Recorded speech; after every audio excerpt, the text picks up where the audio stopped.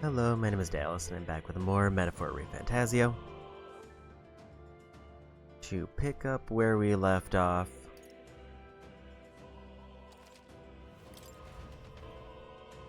the Gauntlet Runner right before we head to the next major story beat, since we finished up the Opera House.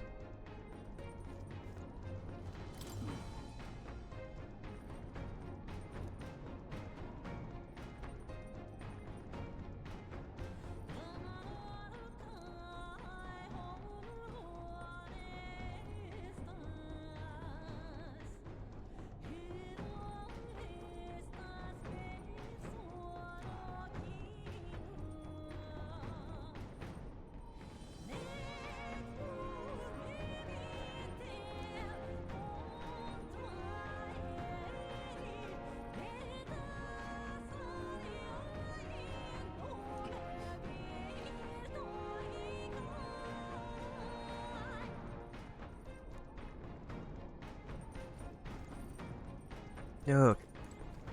Like all new dialogue for everybody, so we'll grab that first.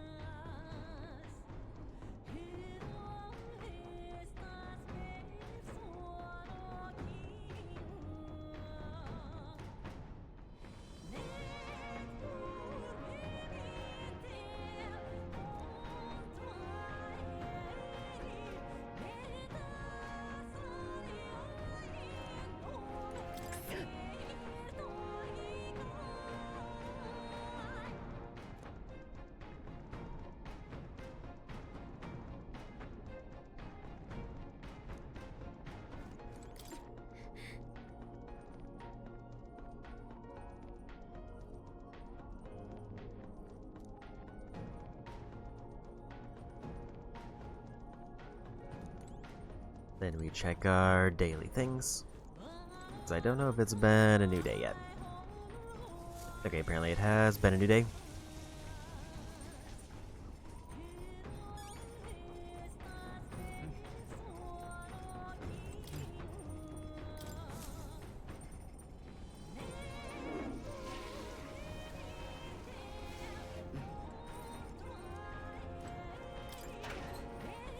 And as soon as we get access to free roam again, I do have several follower things to do.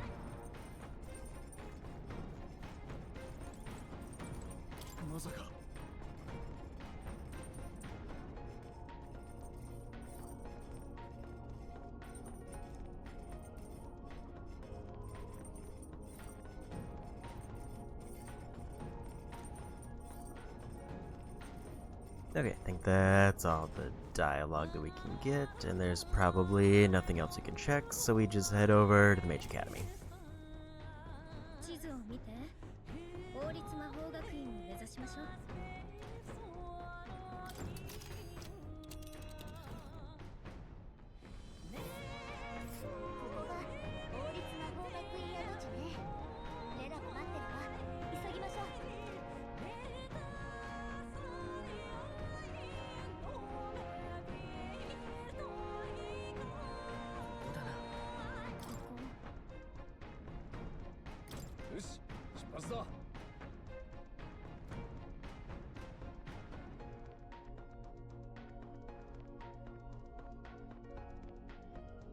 よし、行くか。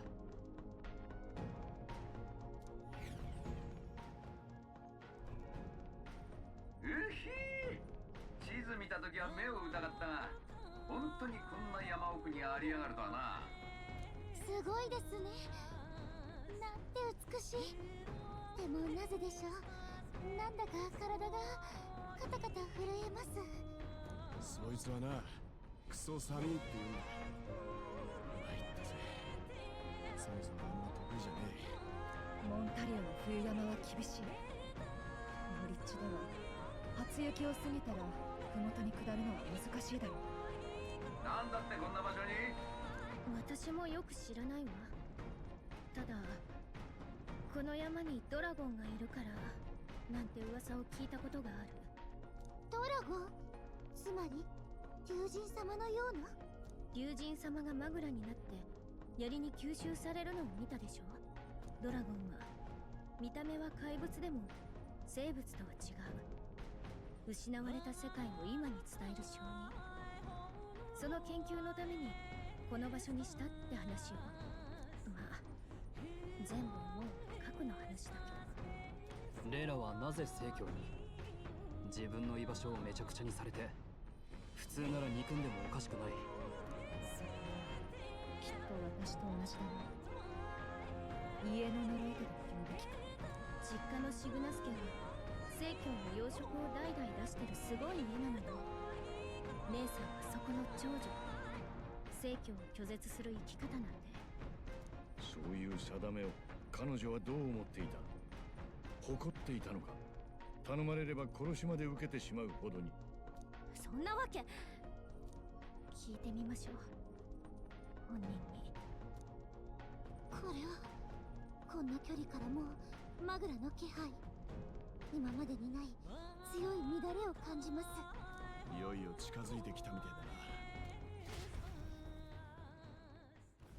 王立魔法学院跡地、今や佇まいとも呼べぬ残骸を晒すばかりのありさまが雪雲の隙間に覗く。山麓に開けた平原に凱旋者は降り立ち、新雪の最初の足跡をうがつ。皆静かに、しかし確かに感じていた。降り立てばきっと聖女レラが待っている。かつての学び屋を背にして。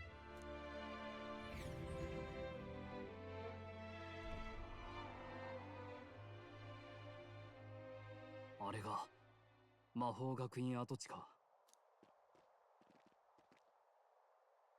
待っていたわ。要件は言うまでもないな。殿下を救うため、その命。姉さん、せめて教えて。なんで襲撃なんかに手を貸したの？私の信じてた姉さんは嘘だったの？あなたらしい思い上がりだわ、ジュナ。所詮あなたはシグナスの娘じゃない。上流貴族のシグナス家が社会貢献を印象づけるためだけに気まぐれに拾ってきたただのみなしご。そんなあなたが長女の私と通じ合えてた？そう、分かったわ、レラ。そうね、私が間違ってた。このジュアニ・シグナス、1秒だって人生を他人に預けたりしない。私は信じる。私が今信じているあなたをね。姉さんがフォーデンに頼まれたくらいで誰かを暗殺？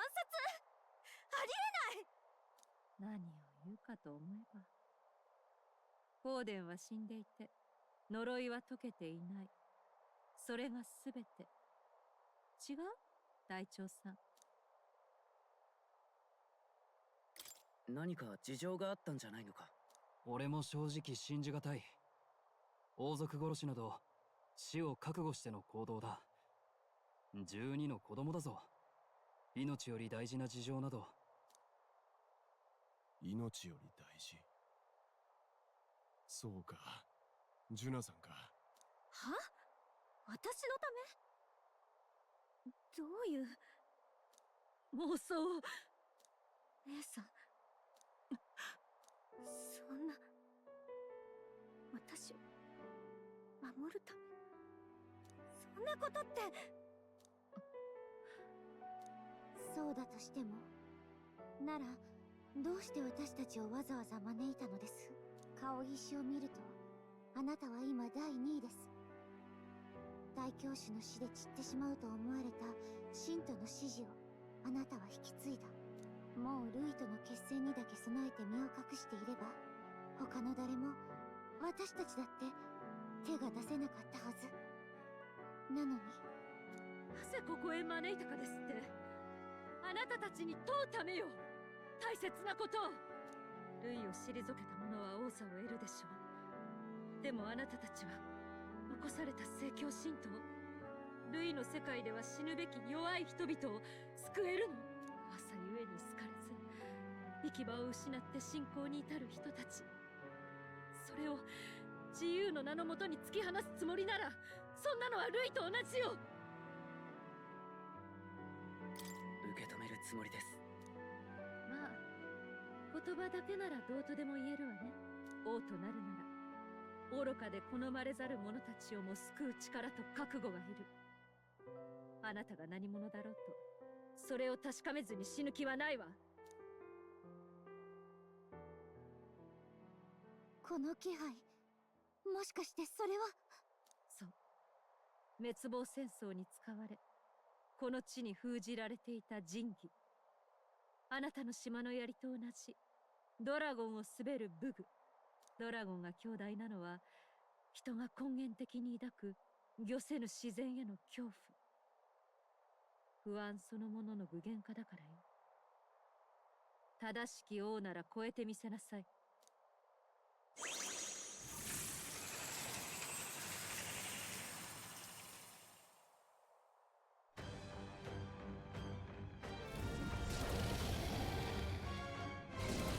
強国の竜神ソグネよ、古き世界を終わらせたその力、今こそ我に示せ。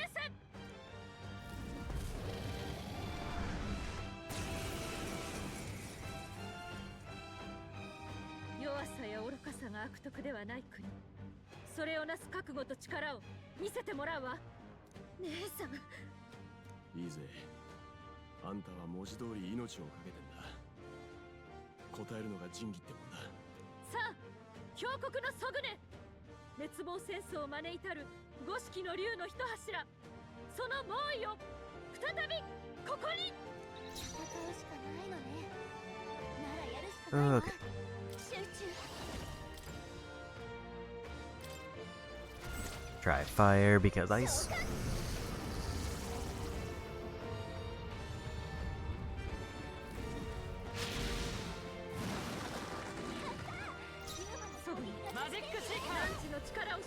I did kind of forget which class my main character is, and they're Seeker currently. 加減はしない。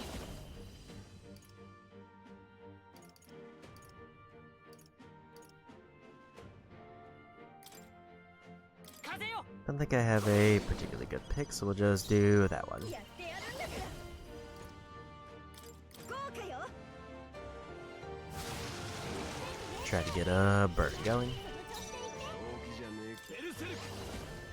Medium physical strike damage increases caster's physical attack damage once per battle.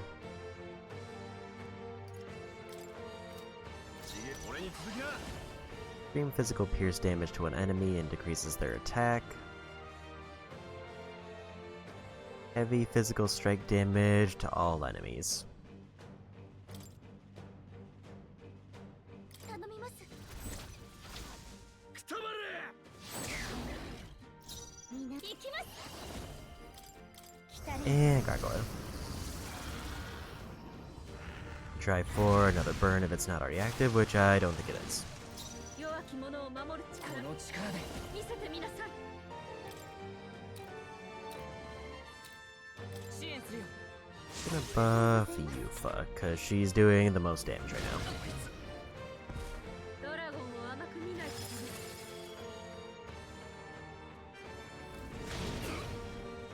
That was a rough crit. 受けてみなさい。大丈夫？回復を優先して。みんな体力少ない。王者の魂はここにできないの？備えましょう。 Elemental is currently resisted. やるぜ。落ち着く一緒に騒ごうぜ。この力を。 もう知らねえぞ。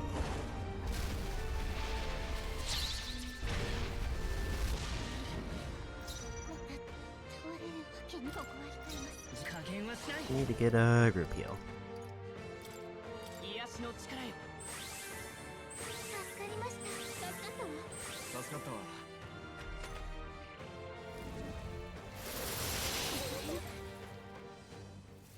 これなら。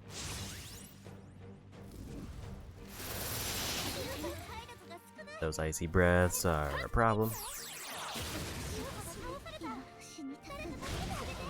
諦めるわけには。このままじゃまずいよ。マジックシーカ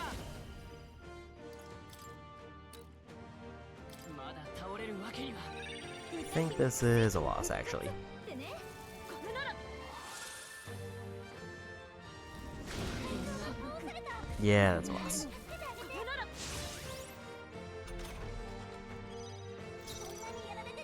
Let's go ahead and redo that fight. I don't think there's much of a problem with my party makeup.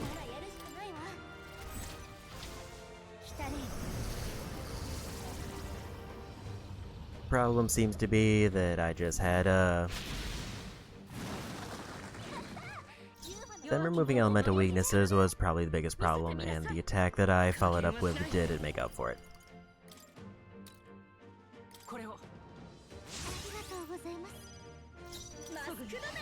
I think I just need to go big damage earlier.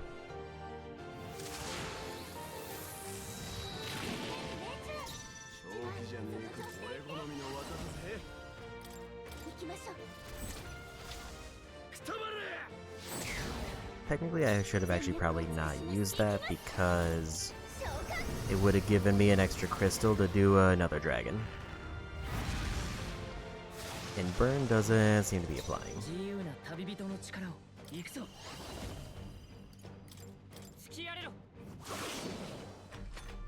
Because we can get them down to about half health before they get an attack in, but then weaknesses become a problem.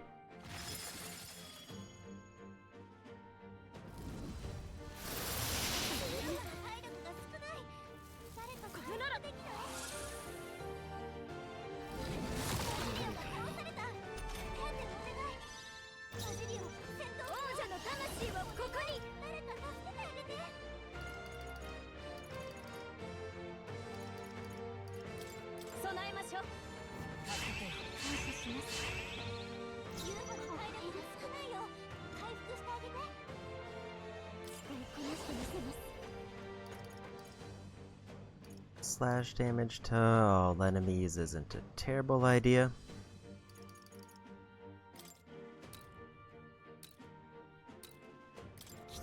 I'm gonna heal Yufa, so she's not hit by frostbite.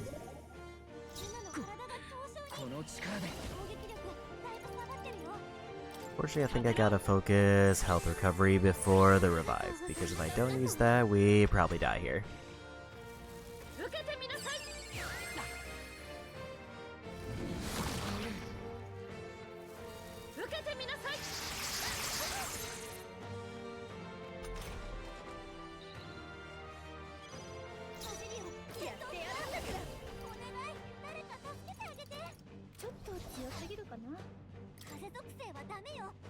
So right now they're resistant to all those. They do have a rare item I could steal, but they have no physical weaknesses.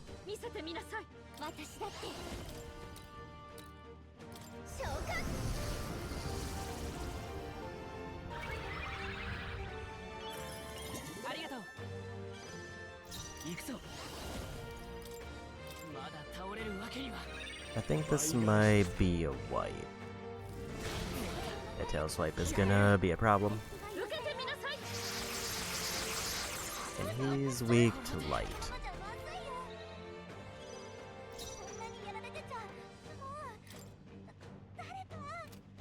My issue is I don't know if there's a way for me to get past that elemental weakness, and I don't think regular damage is gonna do it.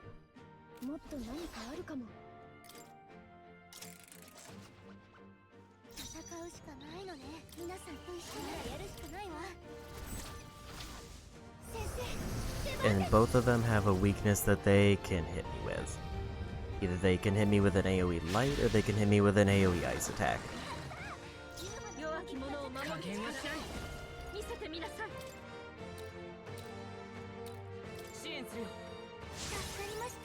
Neither of which is particularly ideal.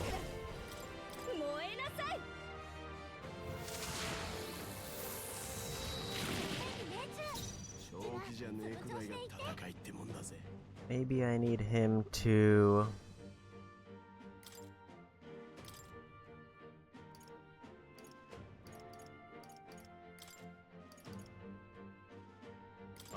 swap with somebody. 私だってやれます。力を合わせましょう。 Gonna do Heismei for now because I know the other two are. I guess if I want to go for a win, I should be swapping in the other two, but I'm trying to be a little bit greedy with experience. That does remove buff effects.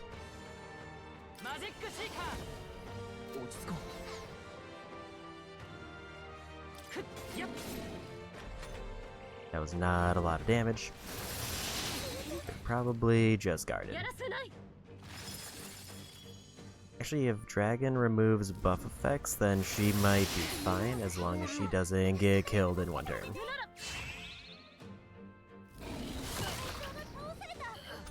That's not ideal. I think I have to have her guard. If she doesn't guard, she just gets killed if they use Ice Breath, which is not ideal. Otherwise, I think I can generally just stick with this party.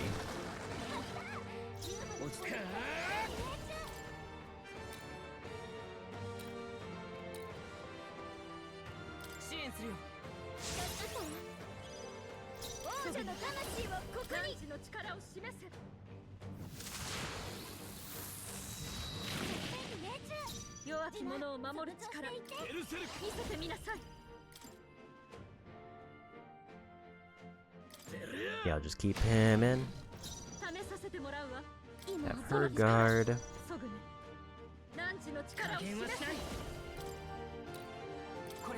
Buff Yufa. So Icy Breath doesn't get the added turn. Quartz Wall, hopefully we can debuff with the Dragon God. And then I just have Seeker heal up.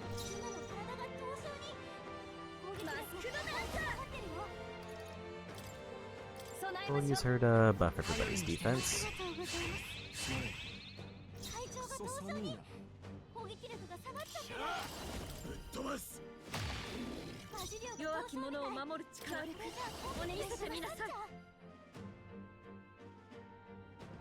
She has Frostbite, so she can't do that.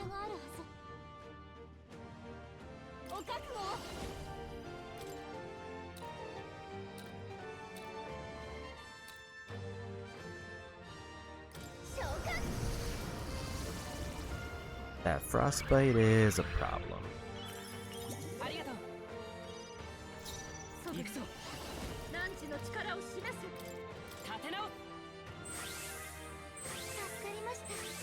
I guess I should have actually used the heal on to try to restore the dragon combo.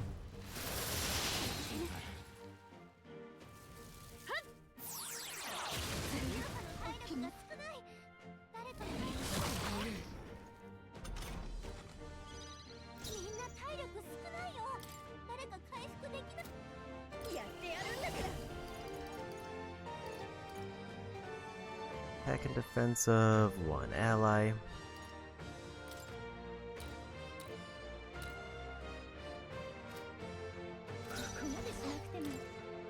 Do I have something to get rid of Frostbite?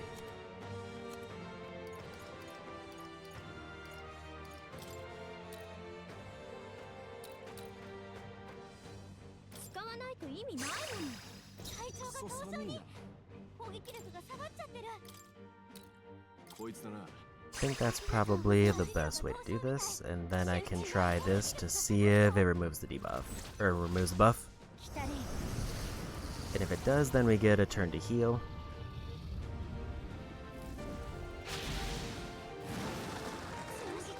It does not remove the buff in time.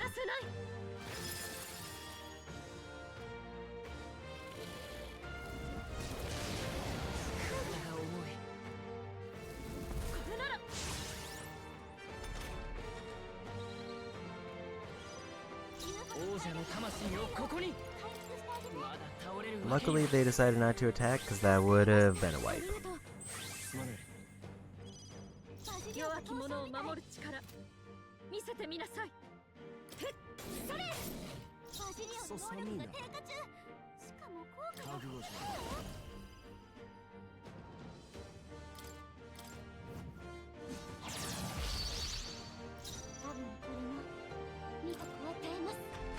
Like, unless the buff wears off, I might as well just have them guard or swap out.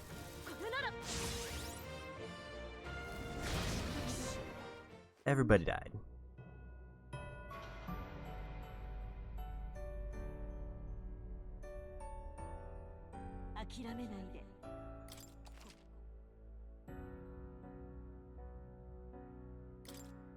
Restart from the autosave. I feel like Seeker is maybe not the play here, but I don't know exactly what I want to use. Because I need something that's definitely resistant to ice, so Wizard would be the easy pick.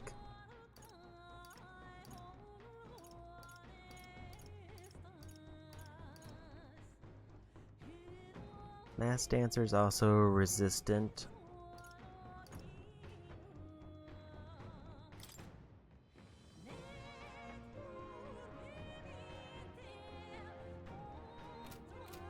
Actually, what?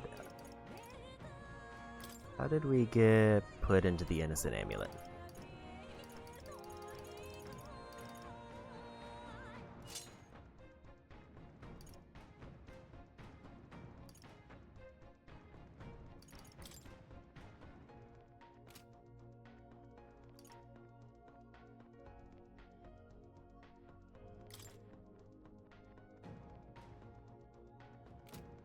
I don't think the 8 damage is worth the experience debuff.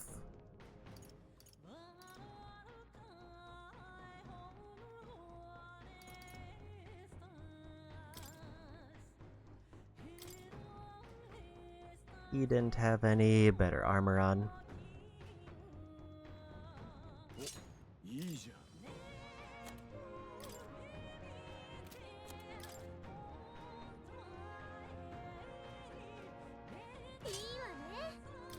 Better armor for her. I guess the problem that I'm running into right now is I need to figure out how to deal damage for the second half of the fight. I need to get rid of this first of all.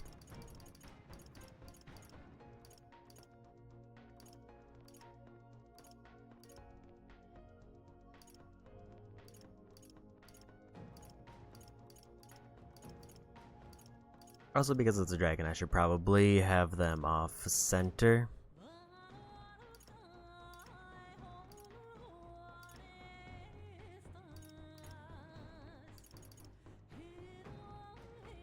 Repel magic and repel physical spells.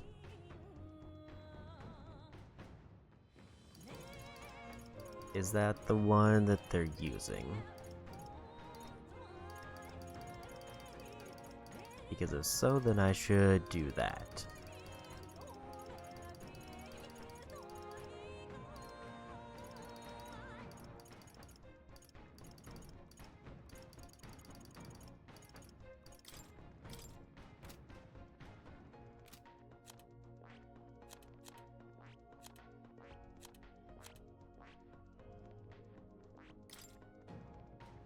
As I've given him no skills.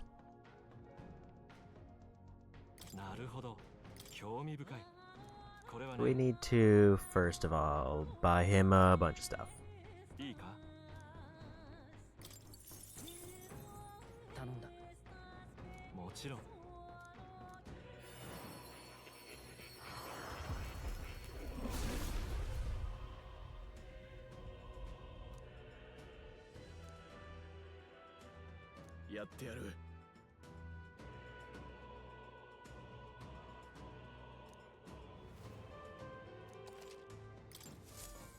Because if I buy him a bunch of stuff, then he does also...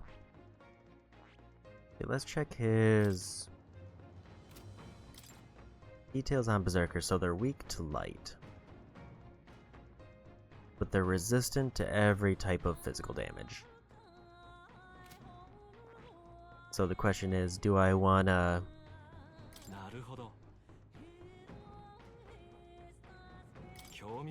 Like, healer's resistant to light, but it's vulnerable to physical damage.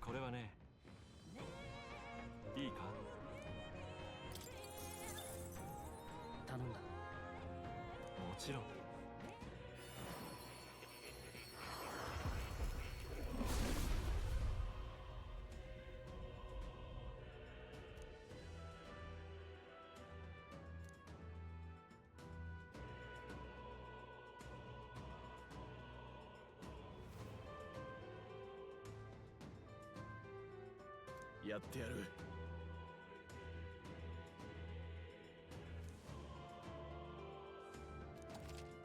Guess the reason we're doing this is because I do get some archetype levels by doing these.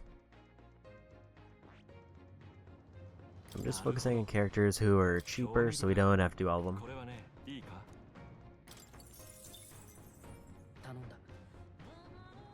Like, I want to at least give him a fire level so that he can give us an extra turn even if he's not doing as much damage. So mage is probably a good pull for that. やってやる。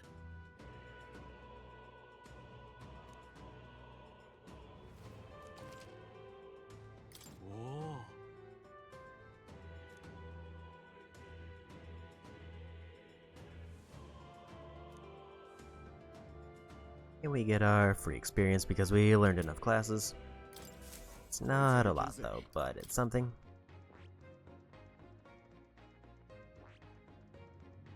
なるほど、興味深い。これはね、いいか？頼んだ。もちろん。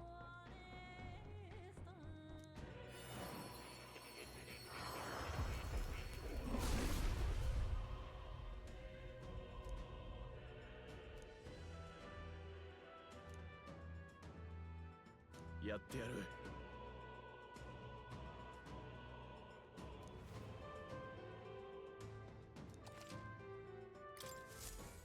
新しい技覚えたぜ。なるほど、興味深い。これはね、いいか？頼んだ。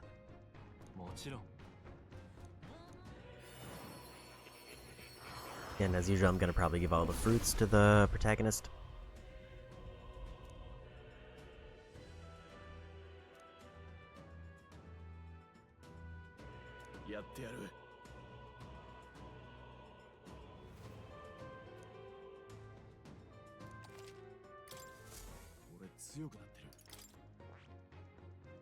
And he just needs to get Berserker to level 20 to unlock his next class once we get him high enough ranks. なるほど、興味深い。これはね、いいか？頼んだ。もちろん。 Part of me does kind of want to put in Heise Mages for the steal and then swap them out, but I feel like for this boss specifically, that's a bit risky. At least until I can confirm that I can tear down that quartz wall.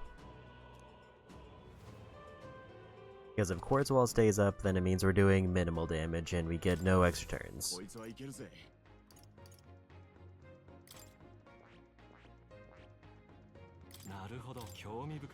Also, he probably needs a new accessory. Because usually the default ones they have are not very good.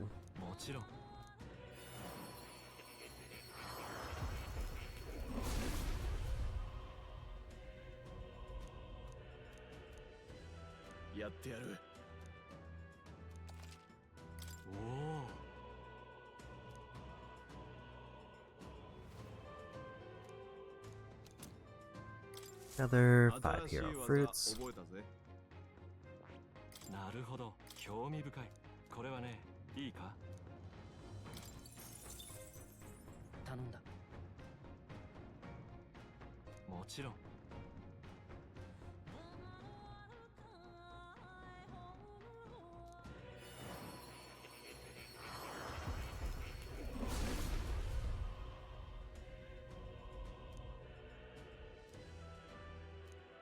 やってやる。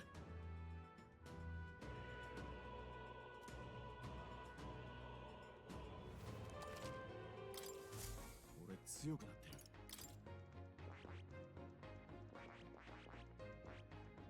I think that's all the ones that have reduced prices. Now it raises the obvious question of, do I wanna...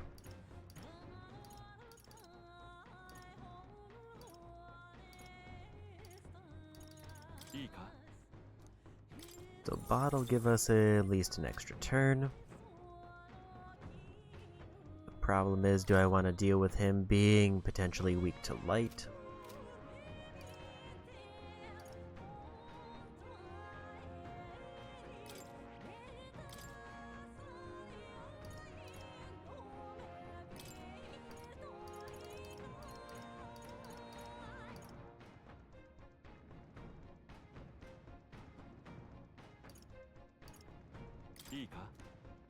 This is actually probably a better one for her.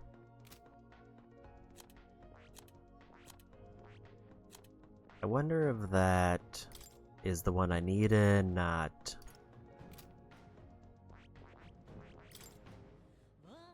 the repel physical and magical.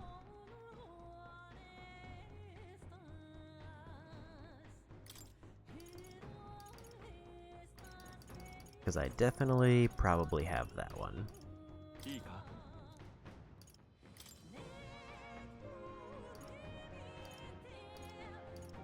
Or did I completely misread that?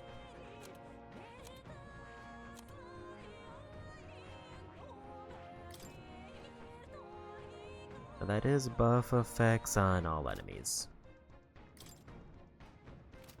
Where did she pick up that skill?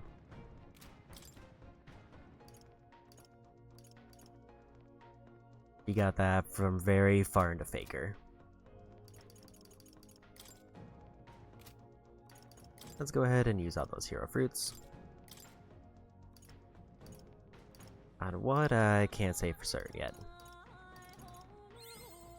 Probably Swordmaster.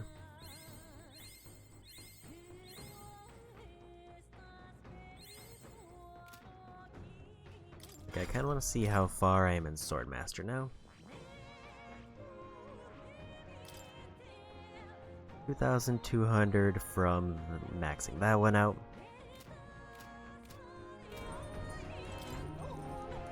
Okay, so we've already got credit for our dailies. We'll do another save.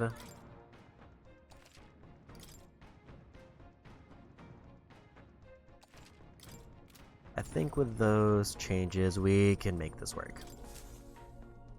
So we'll skip all the stuff that we've already seen.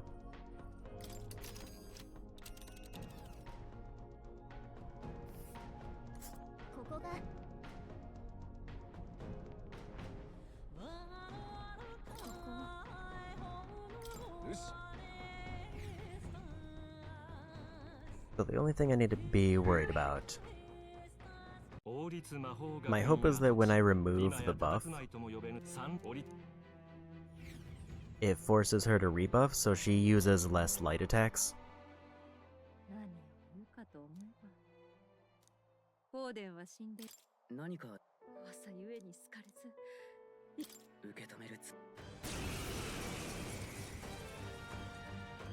And back in the fight. それをなす覚悟と力を見せてもらうわ。姉さん。いいぜ。あんたは文字通り命をかけてんだ。答えるのが仁義ってもんだ。さあ、強国のソグネ。滅亡戦争を招いたる五色の竜の一柱。その猛威を再びここに。戦うしかないのね。王者の魂をここに。 I just didn't think it was gonna start there.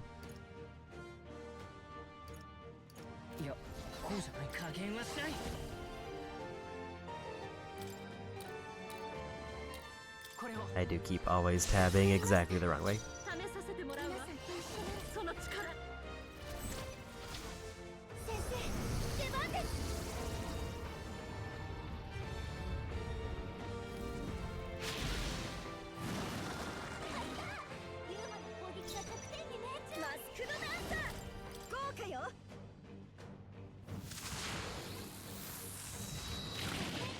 So because of the random turn order change,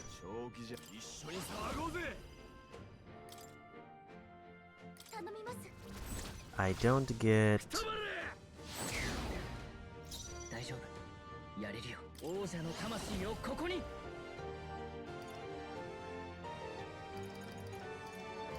the combo that I was getting before.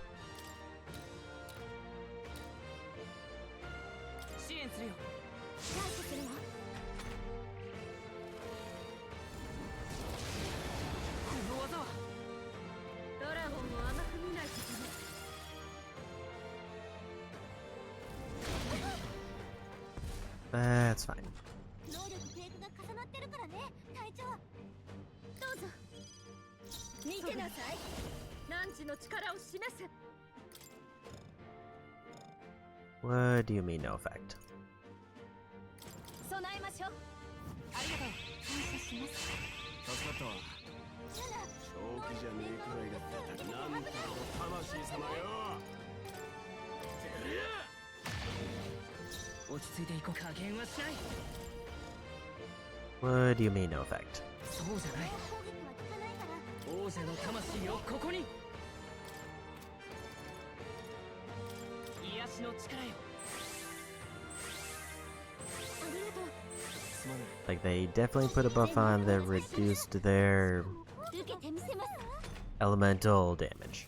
これなら。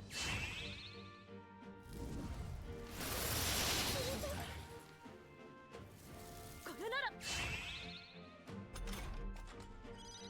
マジリオが凍傷みたい。これじゃ攻撃力が下がっちゃう。王者の魂をここに。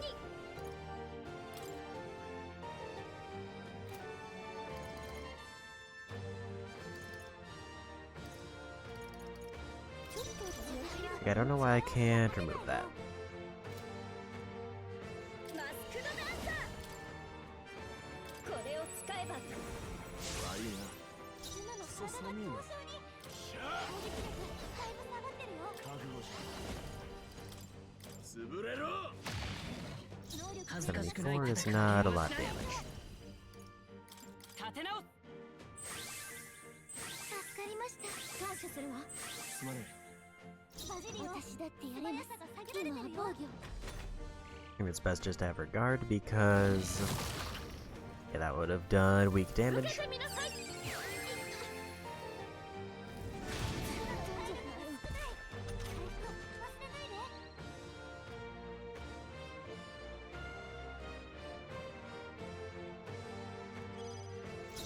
後ろに下がるわ。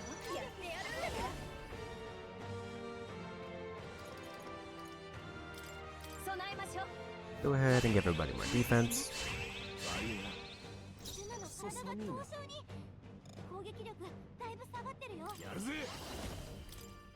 ぶっ飛ばす。バジリオが弱き凍傷みたい。者を守る力。これじゃ見せてみなさい。癒しの力よ。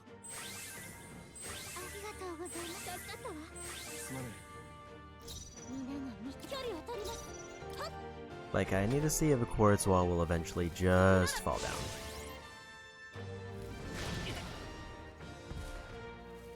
受けてみなさい。大丈夫？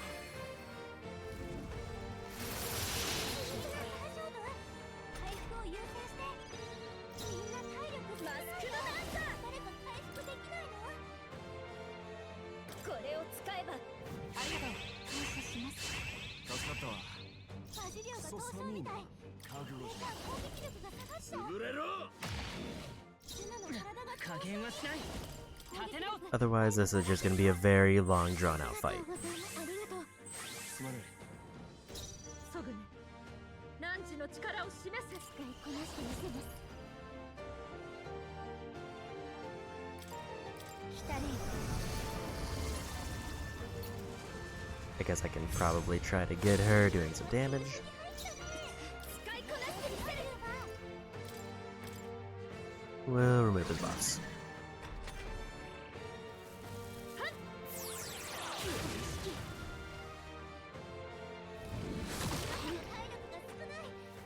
受けてみなさい。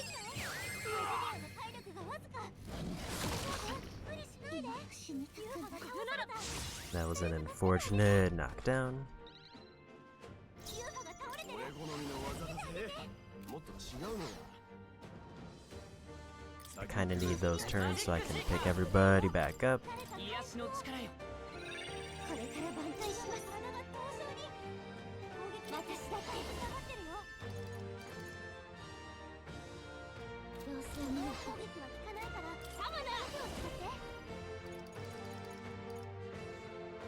これではないですね。 Do I try to... I think I just pass. 見てなさい。備えましょう。悪いな。簡単には死なねえぞ。頼むわ。 And now we group heal. まだ倒れるわけには。 I need him to not focus blizzard attacks on Yufa.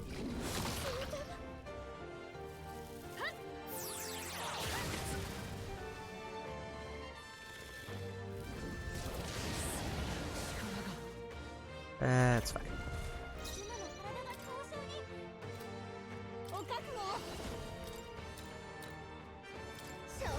Go ahead and remove that frostbite.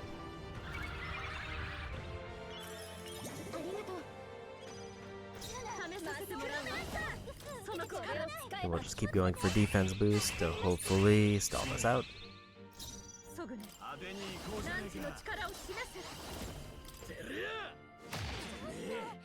That was a terrible miss.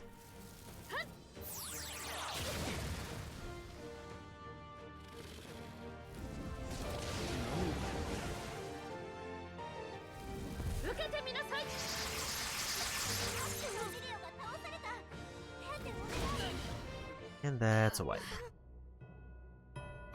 I really don't like Quartz Wall as an ability because it feels like there's no good answer for it. I'm going to...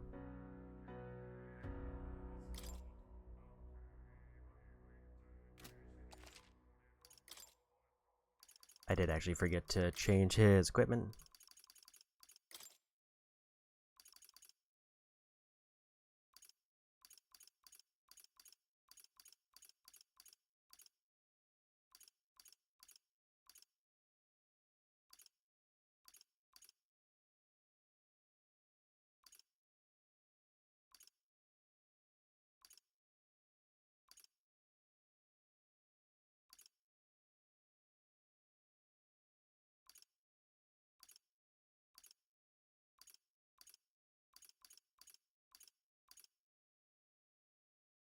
It's like increases attack while in front row is an option, but I think this one would basically make him resist most damage, but he's not really the one who tends to be dying.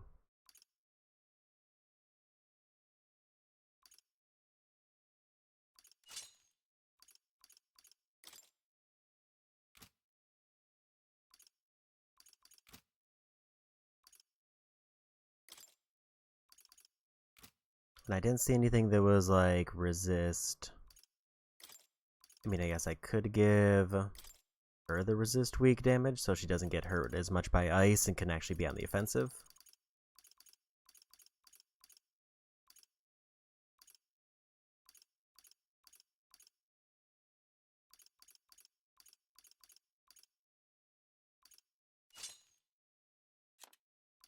I think maybe that's the way to go, and then I give him the bell temporarily. We just have them... Or give him the pearl.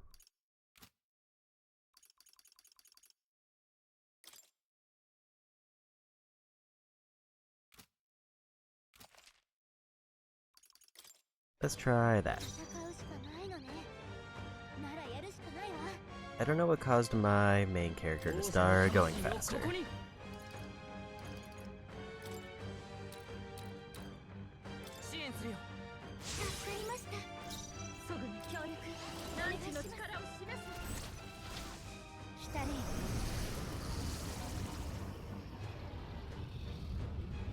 Like, Quartz Wall is definitely the worst part of this fight because it seems like there's no counter to it. I just kind of have to accept that it's there and I can't do anything about it.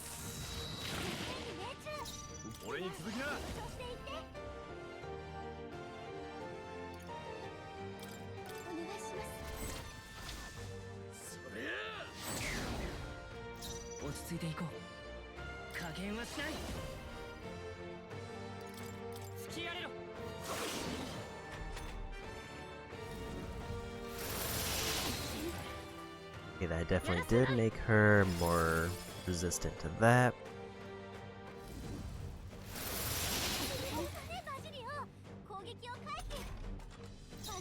Nice miss there.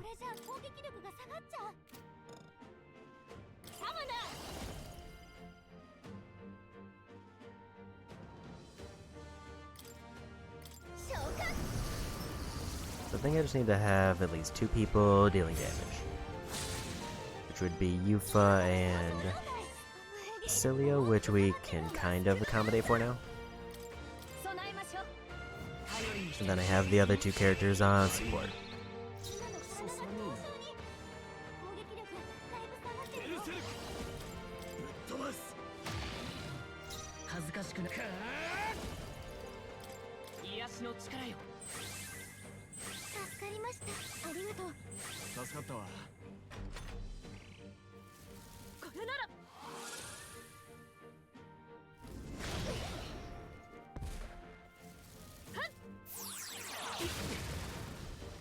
That's fine.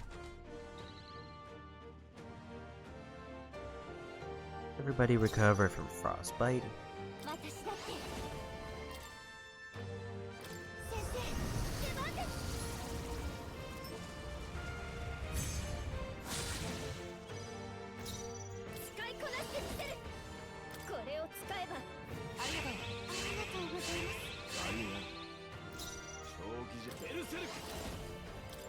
Sending as it is to do a combo there, I need the turn for the heal.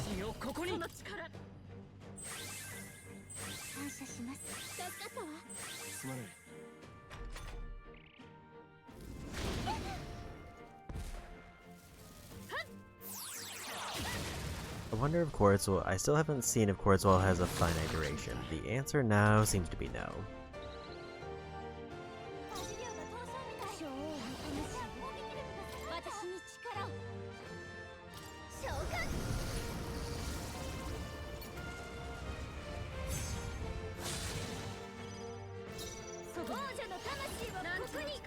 Just keep everybody's defense buffed.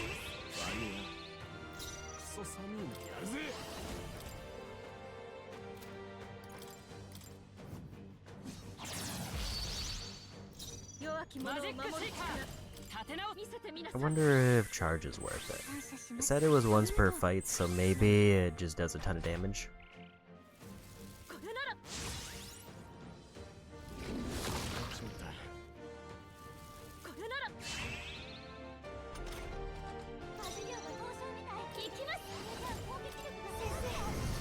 What I really need is crits.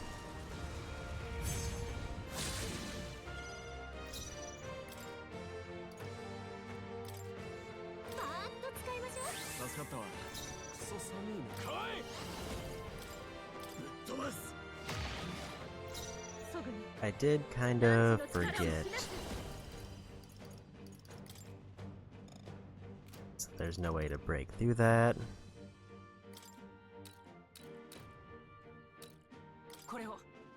Maybe just give him big buff.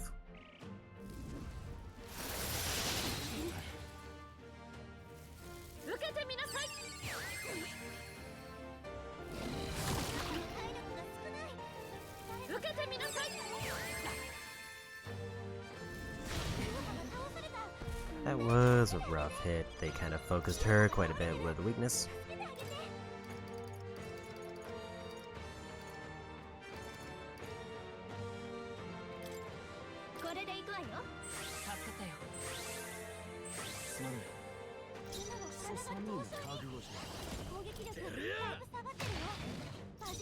Nice crit. See it?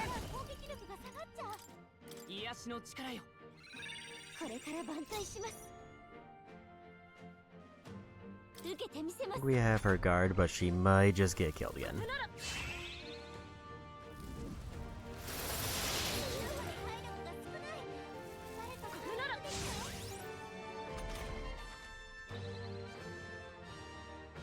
That's actually kind of a rough thing to miss out on. So we'll do that.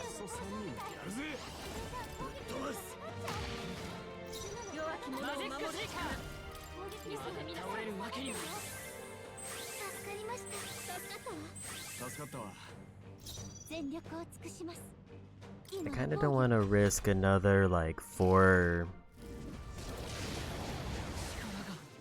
turn issue there.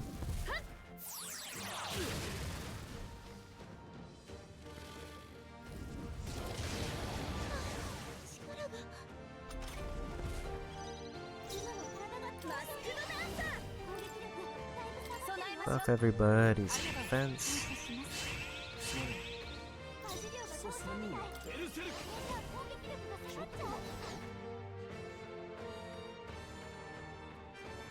This is a little bit of a problem, because that was a big evasion reduction there.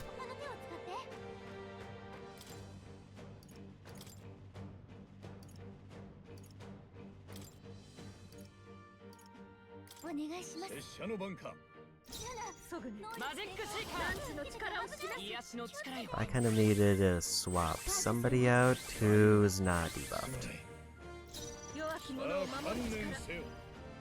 Against my better judgment, let's go for a steal. Dragon Blood Sap is probably not worth the effort.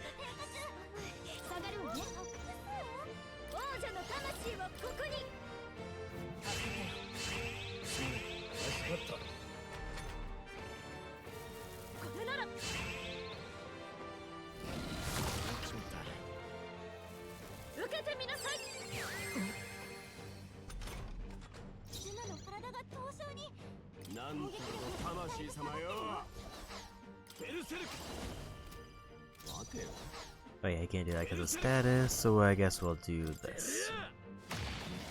Okay, we hit, which is at least a start.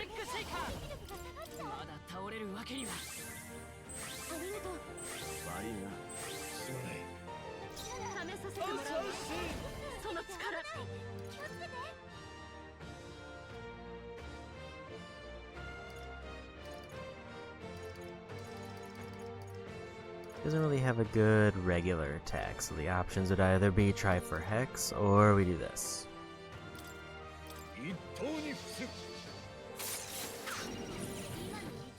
Those are some nice crits though.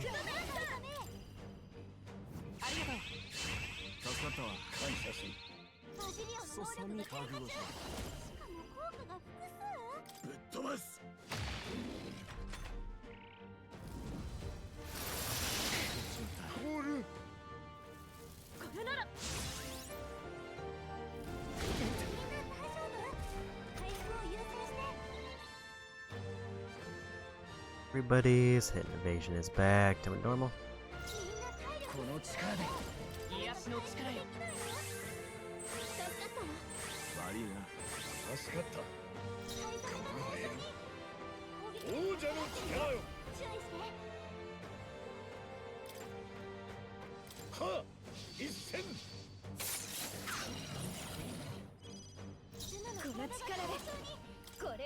Gonna raise everybody's defense again. There was a temptation to go for a debuff on them. Nice crit.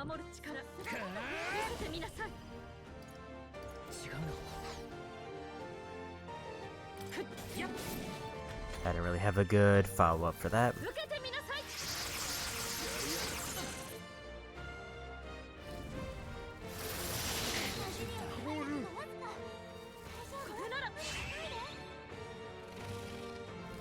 Berserker's about to go down unless they throw in debuffs or buffs.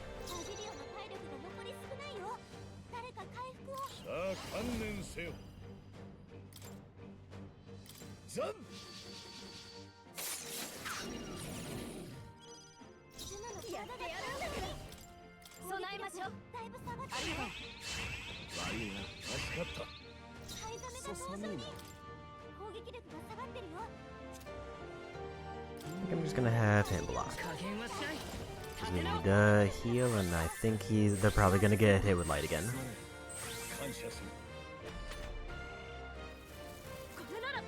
This is basically chip damage the fight. And then I hope that I don't get a bad miss.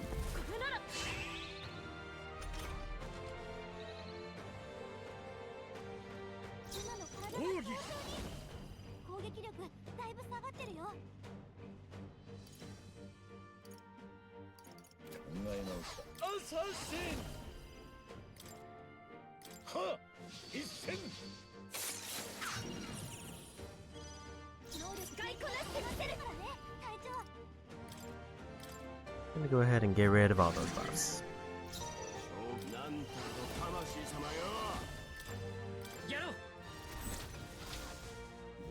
Health-wise, everybody's fine, so we'll go for this.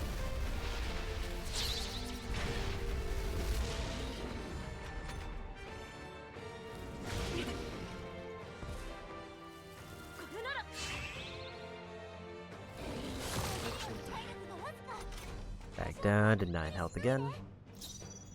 マジックシーカーまだ倒れるわけには。ありがとう。悪いな。すまない。バジリオが油断も慢心も合わせてくれ。攻撃力が下がっちゃう。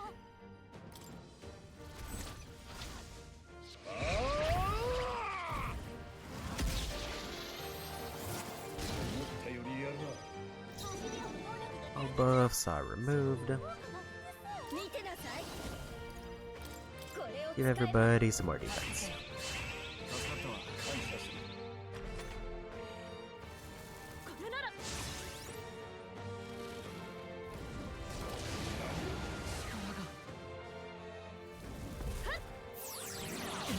ジリオの体力がわずか。大丈夫？無理しないで。守るぜ。 バジリオの I 体 need 力 him to block because I don't want to risk a whiff there. 助かったわ。すまない。助かった。バジリオが逃走した。これぞ我らが日々。これじゃあ攻撃力が下がっちゃう。しまいだ。頑強な敵だ。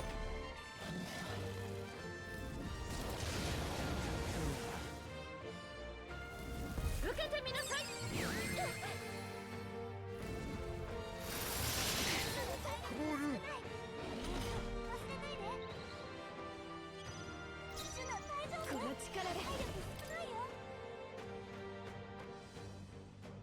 Everybody's everything is debuffed.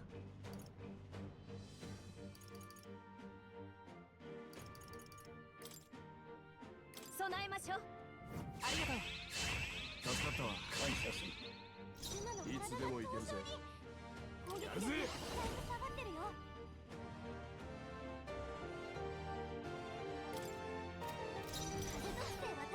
They're still resistant to everything. あんたの魂様よ。てりゃ。けんな。 Really didn't want that whiff there. 倒れるわけには。 Although I don't think, with the way that they're going debuffs, it's kind of hard to avoid. これなら。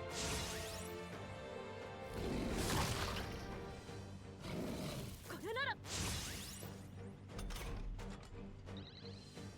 ハイザメが凍傷に。攻撃力が下がってるよ。注意して。王者の力よ。ザン。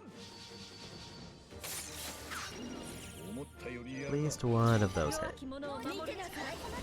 見せてみなさい。これを使えば。頼りにしてる。助かったわ。感謝する。ドイツからぶちのめす。やられねえぞ。 I need to heal, so I don't want to risk that. It's basically, I need them to not debuff our hit or evasion for one turn, so I can debuff them.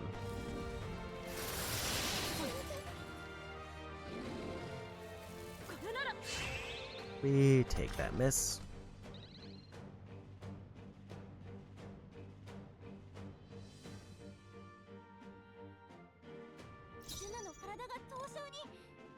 Other than we can't do the debuff here. 観念せよ。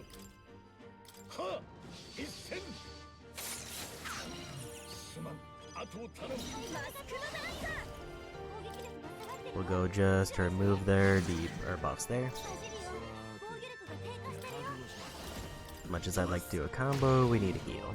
マジックシーカーまだ倒れるわけには。感謝する。 I think we're most of the time where I'll swap out Heizmei for Yufa.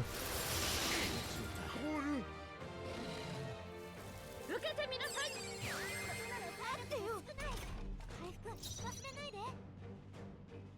これが得策だ。 I didn't mean to pass there, I hit the wrong button. 王者の魂をここに備えましょう。助かったよ。悪いな。すまない。ジュナの体が凍傷に。攻撃力が下がってるよ。てりゃ。すまない。残っちゃった。この力で。癒しの力よ。注意して。助かったわ。助かったわ。助かった。バジリオが凍傷みたい。これじゃあ攻撃力が下がっちゃう。Guess we'll have him attack since I hit the wrong button.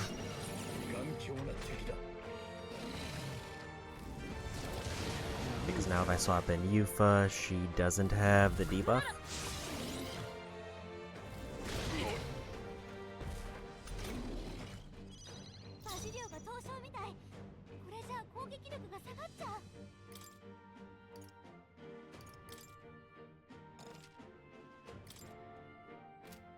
Can't swap while afflicted with frostbite.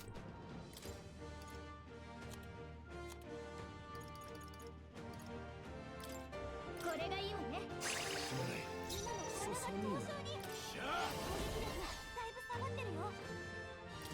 need him to defend.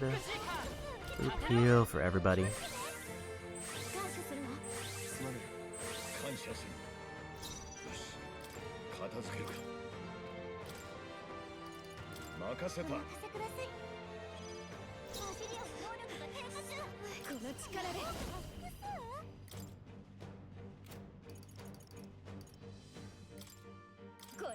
Give her 2 ranks above us.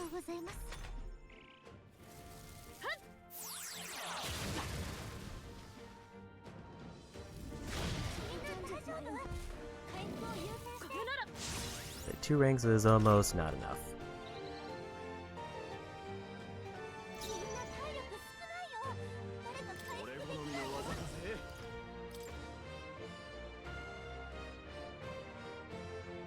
I forgot if their evasion's lowered. I hope not.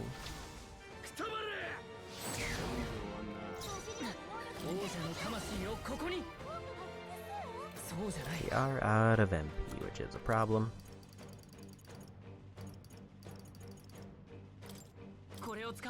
Luckily, we got that.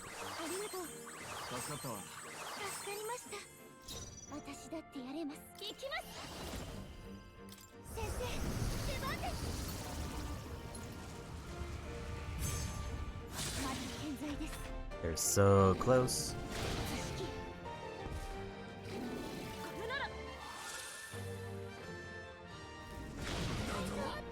That crit might have won them the fight.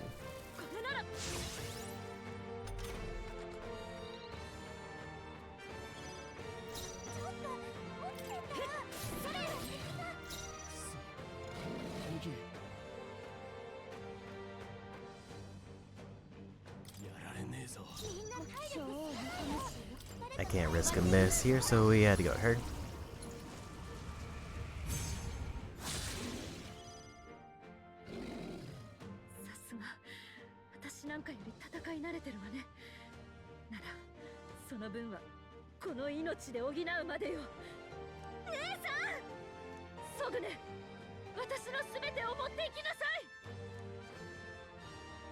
I didn't realize there was more to this fight.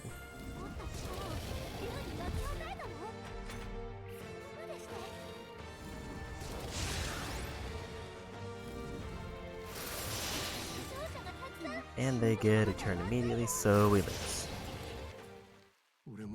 This fight's actually kinda bad.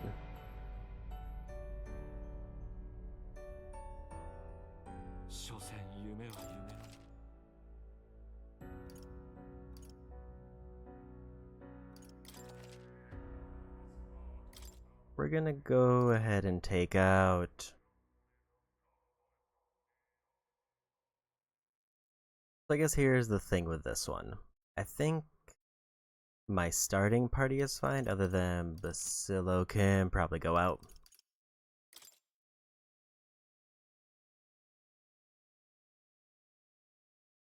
Because I think the end result is going to be I need basically Stroll and Hulkenbergen instead of Yufa and Juna. But I need Yufa and Juna to start to get the big damage.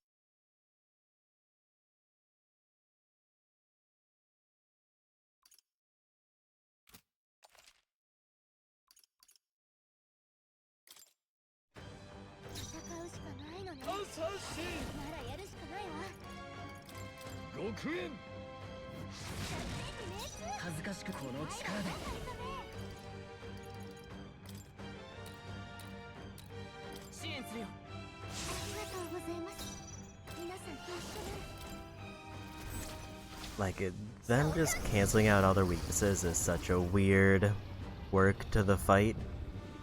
I think the only thing that probably is going to equalize it is that the second half of the fight seems like it's going to make it so that that's not as much of a thing. Like, it's going to remove their quartz wall.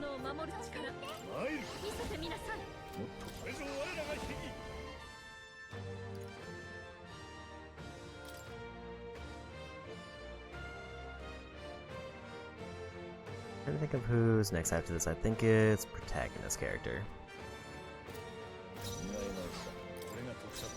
I didn't mean to pass.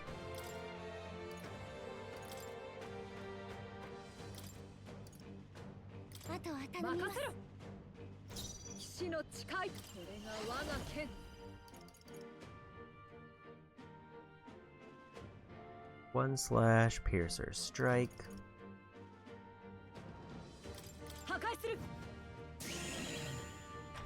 Go for hit and evasion. So they got a crit, but they also got a miss.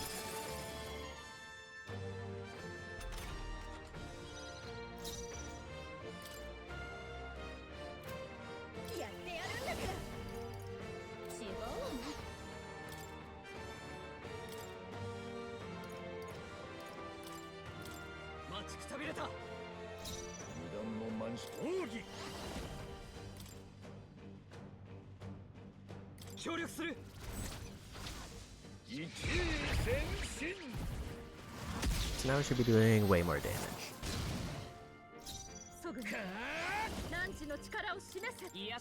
And also taking less damage. Second phase, I think I want to swap everybody back.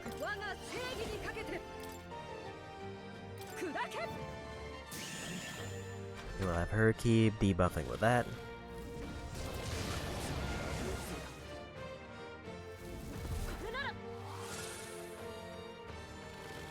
And the debuffs are removed, but they did no damage that turn.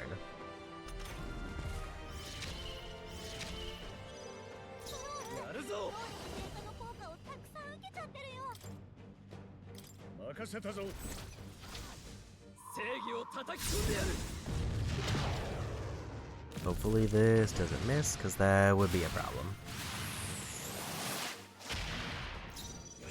Yeah, 500 is way more than we were doing.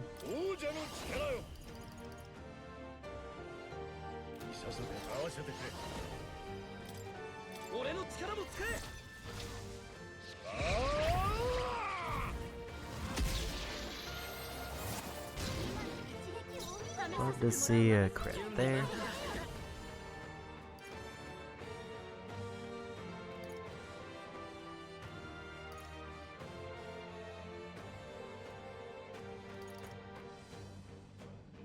Like, I wish Fireblade Rider worked, but I don't think it does because of that.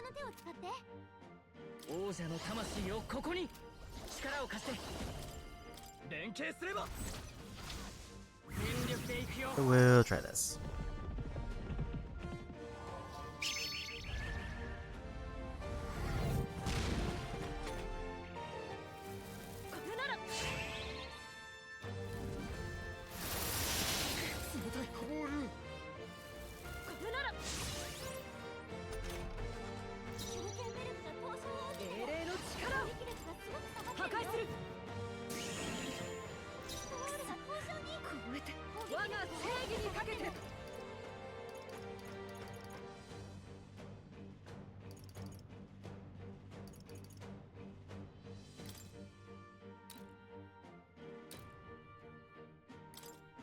Can have her go ahead and do this, and maybe we're lucky.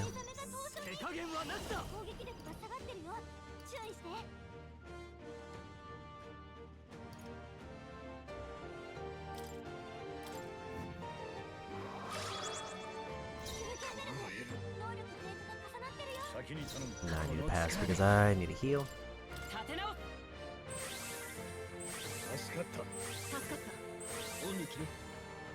So this is a very rough boss to start off the day on.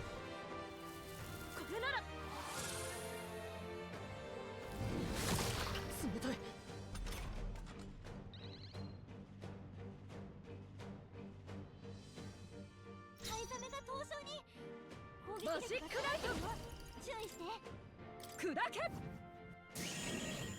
ストロールが登場のために攻撃力が大きく下がってるシュルケンベルグが凍傷を受けてる攻撃力がすごく下がってる悪は正す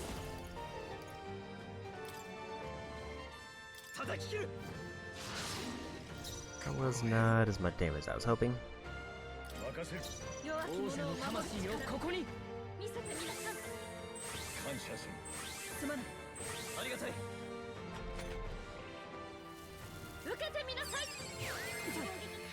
Love to see a miss there. And we got the repel to work. ストロールが凍傷に攻撃力が大きく下がってるこれが我が剣打ち砕け鬼神英霊の力を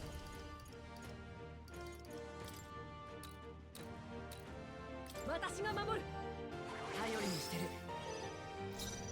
寒い凍えす王者の力この身に宿れすぐに何地の力を示す I'm in kind of a bad cycle for party turns right now. 助かったさすがだなこ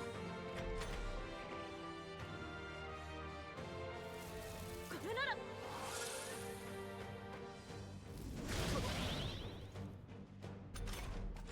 ストロールが凍傷に見よ我々の結束を下がってる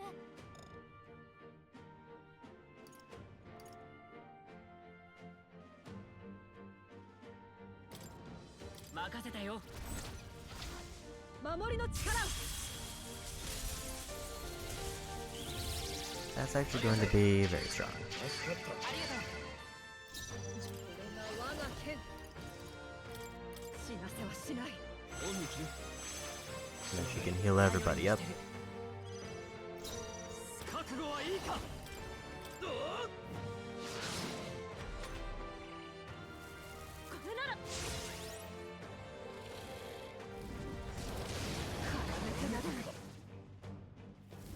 これなら No damage to us that turn. これぞ我らが日々よし行け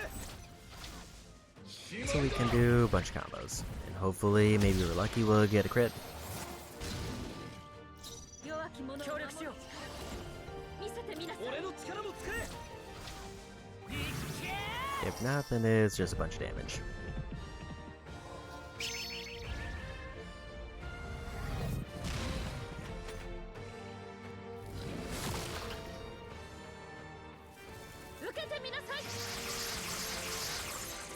Only one person got hit by that. このために砕け見切られた That was a terrible miss. 仲間と共にこの力を Guess we'll do this. I forgot that their evasion was lowered. ありがたい 助かった So half their abilities are now cancelled out except for Tail Swipe.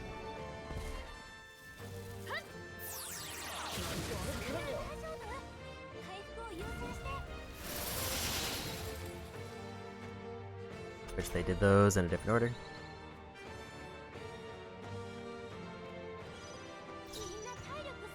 協力頼むやれ行け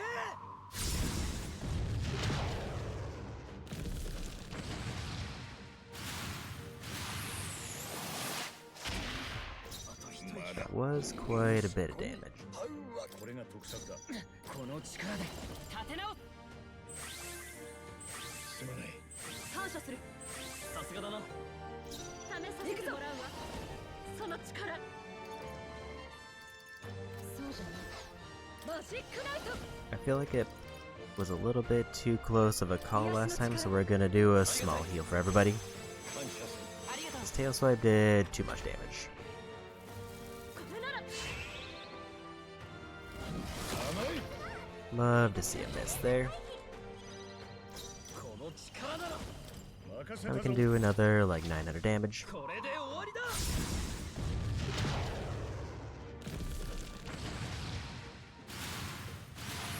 助 I think this is the kill. And then second phase.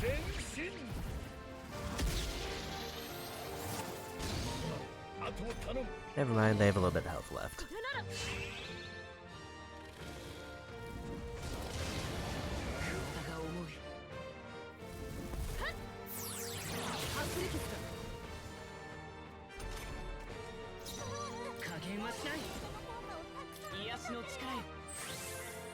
Definitely in better shape. The big thing is gonna be, does this hit?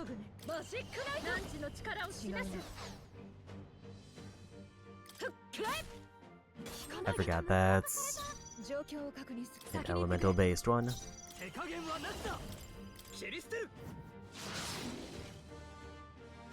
And we got him. 私なんかより戦い慣れてるわね。ならその分はこの命で補うまでよ。姉さん、ソグネ、私のすべてを持っていきなさい。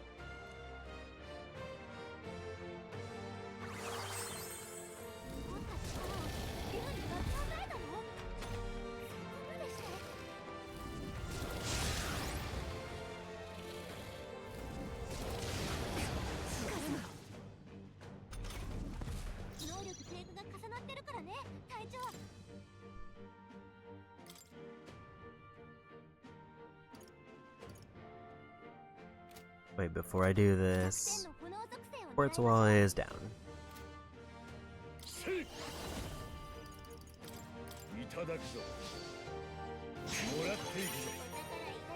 And we landed steel.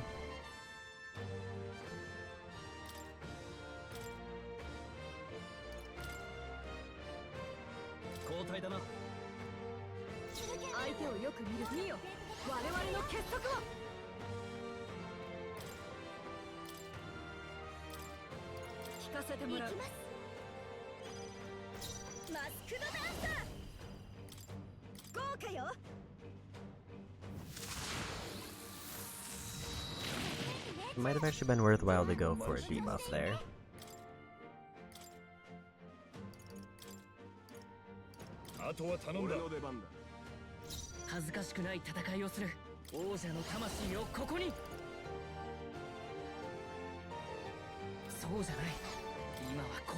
Go ahead and guard.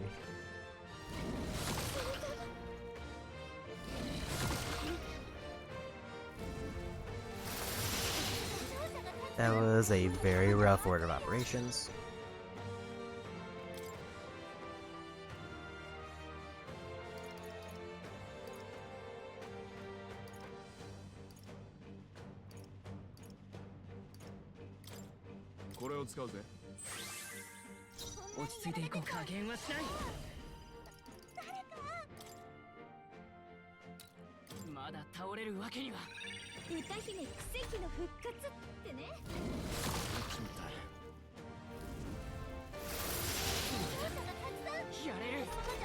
This might be me effectively throwing.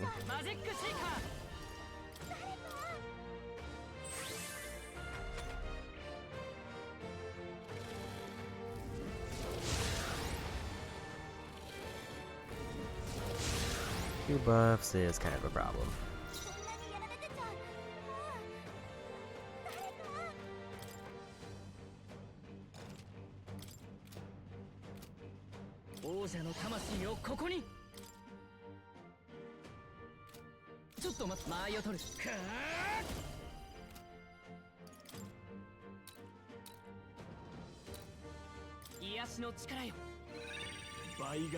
I mostly just need an extra turn.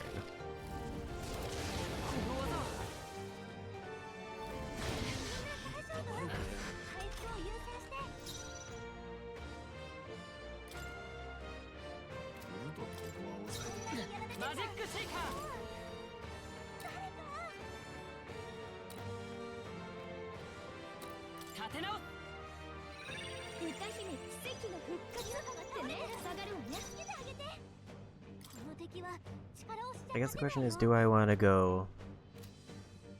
I think I need to do a group heal.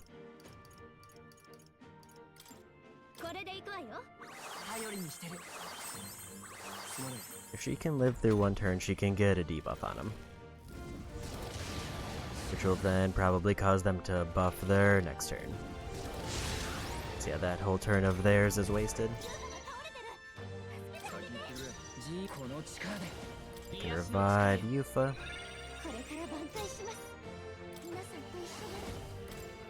who actually doesn't have any debuffs on, so this will land and we'll get an extra turn.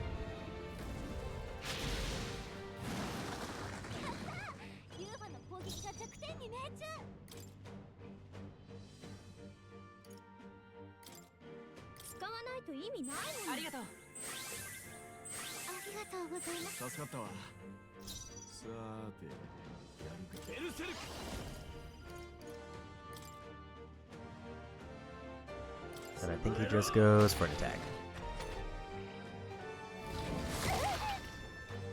I need them to hit anybody else. Hey, Yufa's still alive, so we're fine.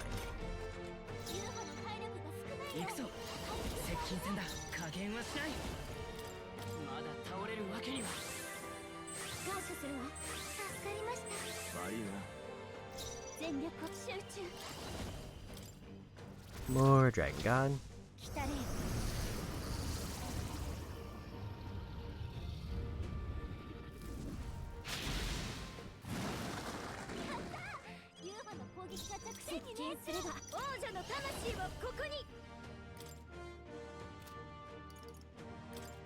And we'll go for defense buff.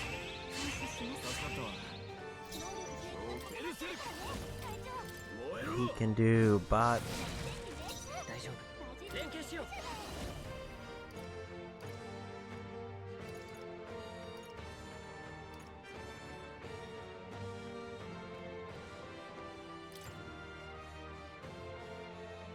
Right now we're all debuffed, so I don't think that's worth it.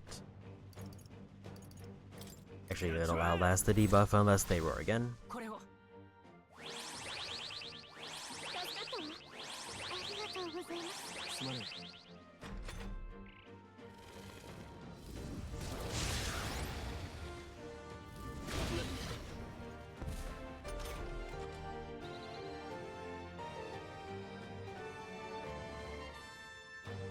All stats back to normal. We can start off with Dragon God.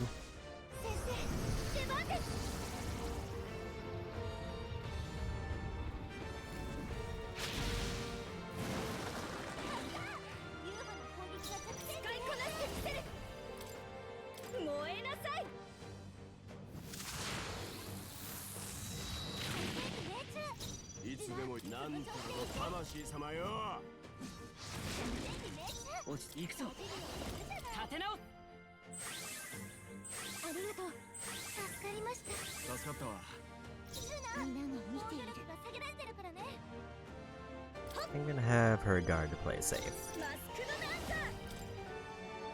And then she'll go for damage.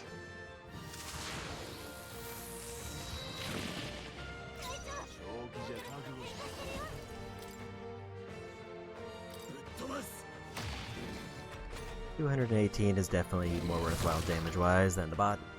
Good thing I guarded.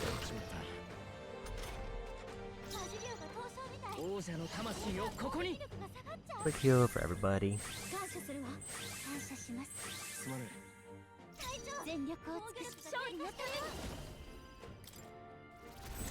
Dragon God should do a ton of damage.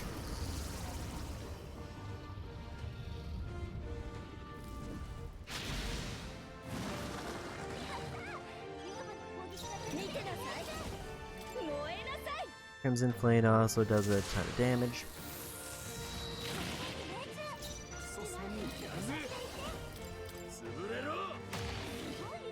Another crit.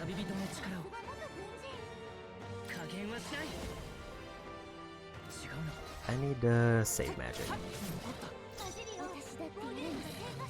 Gonna have her guard so we can pretty much lock and win. I cancel out his buff, so his turn there doesn't matter.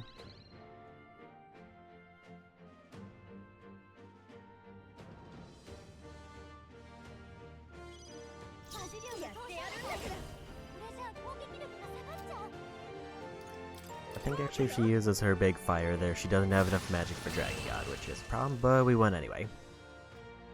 That was the gauntlet. 乾杯ね。あなたたちの覚悟見せてもらったわ。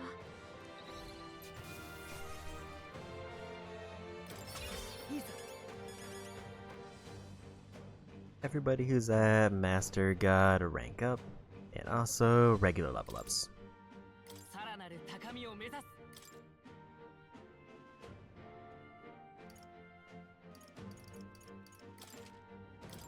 成長したか。おお、拙者もまだ強くなれるか。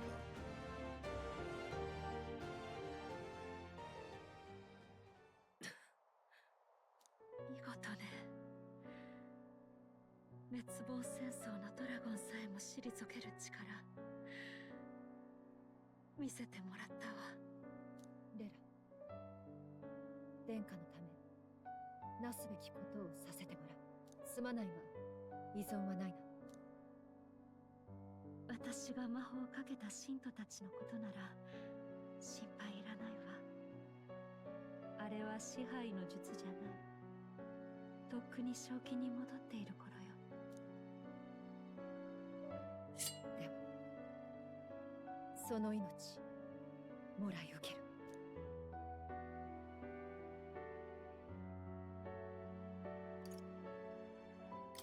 もう少し事情を聞いてからにしよう。姉さん、ちゃんと話して。あの日あったこと全部。12歳だったのよ。冷静に人なんか殺せるはずない。混乱して無我夢中で呪いをかけて、気づいたらこういう術になっていたの。ジュナ、あなたよく夢を語ってくれたわね。この国のすべての人に歌を届ける歌手になりたいって。自分は歌で運命を変えてきた。ニディアの自分にとって歌だけが偽りのないものだって。シグナスの家に生まれた私にはそんなあなたがとても眩しく見えた。あなたに夢を見たの。やめて今そんな話。私姉さんに何も。あなたは自由の象徴だった。失いたくなかった。だからあの日私は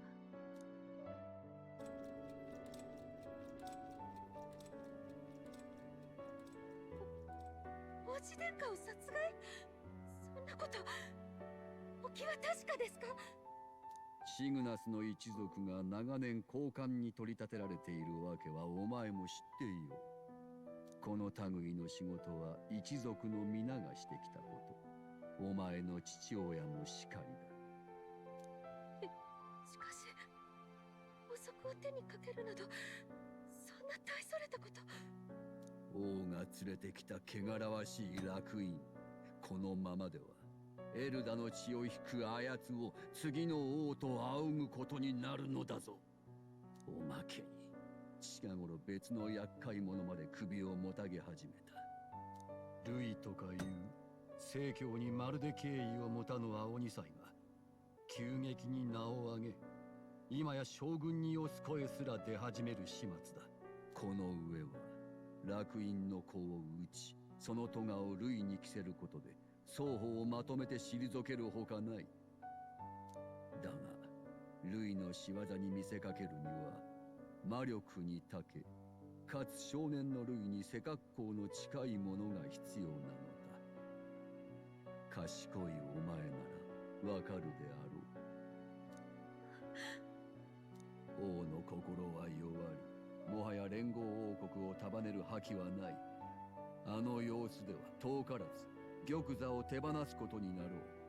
国が乱れかねん今こそ正教の意向が必要だ。正教を崇めぬ者など排除しなければ国の形が持たぬ。ですが王子殿下には何の罪も。こんな非道許されるはずが。お前には血のつながらぬ妹がいたな。器量よしでなかなかの美声の持ち主ではないか。ジュナに何を。レラよ、お前もいずれは一族を継ぐ定め。身内に余計な矜持など起こしたくはあるまい。それとも今宵の判断の誤りを生涯悔いて生きていくか。うんわかりました。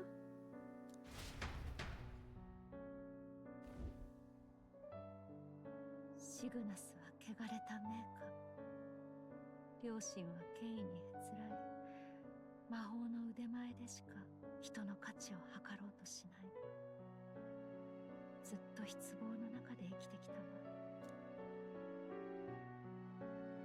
そんな中に現れたあなたは私の生きる希望。本当に命よりも大切な存在だった。姉さん、せめてあなたを守りたかったの。結局こんな守り方しかできなかったけど。なるほど。聖女レラ、あなたに感じていた騎士感、独特なマグラを持つわけがようやくわかりました。あなたは昔の私と同じ死ぬつもりで生きてきた人。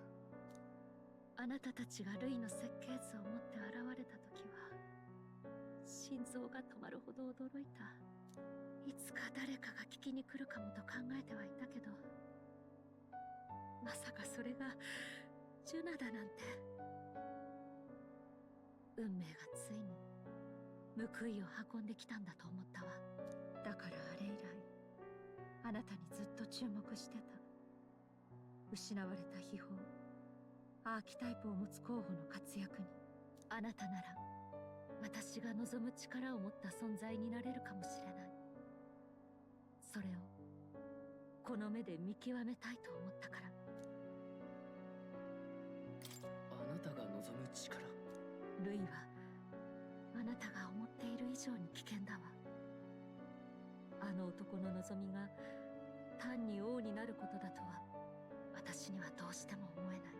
殿下襲撃の後、疑いがかかったルイを調べるために一度だけ直に手に触れてマグラの流れを深く読んだことがあるの。忘れもしない異常なほどの迷いのなさ。魔力が見えたというより全く揺らぎのない鮮明な絵が頭に流れ込んでくるみたいだったわ。国中にあふれる人間、正気を保てず逃げ惑う人々。あれがおそらくあの男の望む世界。お城や玉座なんて少しも出てこなかった。人間で溢れ返る世界、どういうことだ。奴はむしろ人間を討伐して回っているはず。詳しくはわからない。でもルイは10年前から一切変わりなく同じマグラをまとい続けているわ。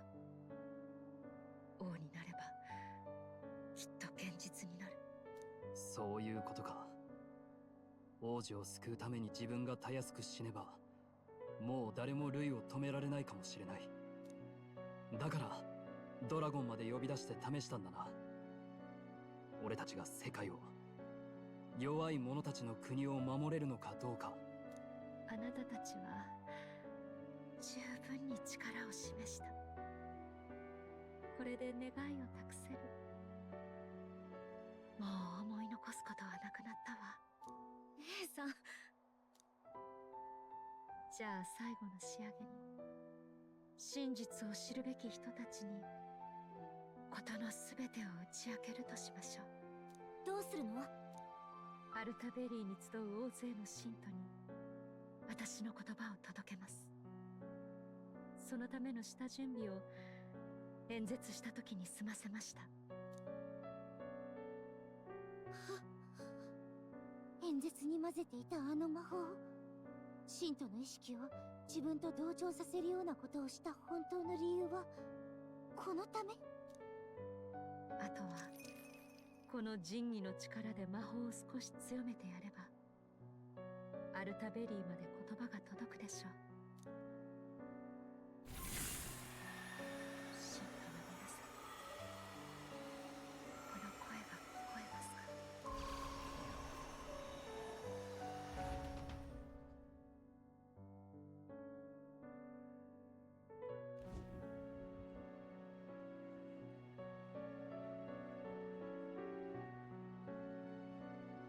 信徒の皆さん、聞こえますか？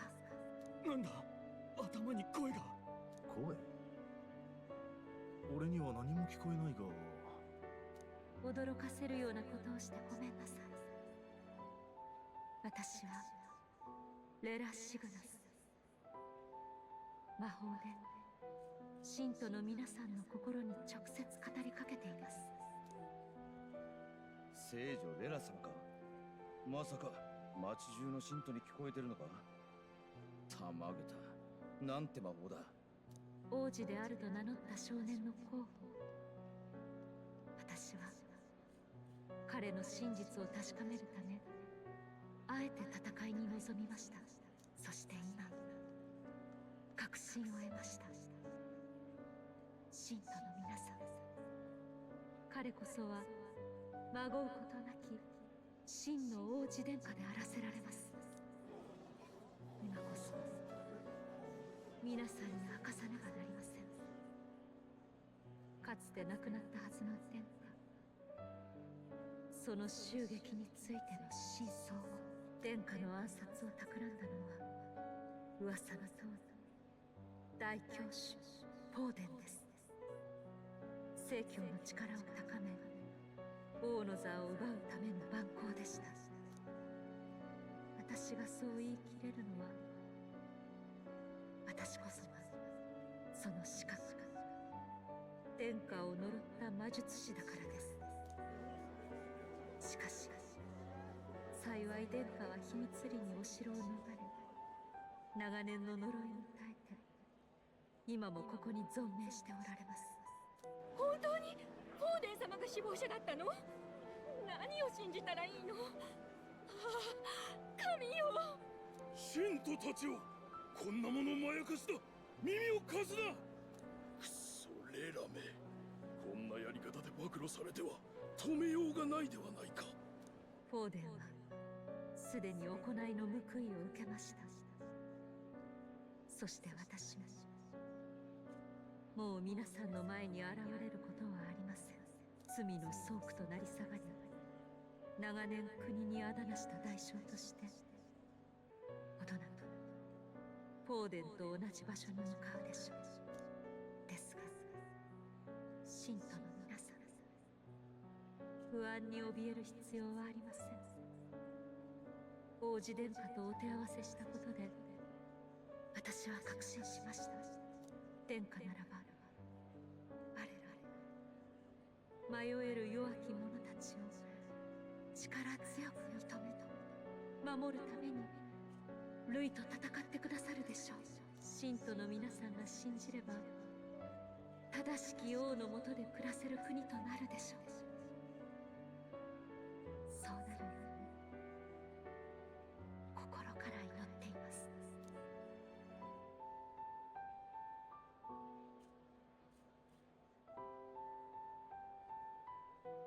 レラ様、あんた最初から。くそ、俺ものんきにただの工事人やってられねえな。私が信じた聖教とは何だったんだ。これからは何を頼りに、何を頼りにか。聖教を守っていたつもりが支えを失った途端動けんとは。私もレラの言う弱き者か。よ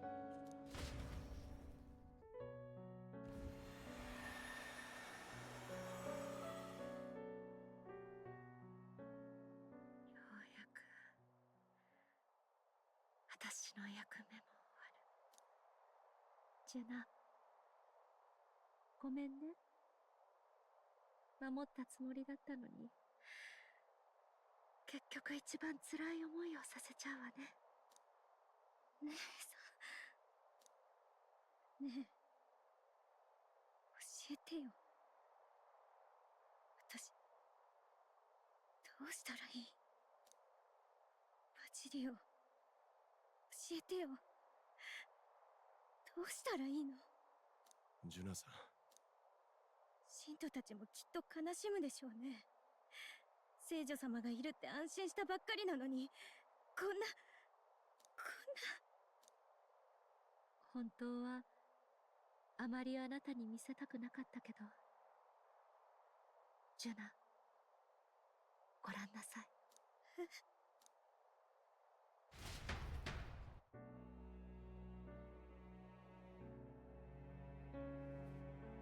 私の命は呪いに蝕まれていて残りわずか。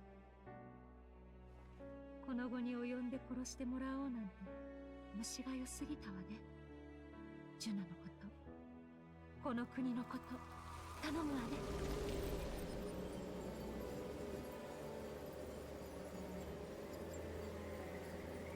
姉さん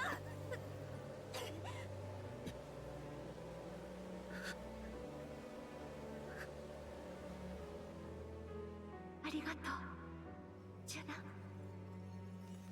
1秒だって人生を他人に任せない。私もそんな風に生きてみたかった。これからも私の憧れたあなたでいてね。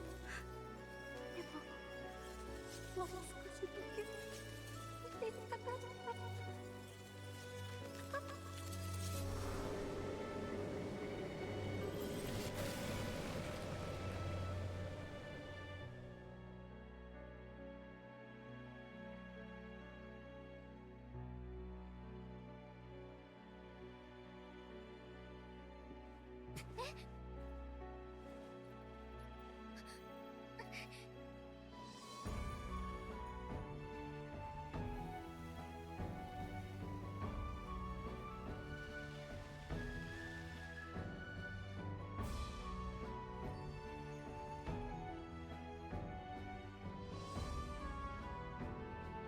王子の呪いが解けた。そうか。つまりレナは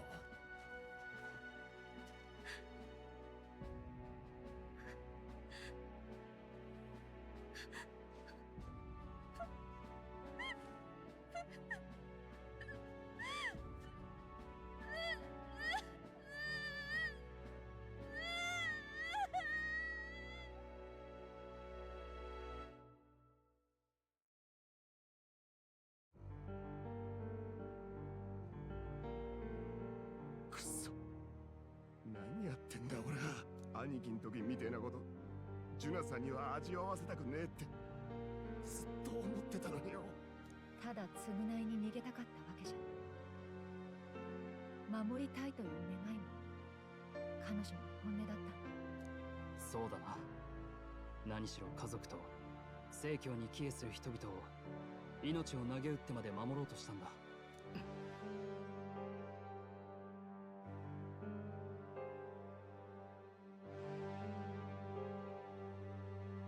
まさしく信じる者を助け導かんとする者。聖教ではなく聖教信徒の守護者。真に教えを守りし者だ。信徒の方々の多くはきっと今後も彼女を聖女と呼び続けるような気がします。できれば生きて見届けてほしかったです。本当よね。頭でっかちで凝り性で変人。でも誰かのために全てを捨てて献身的になれる人。汚れた一族の庭にたった一輪だけ咲いた光の花。そんなあなただから私は大好きだったのよ。レナ。大丈夫か？全然大丈夫じゃないわよ。けど下向いてたって大丈夫にはならないでしょ。姉さんが託してくれたものはルイの真実だけじゃない。正教の信徒が推す候補者は王子殿下にあなたになったってことよ。確かにな。さすがに全員味方にはならんだろうが、それでもお主は間もなくルイに次ぐ第2位の座に躍り出るだろうな。レラ様に救ってもらったこの命、俺も最後まで燃やし尽くすつもりだ。やってやろうぜ。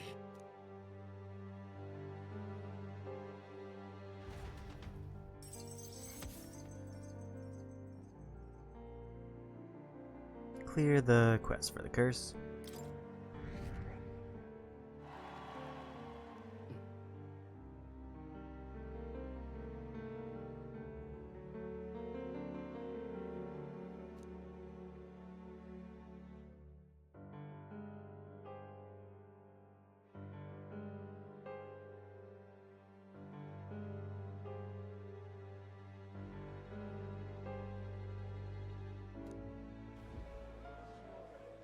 王子を呪ったのが聖女レラ様。しかも罪の贖いにお命を。まあ仮に生きて戻られたとしても王族殺しを企んだのでは。どのみち死罪。ああ、もう何を信じればいいのだ。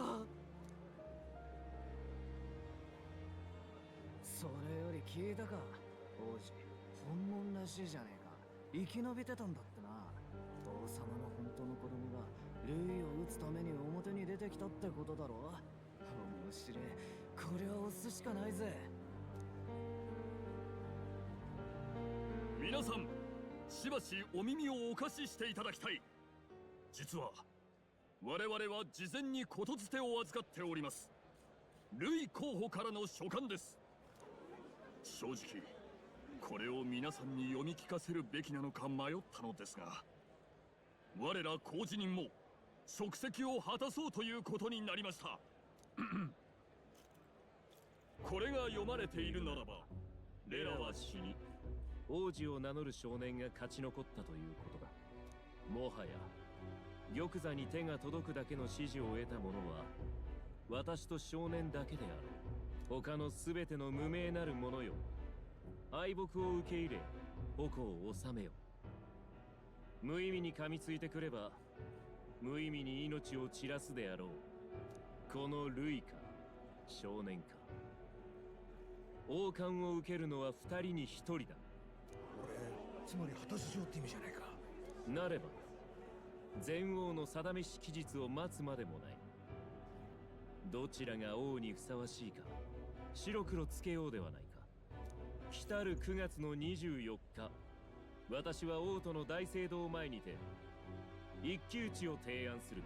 歌劇場で交わした戦いと同じく獲物も頭数も好きにせよ。束ねる力もまた器。このルイがもろともに打ち砕いてみせよう。以上がルイ候補の書簡となります。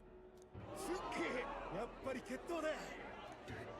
ルイなんかが上に立ったら大変だ。王子様を応援するぞ。ルイ様が最強よ。自称王子なんで血祭りにあげちゃえばいいわ。ルイって人に勝ったら王様になれるの？王様か。うちの人が会いに行ってたっけね。撃とうとすれば撃たれる覚悟も必要になる。玉座を狙ってる男に挑めば玉座への道を背負わされるってことかね。とにかく生きて戻りなよ。私らの望みはそれだけさ。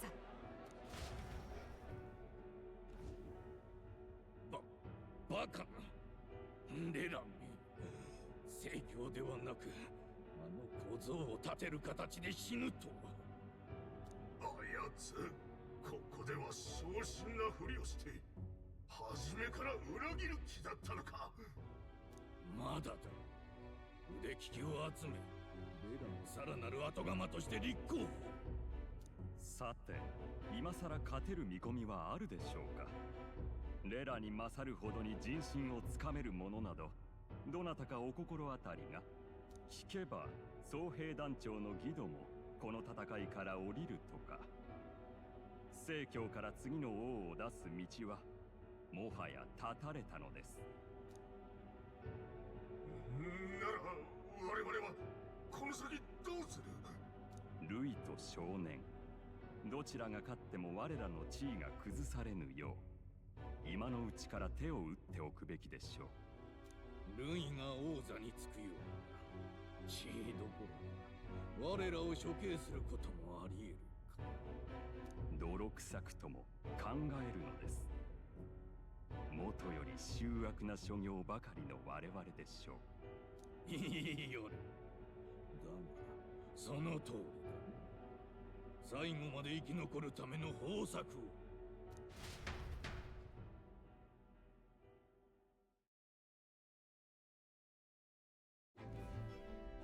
なるほどな。事情は分かった。ようやっと王子殿下を救えたのは大金星だが、運命ってのは甘くねえな。お前さ、もう大丈夫なのか？ええ、もう落ち着いたわ。ごめんなさい、嘘言った。けどいつも通りで結構よ。託されたんだから。もう弱音なんて吐いてられないの。私のやるべきことをやるだけよ。そうか、分かった。けどな、今すぐ殿下の居場所へ駆けつけるってのはよした方がいいな。ああ、ルイもそう読んで目を光らせているだろう。ここはこらえて奴との対決に。もう先手を打たれたみてえだ。実はさっき例のバトリンって工事人が伝書の問いで急ぎの知らせをよこした。ルイのやつ果たし状を叩きつけてきやがったらしい。9月24日王都の大聖堂にて待つとさ。今度こそ大勢の見てる前で白黒つけようってか。向こうも準備してくんならいよいよ奥の手を出してきやがるかもな。奥の手？ルイは人間をただボサッと狩り回ってるわけじゃねえ。奴らの力とか正体についてずっと研究を重ねてきた。こいつは噂だが何か得体の知れないやべえ魔法を作り出したって話を聞いたことがある。得体の知れない魔法？眉唾って思ってたけどよ、実際てめえ自身がアーキタイプなんてもんを得た今となっちゃ嘘とも言い切れねえ。確かにな。前の戦いでは手負いにした上に不意までついて、それでも紙一重だった。万全のルイに勝ったとは到底言えない。同じ相手と思っていたら負ける。厳しい戦いが続くが気を引き締めていくぞ。ルイの指定した期日までまだ時間はある。抜かりなく準備しておこう。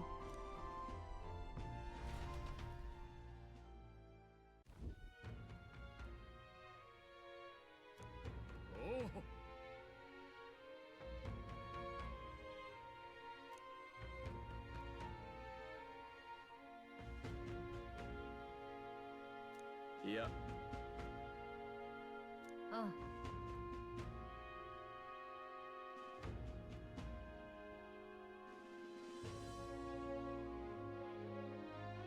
そうだな。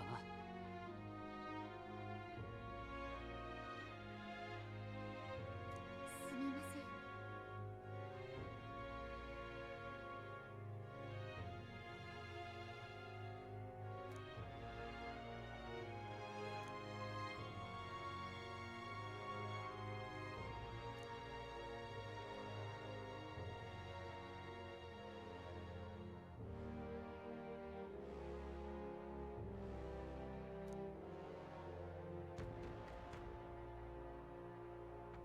じゃあ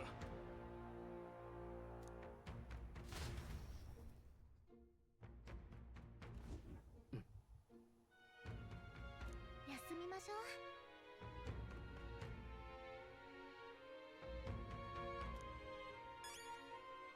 Okay.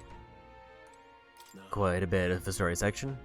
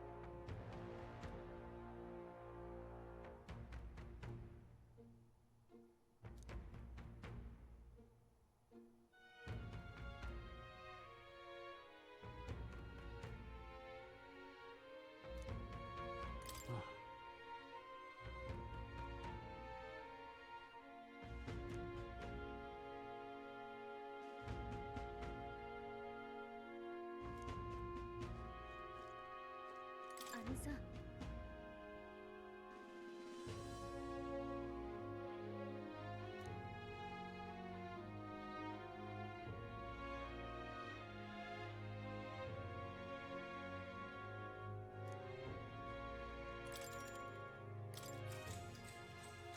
おやすみ。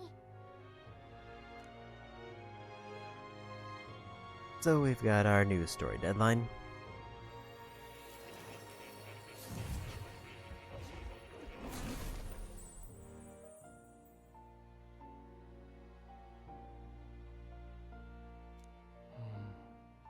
Ah, すまない。一つ話しておかなければいけないと思ってね。以前僕が閉じ込められた身だと言ったことを覚えているかい？自分が今世界のどこにいるのか僕は知らない。連れてこられた経緯も思い出せない。でも君らは世界中を旅して回る身だ。行方を見守っていれば何かつかめるかもしれないと思っていた。そうか、魔法学院かもってこと？弾圧で閉鎖されて雪に閉ざされたまんまの誰も近寄らない学院、知識の伝道。ああ、しかもそれだけじゃない。わずかだが記憶の奥底にあるんだ。僕はかつて魔法学院の設立に関わったことがある。それもう決まりなんじゃない？ところがだ、そう簡単でもないらしい。あそこで君らに何があったかは見ていた。氷のドラゴン、神器、聖女の人々に放った魔法、あれがもしすぐ近くで起きていたことならこの僕が感じ取れなかったはずがない。しかし何の気配もなかった。まるで時が止まったように物音一つない。静寂のままだ。魔法学院とは別の場所かもってこと？別の場所というか、もしかすると僕がアーキタイプの解明に執着していること、君と出会ったこと、今この国で起きていること、もしかすると全てはつながっているのかもしれない。アーキタイプの追求こそが君にとって、そして僕にとっても真実への道しるべ。そんな気がする。どのみち君らもあのルイを相手にこれから一層力がものを言う場面が増えていくはずだ。引き続き協力は惜しまない。力の先で君らが成し遂げる理想を僕に見せてくれ。期待しているよ。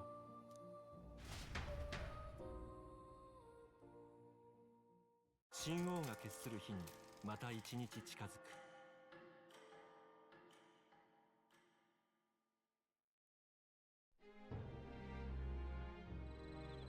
ついに来たか。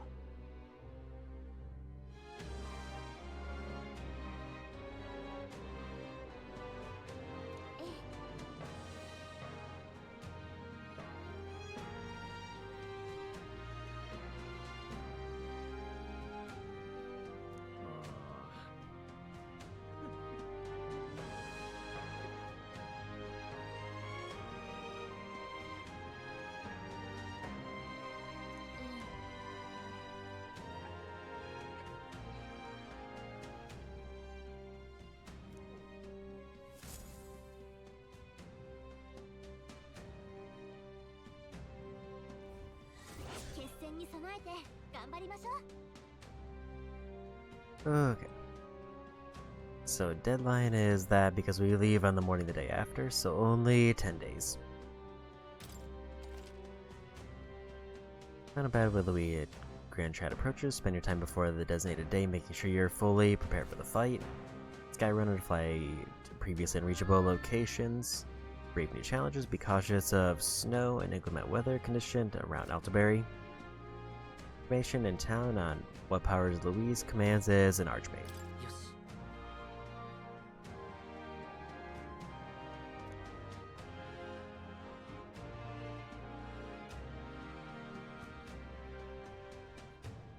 それから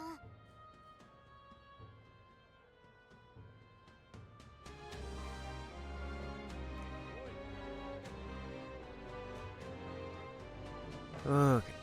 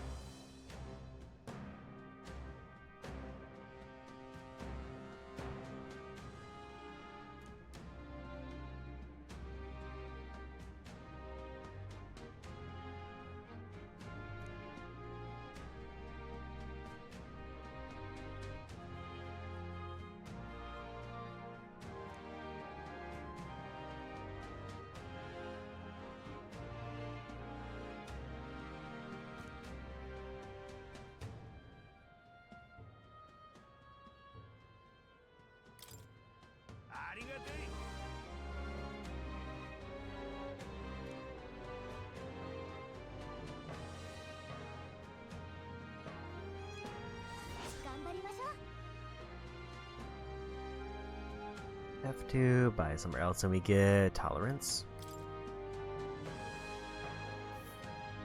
いいわね。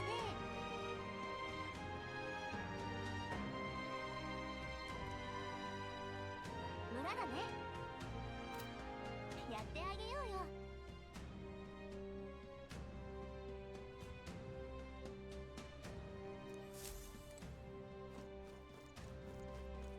やるしかないね。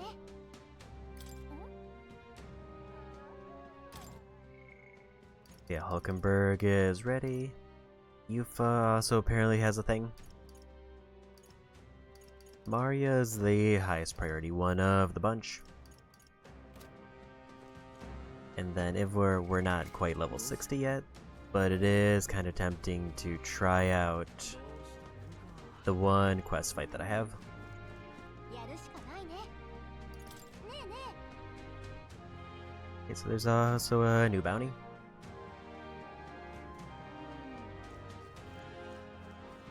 やつと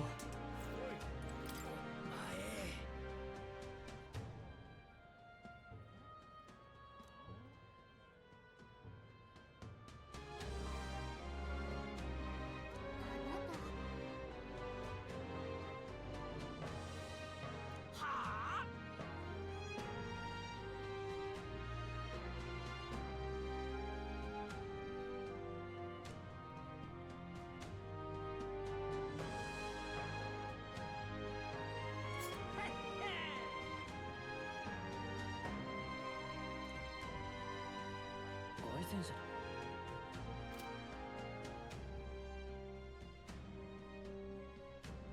So there's gonna be a fight on the road there.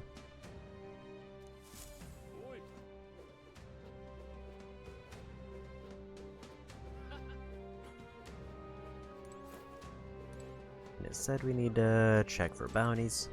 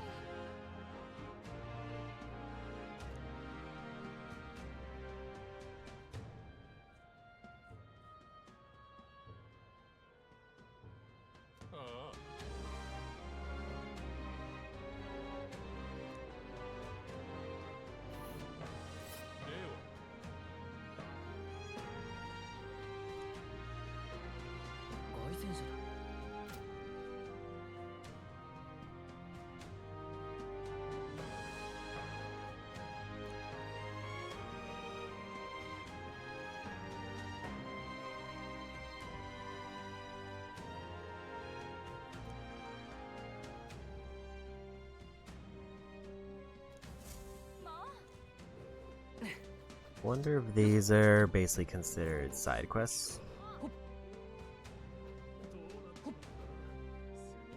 In general, they're gonna end up being pretty low priority. Don't really have enough money to be throwing around.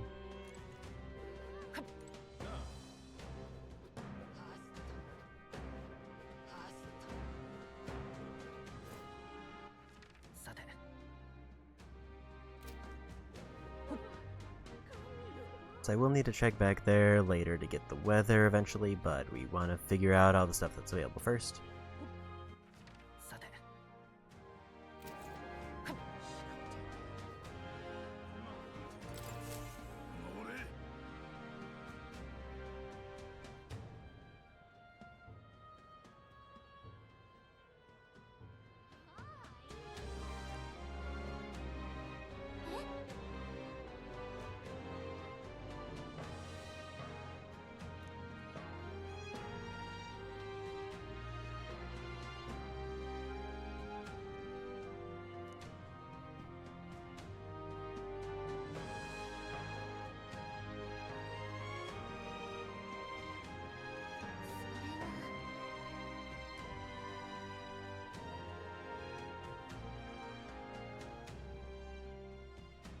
んだ。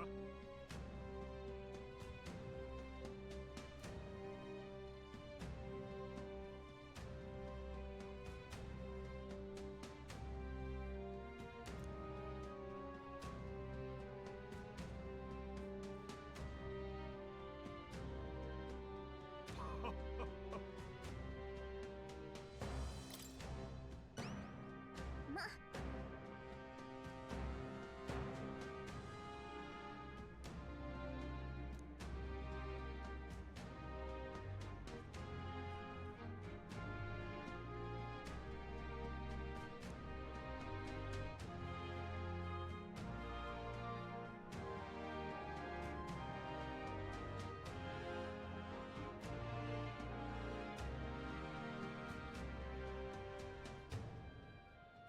よろしく頼む。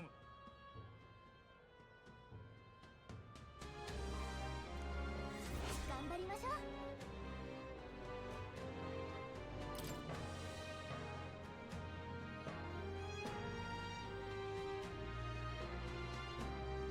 じゃあ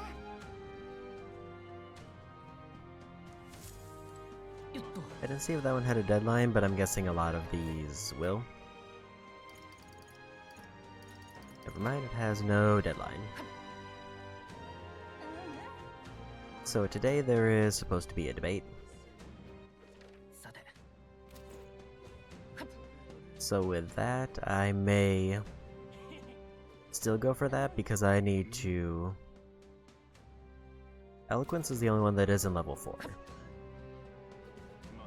And that's a direct way to get Eloquence. And also a little bit of imagination.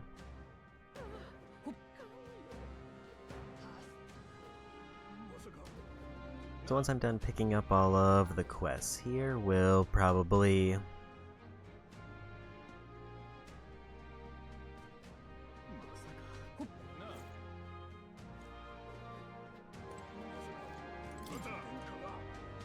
I think I'm going to want to talk to Maria first.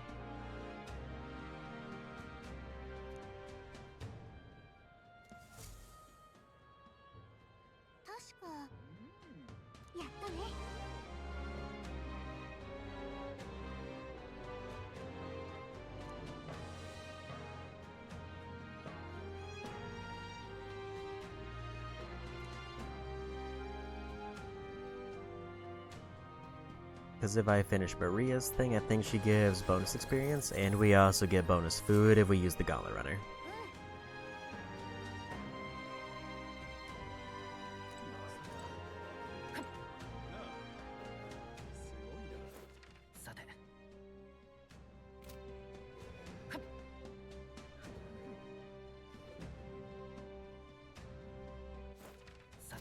As I should check my party.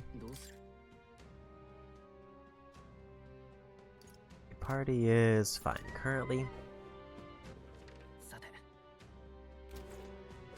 I do need to remember where the recruitment center is here. I could always just fast travel to it, but I still haven't gotten... I don't think I've gotten the trophy for traveling a certain distance on the sword yet. We kind of just want to be riding around on that.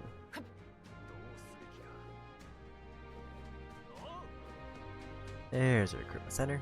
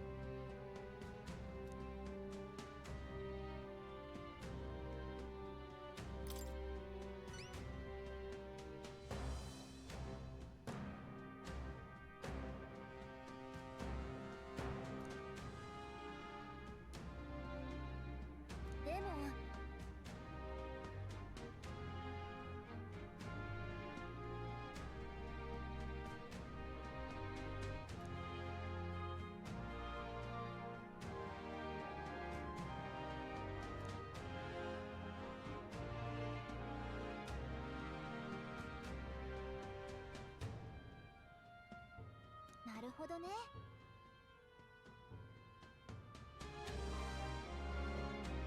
期待してるぜ。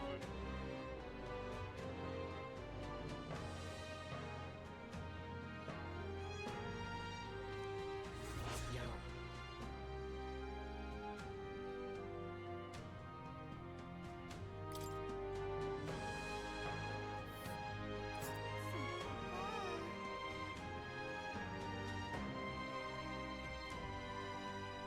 Like I'll cross by the Gauntlet Runner if I go for that one.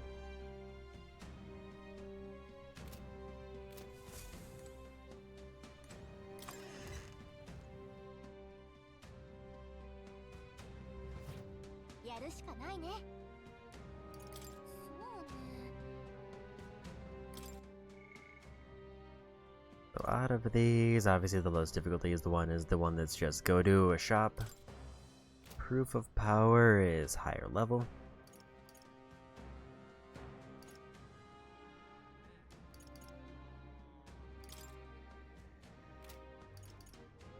In Barden, I already know that the monster is level 60, but maybe, like, because it's one fight, it's considered lower rank.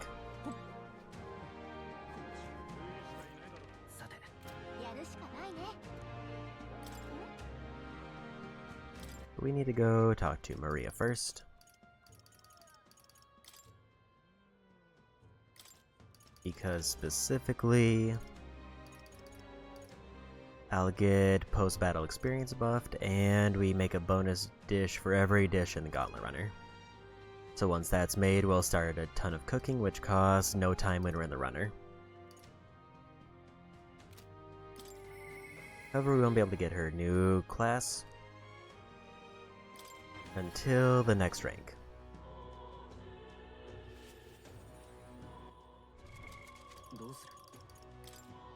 It is a little bit concerning that I do need to make enough progress to get all of the archetypes done before the end, because that's like one of the few completion things I can still do.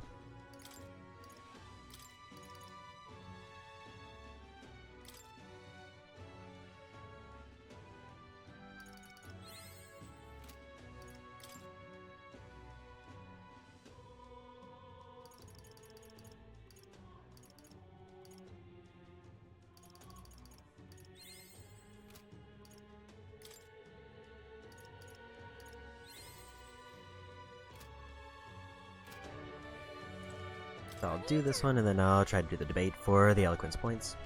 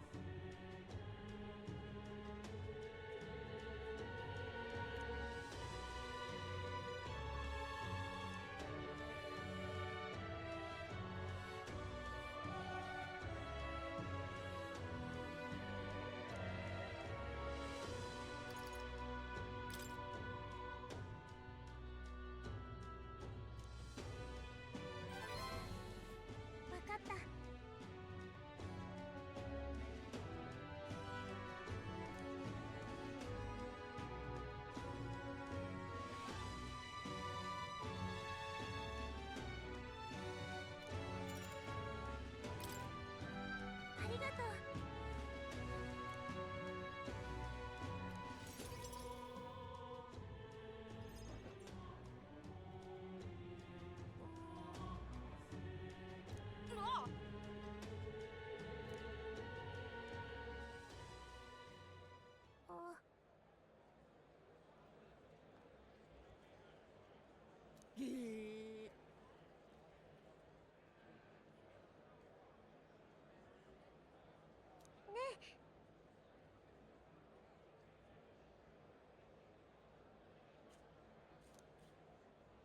これ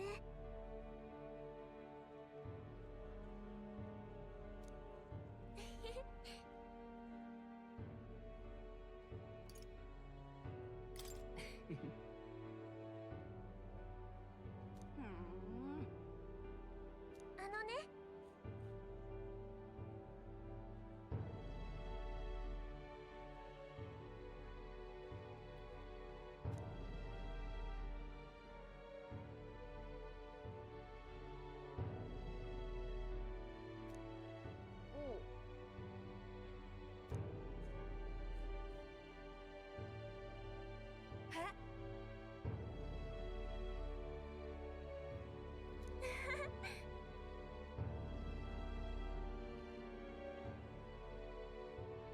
てかか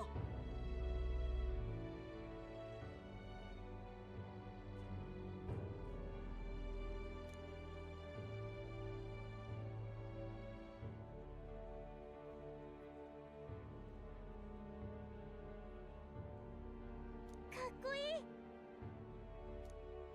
あのさ、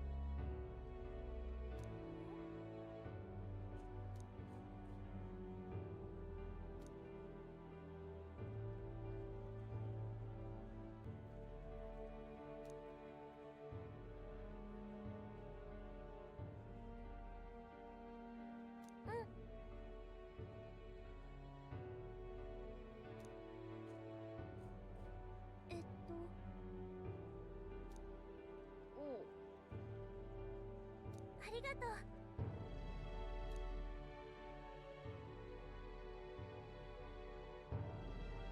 お友達になった。すごいな。お兄ちゃん。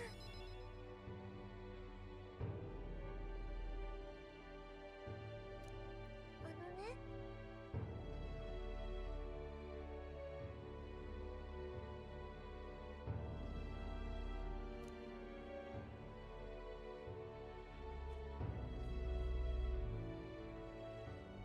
ありがとう。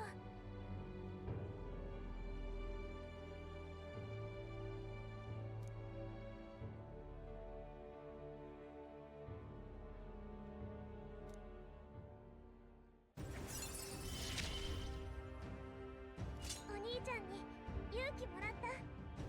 Post battle experience boost. And we finally got the cooking buff.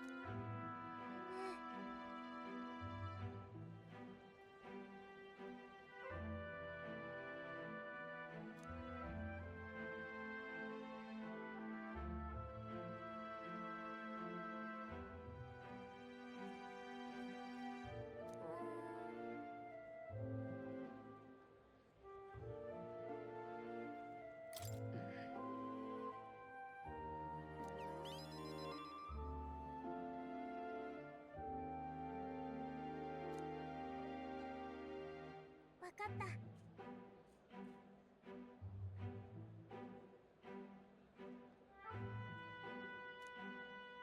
ゃあね。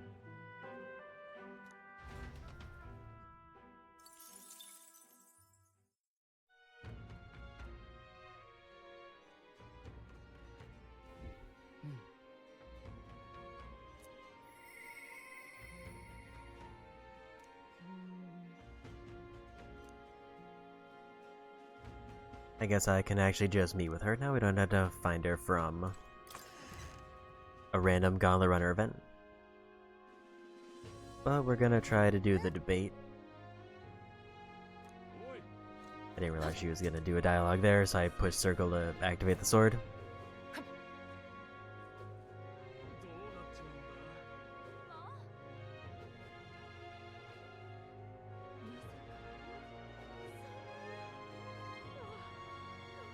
Yeah, we'll do the debate so we can get a few more eloquence points.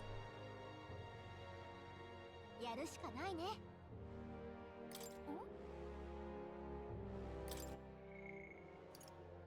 So Heisme also has more. Juna has another. Katharina and Alfonso all have them.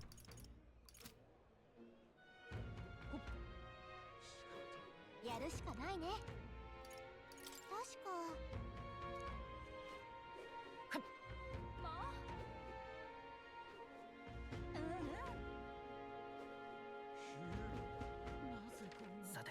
I forgot it's by the Magla Stone, which I think is the other way.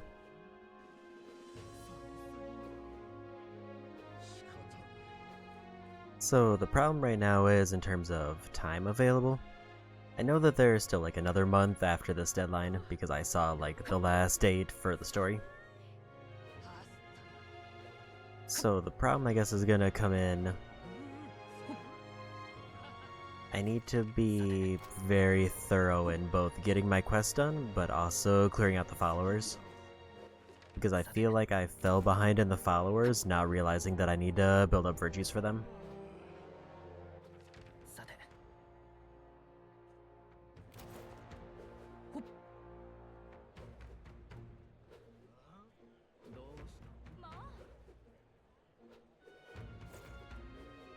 I feel like I immediately have trouble navigating this town, and I don't fully know why.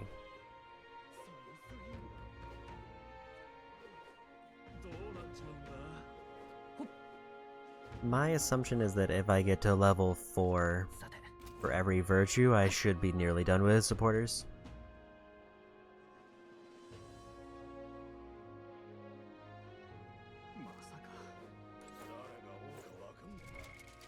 This one I'm just going to reference the guide for the right answer. Fortunately, we can't get the debate trophy, obviously.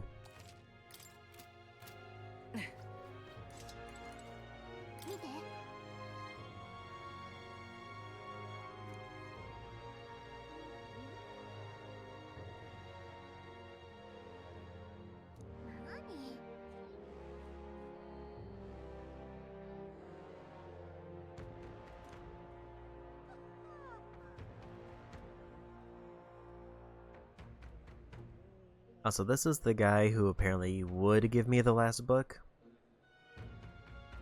But because I'm past the point in the story where it should have happened, I don't know if I can.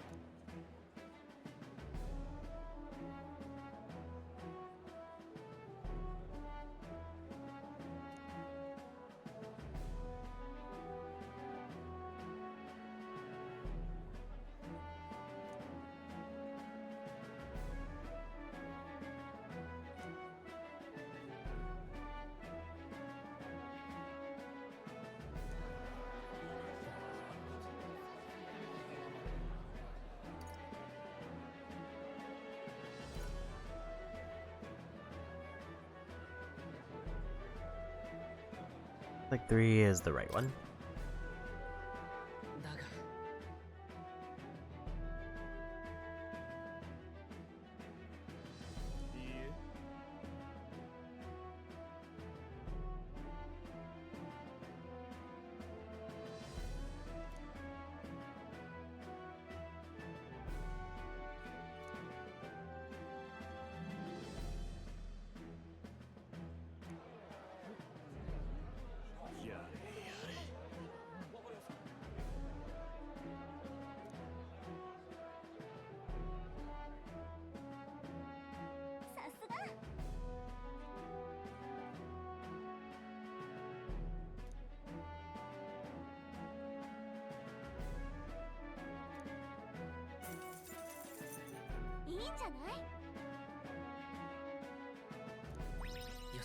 10,000 money's nice, but more importantly, that is a ton of eloquence, which we very much needed. Even a little bit of imagination, which is getting pretty far along.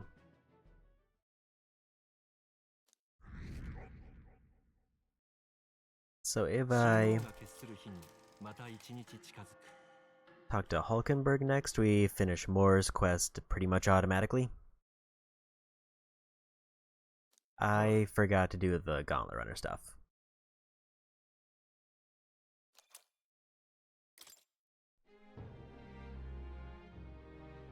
Because I got so caught up in trying to get those out of the way quickly.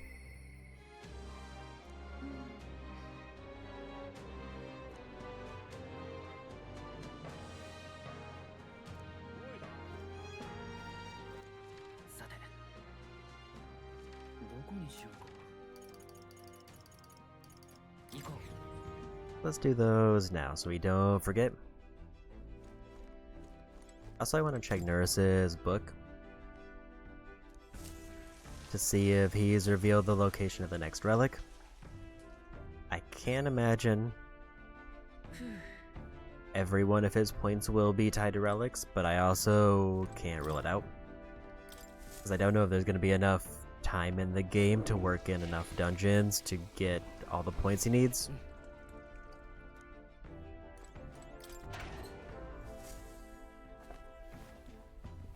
Unless they do like they did earlier in the game where they add new dungeons to the old areas. Granted, there might be more in the world map that I just haven't seen. But like, we only revealed 2 new areas with this one.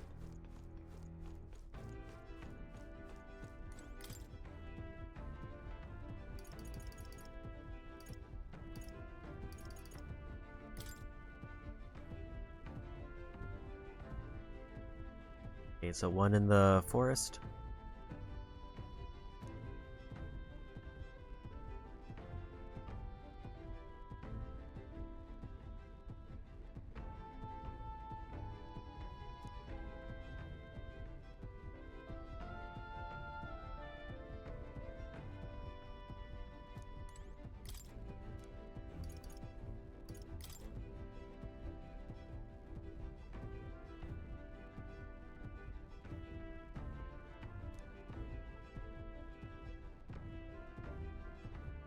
A volcano that I haven't gotten anything for yet. Like, I don't think they've mentioned a volcano yet.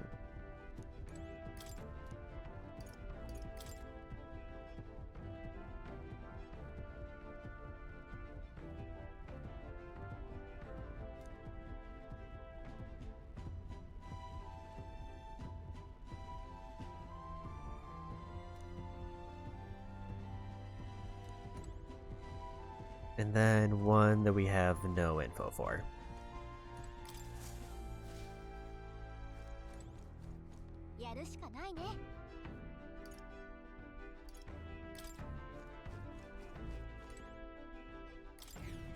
So if we get Hulkenberg, we finish up Moore's quest, which gives me a ton of experience in.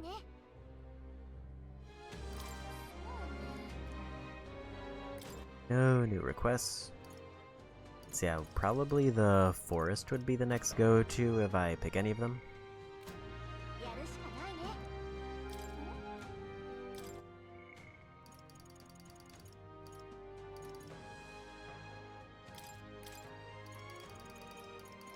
Yeah, because in that rank she gets Paladin and Dark Knight, which she can unlock immediately.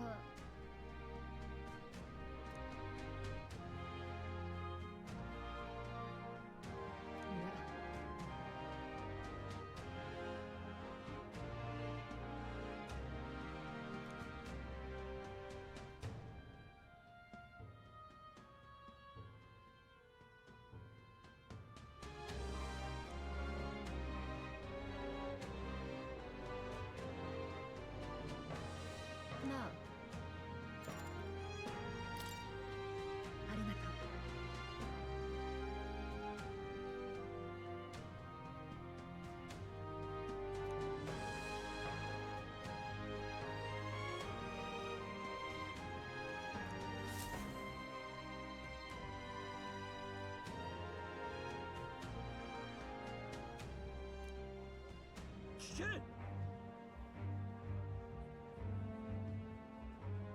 いいか。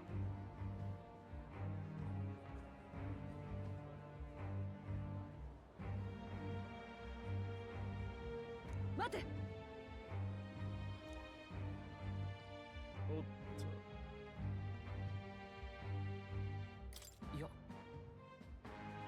ああ。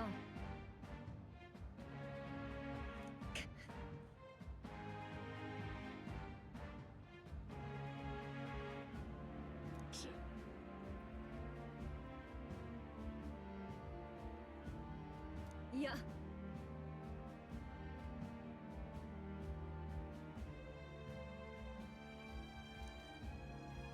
騎士として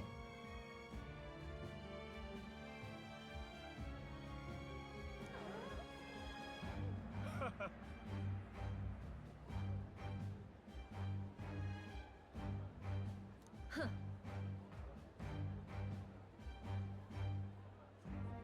うわ行けー。わかるか。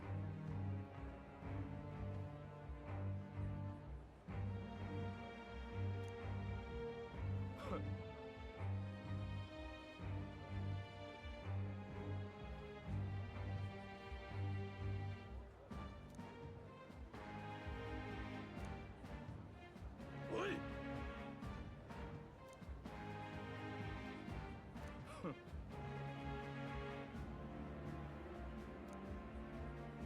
さ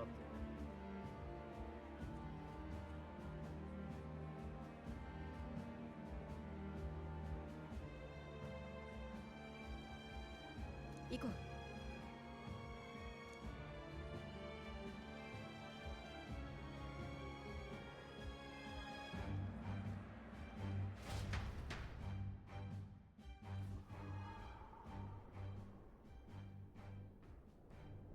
ここ。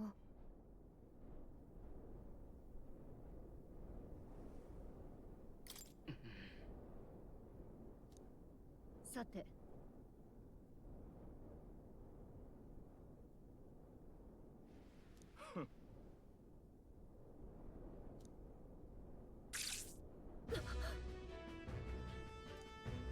やれ。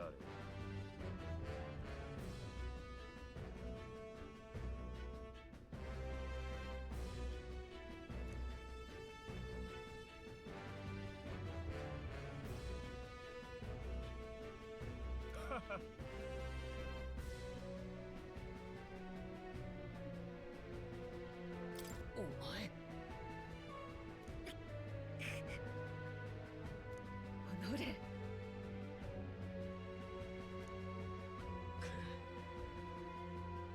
ノーダンテ。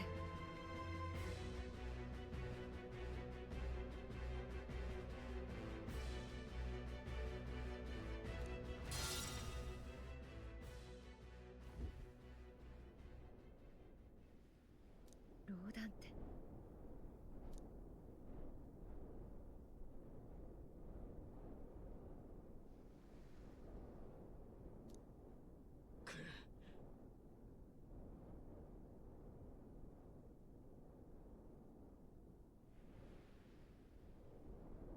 やめよう。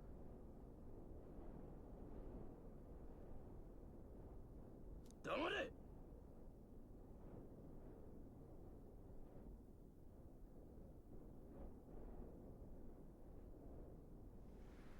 いいか。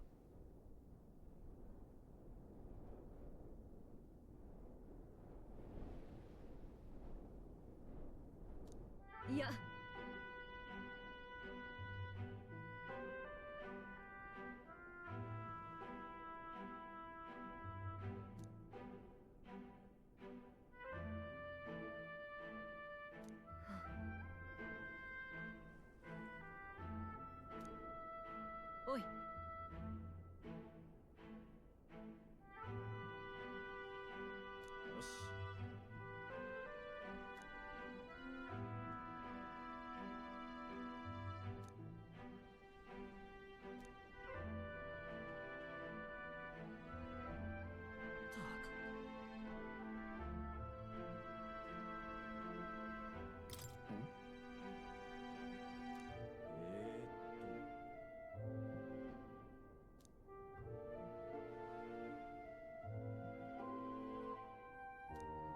この度は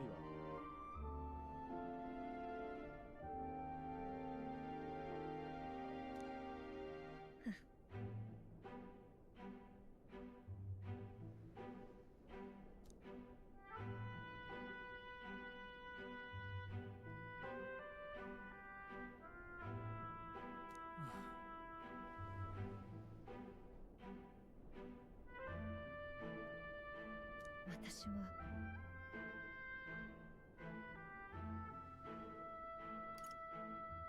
いや、そうだな。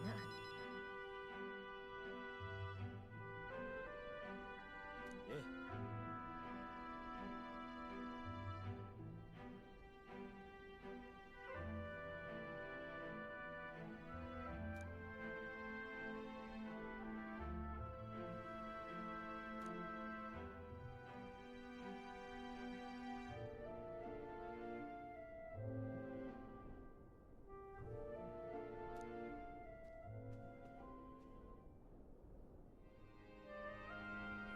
聖騎士。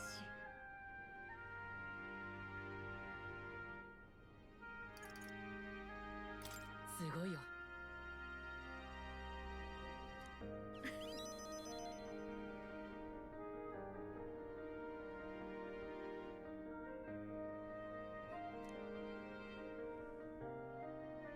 ありがとう。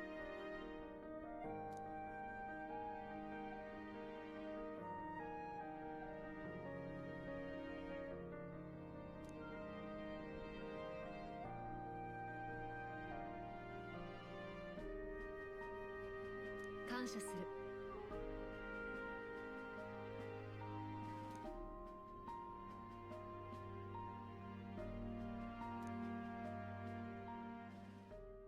彼女は今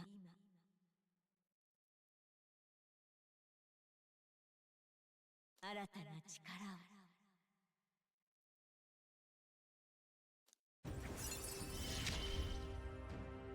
There's rank 7.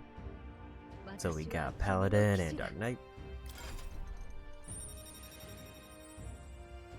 which puts us over 25 unique archetype unlocks.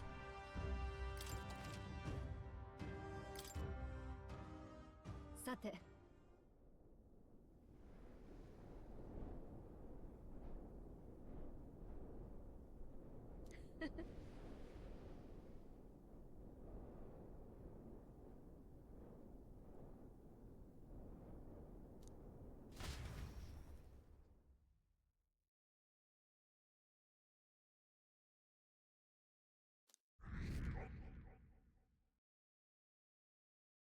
I'm guessing it's going to be impossible to move to #1 spot early.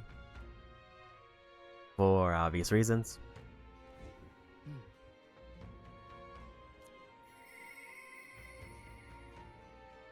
Mm.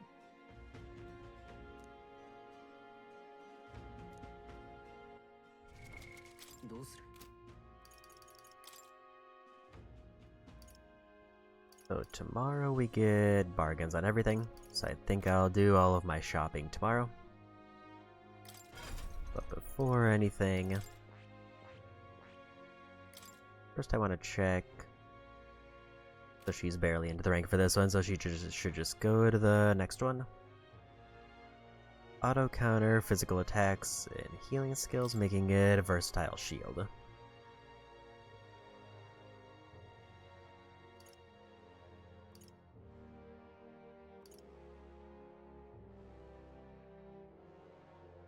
%15% chance of countering automatically. Can only be used from the main menu. Medium amount of HP and removes debuff effects is very good. But it's probably only for one person. Recovers significant MP every turn is great. Versus Dark Knight, which seems to be the damage one. Focusing on offense, it can defend in unique ways by counterattacking magic and counteracting ailments. So counter, 15% chance to counter magic, More pierce damage. Automatically increases their everything at the start of battle. Increases pierce by 20%. Ensure status ailments are automatically cured in 1 turn. Medium physical electrical damage to one enemy and lowers their defense. Between these two, Paladin's the better one by far.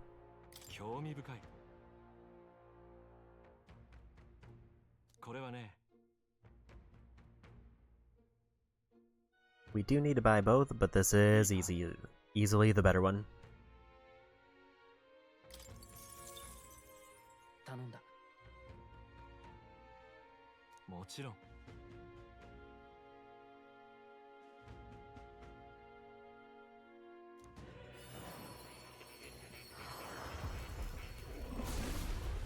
And I think that's our 25th unique archetype.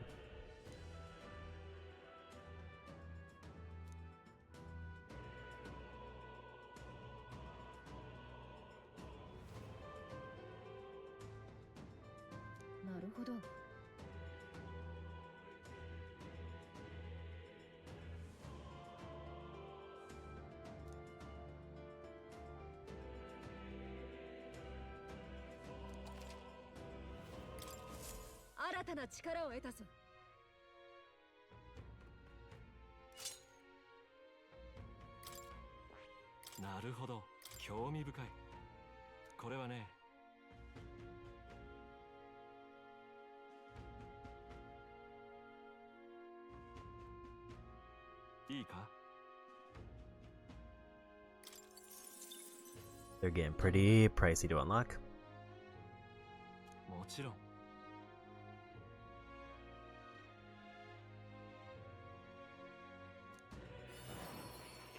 I'll say it is kind of nice that there's only 2 dungeons, because that does mean that the most I could spend is probably like 3 days between them. Which means all the rest of the time is for supporters or whatever else.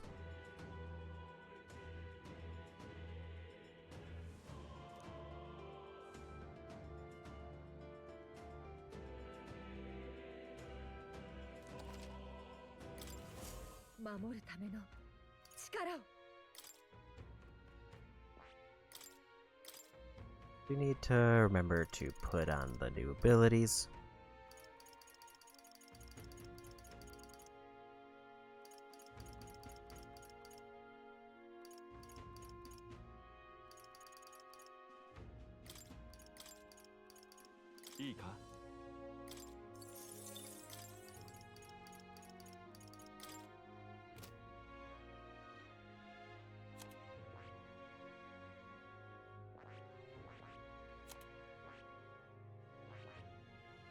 My character can also unlock both of them.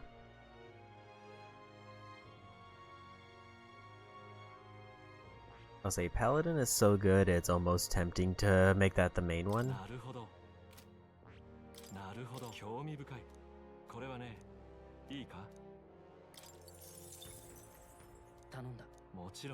But I think I'm gonna hold off on that. Unless like it comes up where I should just use it for some fight.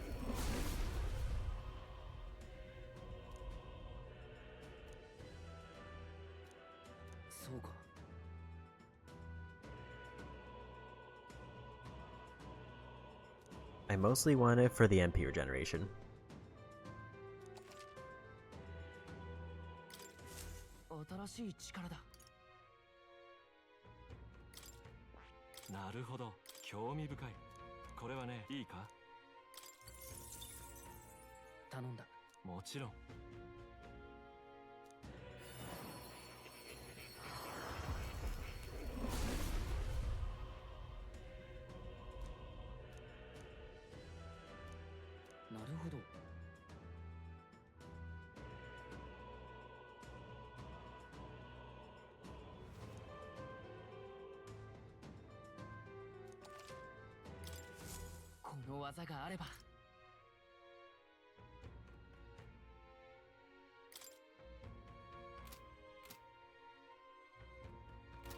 And we need to talk to more.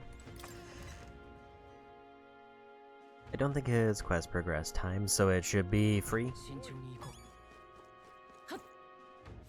さて。さて。あの場所へ。So over we go.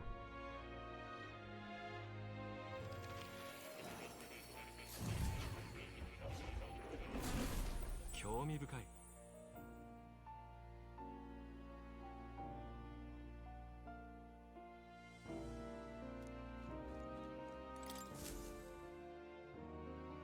まったく君は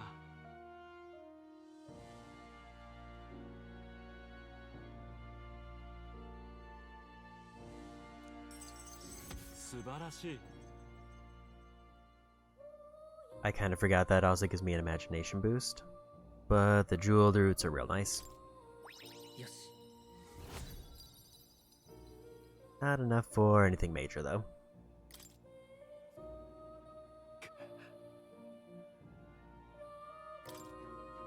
大丈夫？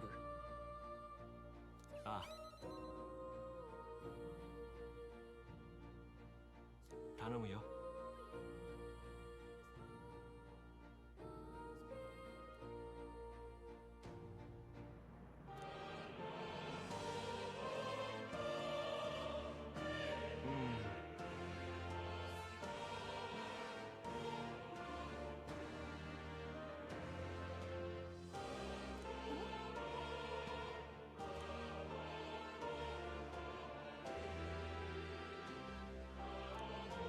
聞いてくれ。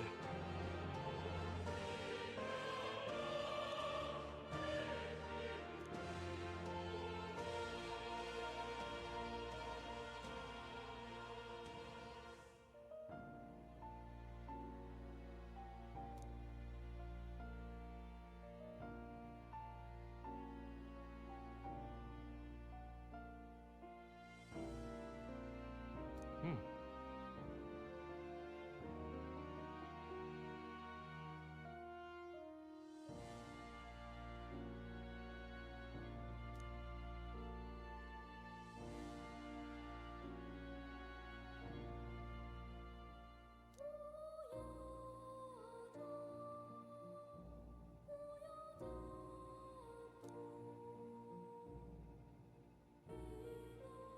この研究は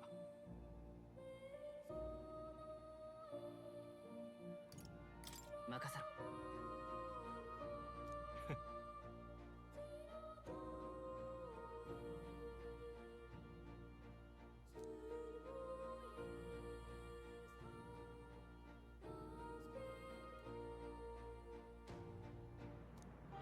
きっと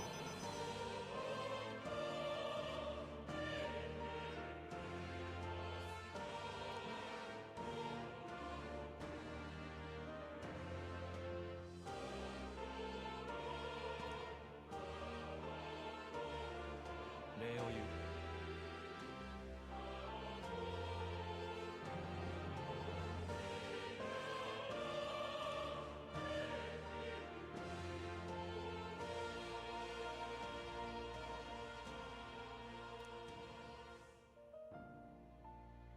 彼は今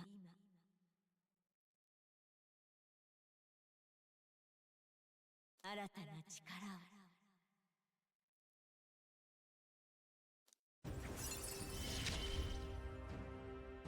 真実をもって研究を締めくくろう。 Party can now study the Soul Hacker and 4 ability slots.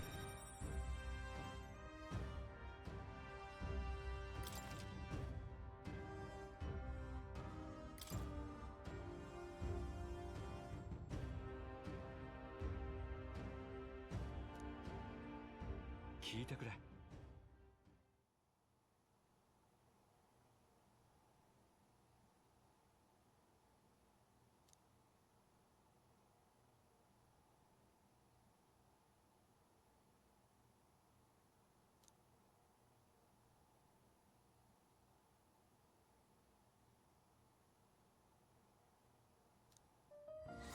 重要な依頼だ。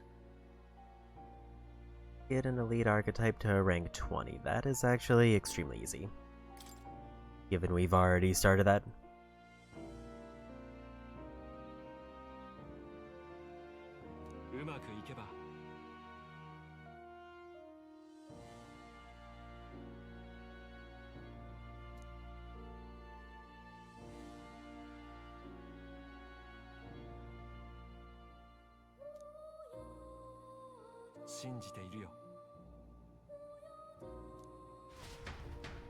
Specifically, Stroll has already started on his elite. And also Hulkenberg just unlocked both of hers.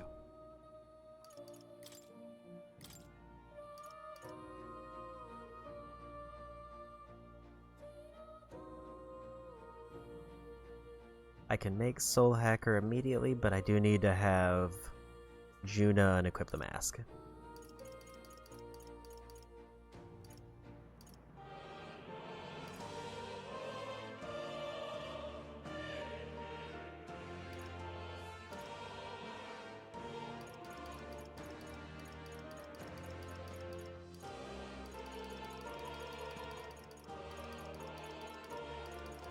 I have been forgetting about the vendor shop that I can go to.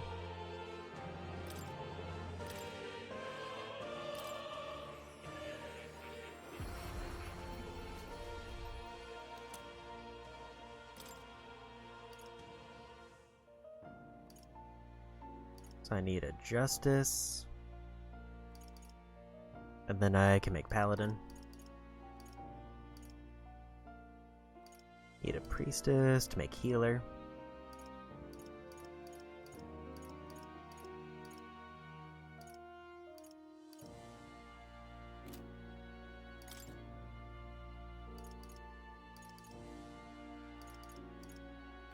Talismans are back in the island that I can check for.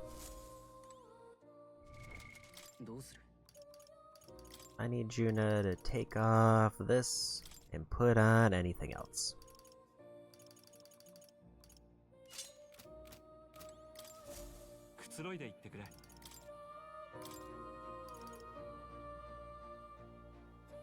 Resistant to wind and dark and weakness to fire.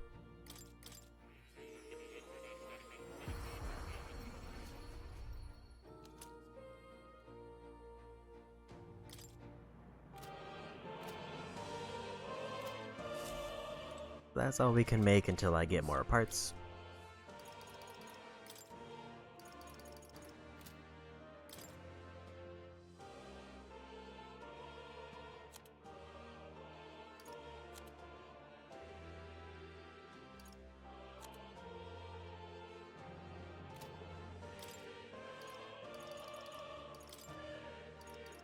I think I would rather keep her with Soul Hacker just because that's kind of what she already had. And it's just a better version. So let me check.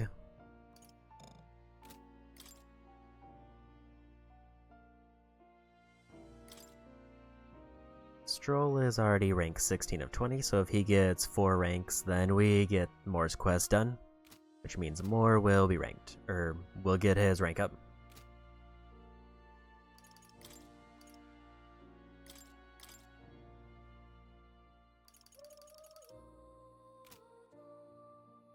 That gives 3,000, which is too much for Swordmaster.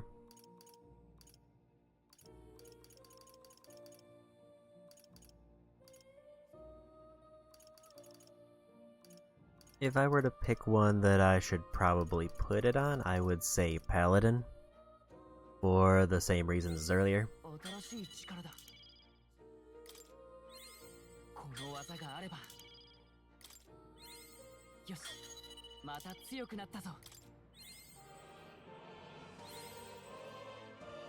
Okay, so that's a rank 11.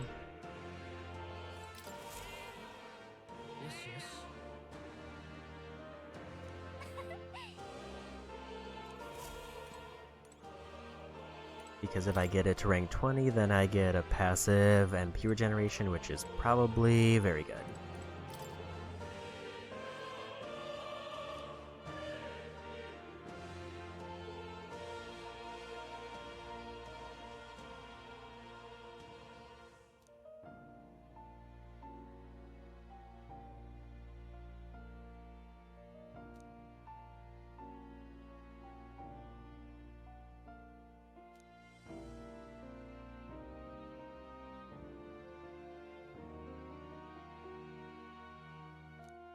ほど。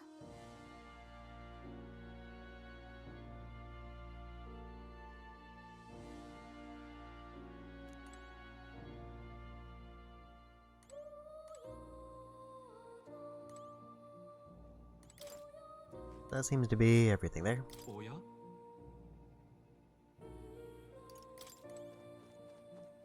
I should probably make a list of the parts I need.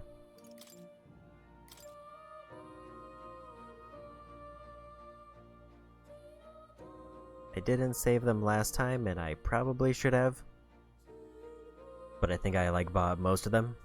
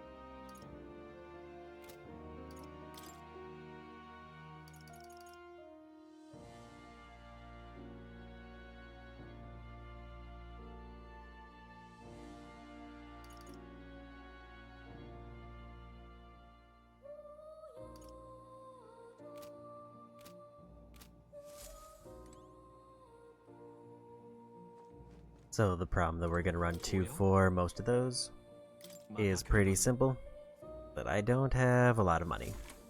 I do probably have some things to sell, but I don't know how much of a dent it's going to make.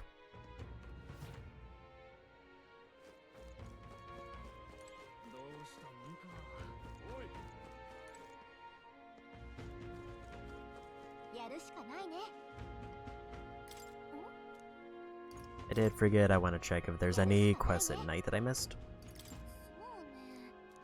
Answer is no.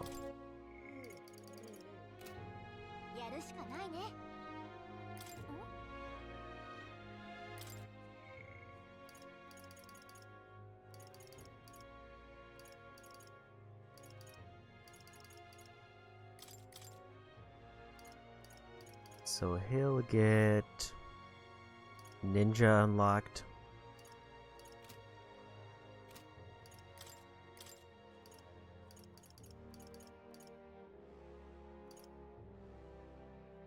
He would just give a reduced cost of Dancer.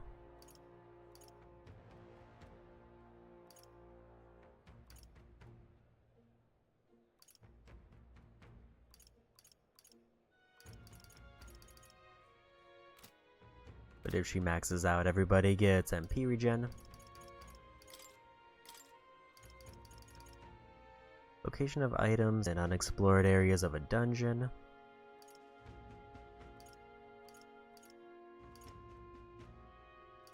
Price at the general store.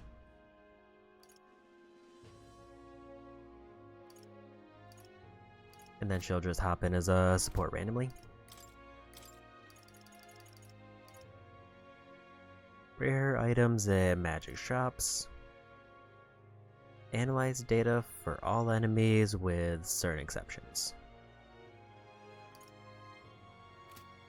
So Alonzo or Heismay would be the best.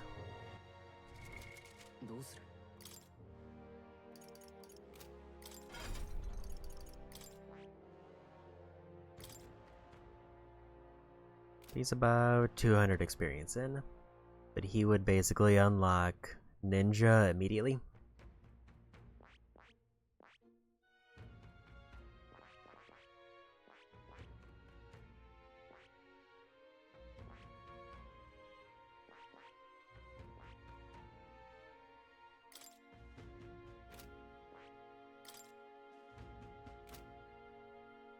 I'm not super worried about that 200 experience.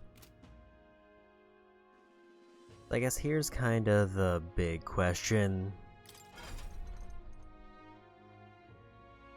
Because if I go for Alonso, he basically makes fights easier. And I think based on that, I should go Alonso first.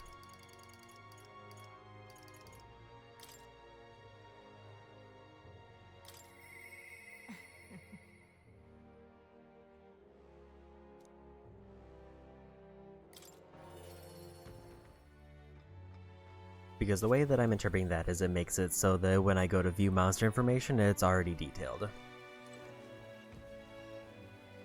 Yeah.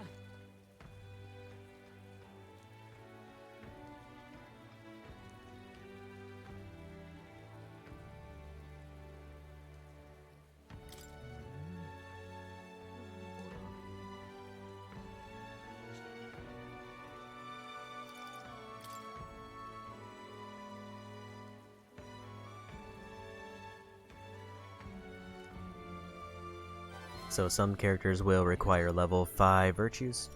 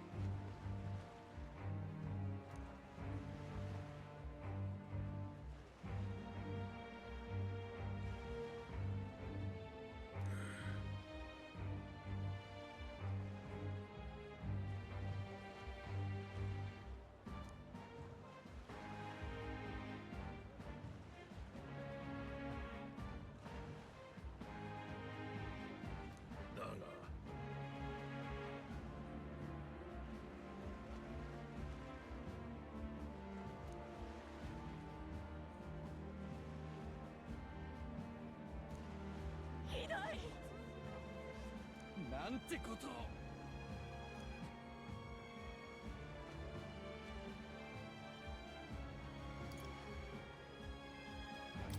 違う。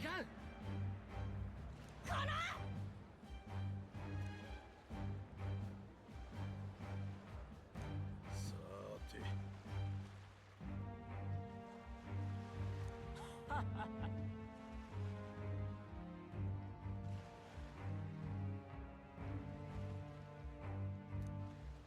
ざまあみろ。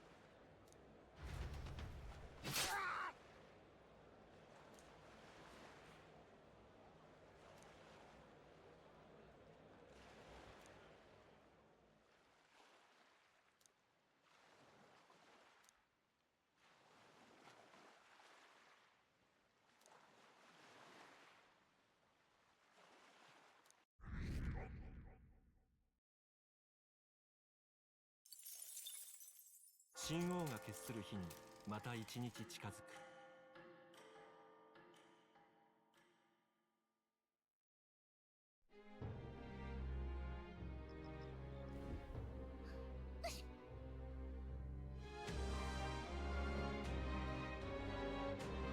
ムム。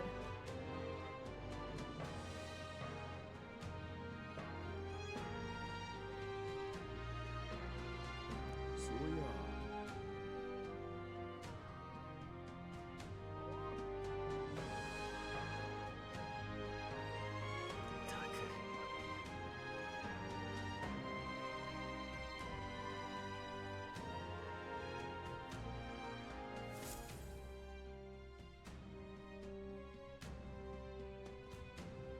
行こっか。お兄ちゃん。 Can max out Maria?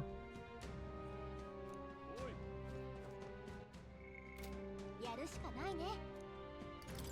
そうね。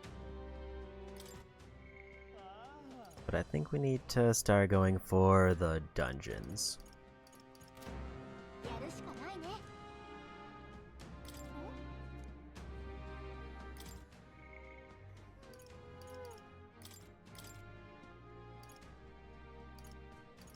So she would unlock her last archetype, and it would also give healer 4 slots. I think I'm fine waiting on hers. What does you forgive? Reduces summoner cost. Nothing particularly urgent for her. I think Katharina was at night, and Heismay was also at night.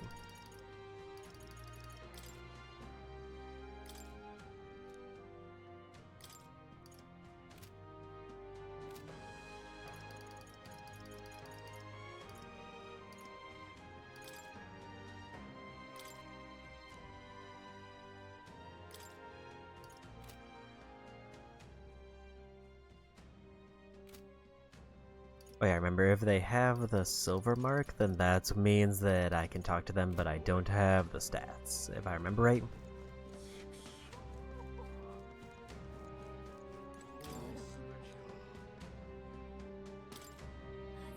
I'm gonna check the forest.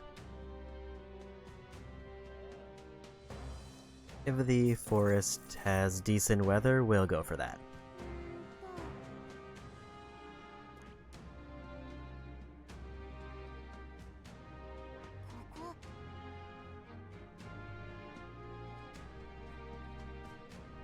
That's gonna be snow for the next 2 days. I think I have to buy the informant before I can view the other one.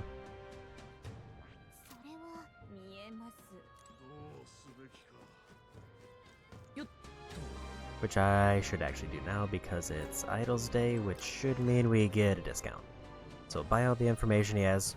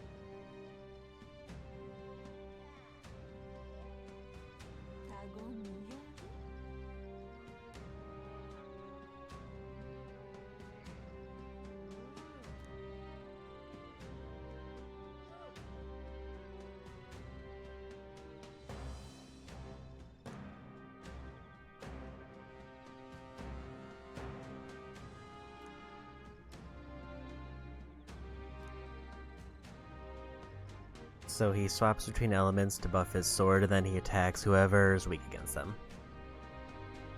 But it's the 4 main elements, so dark and light are not an issue.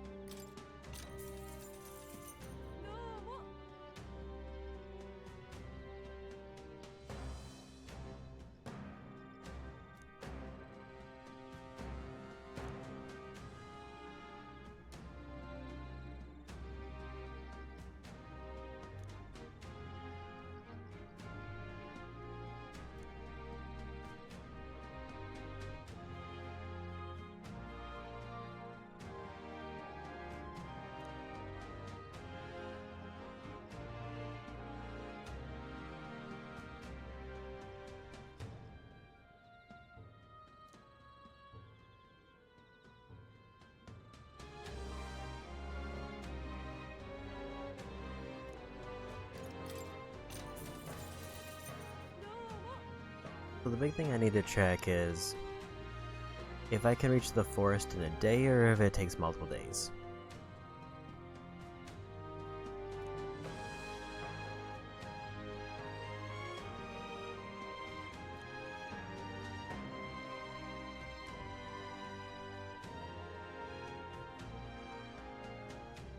Because if it takes multiple days, then it means I need to do it on another day or the dungeon's going to be harder for no reason.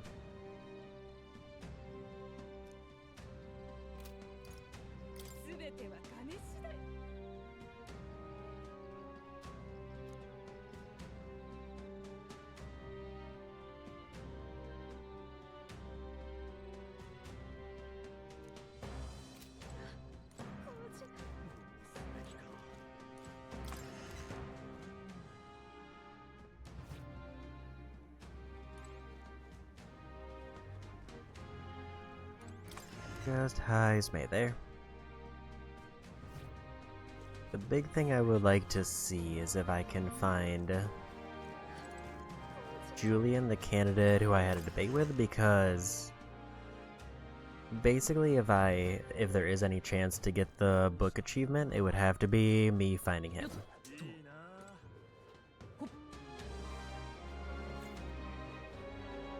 Because he was the one who was supposed to give me the book if I located him in Brylehaven way earlier.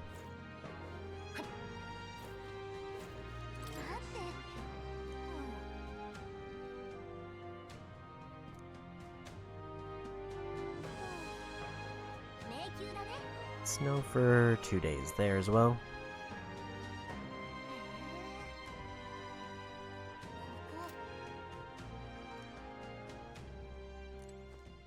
So basically,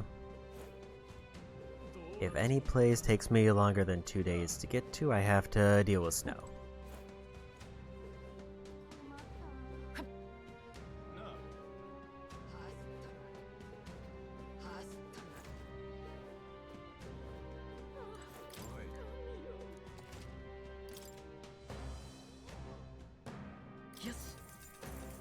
That's actually quite a decent amount of money.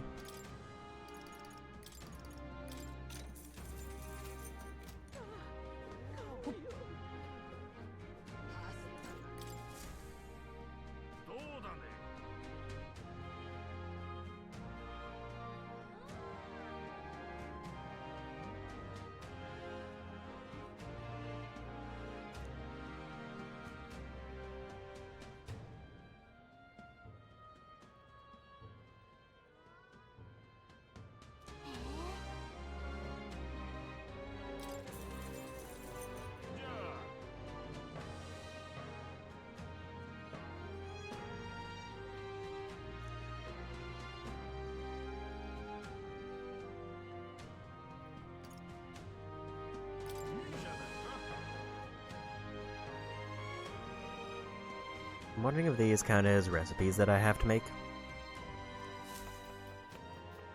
Which is why I bought this.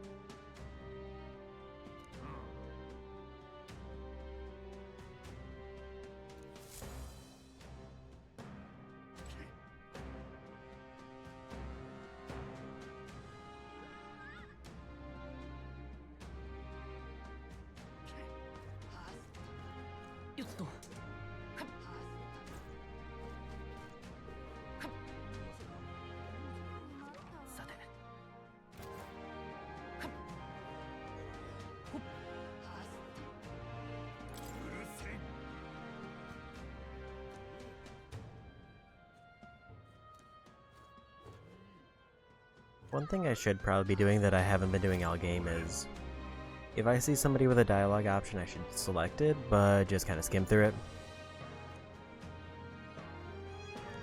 Because some of them do give me items. And it's already caused me a problem in that I missed an item for a trophy.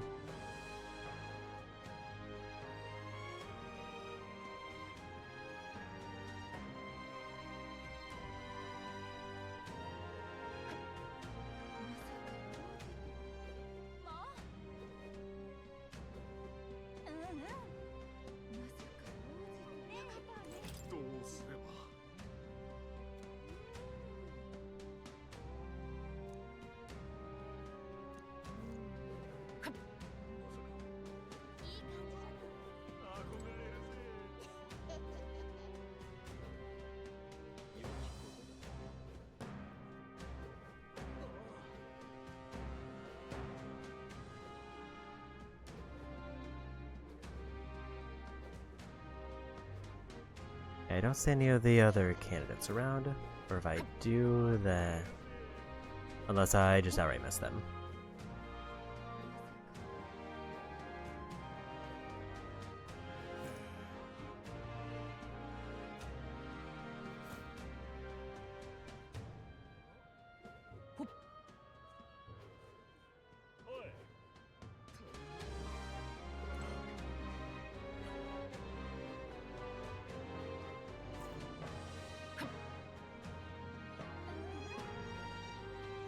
Because they would have to probably be in this town.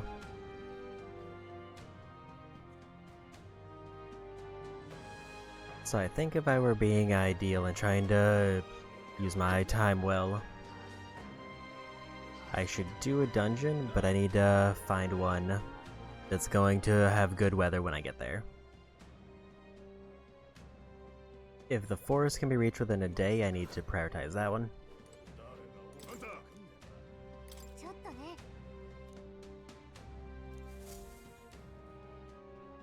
確か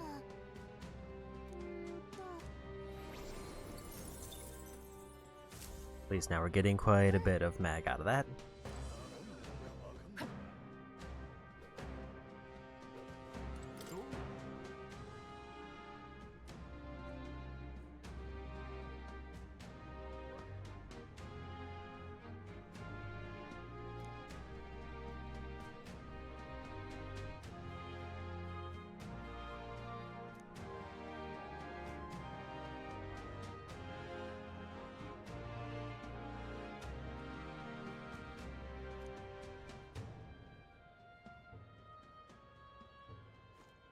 So unfortunately, it looks like we won't be able to get the book because he is the one who was originally supposed to give us the book.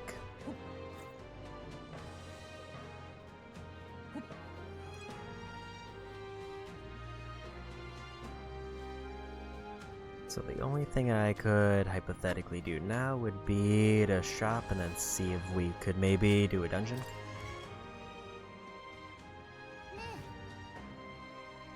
Unless I just do more follower stuff, but dungeon should take priority. So I can purify some weapons that I forgot about.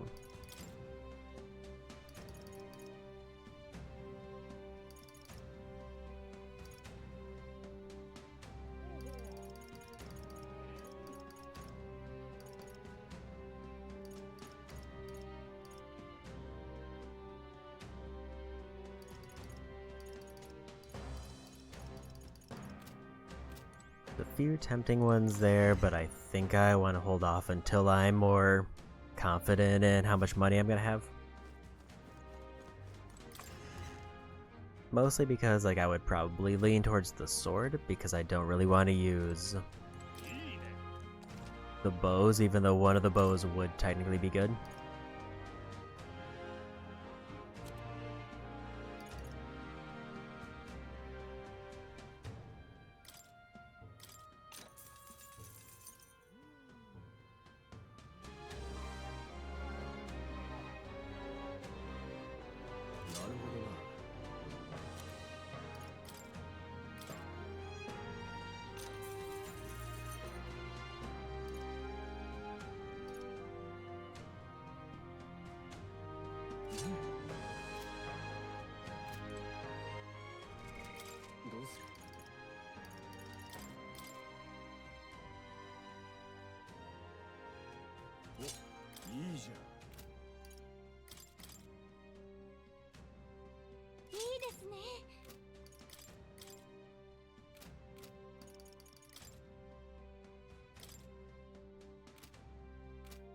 I'm fine with everything there. I think I'll head over to Grand Trad after I go to the Gauntlet Runner, do our dailies, before I forget.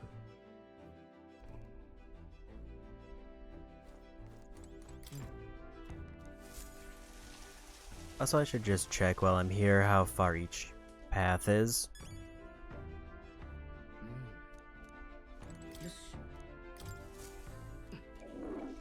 And we got a luck point.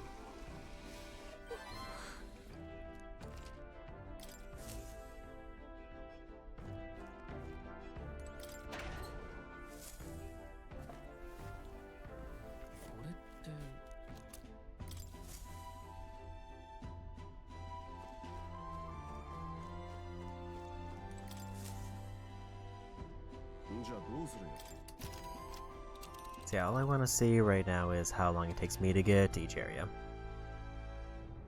Distant dungeons that would have taken days to reach take only a single day. If the dungeon isn't an open area, you cannot fly to it, as the Gauntlet Runner wouldn't be able to land.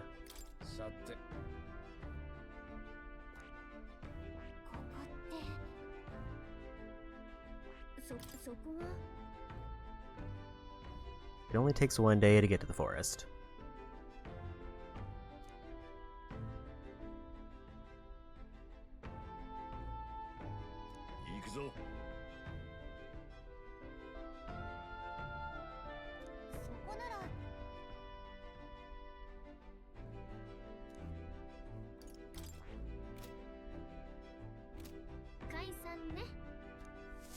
So we'll head over to Grand Trad to see if I can...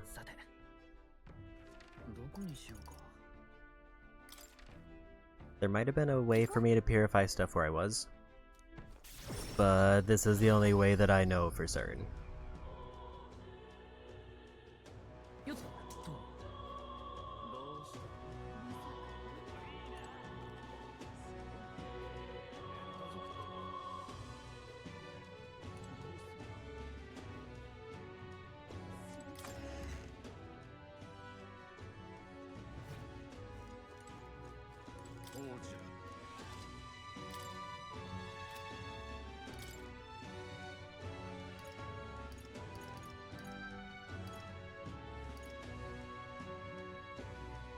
I can only pick one.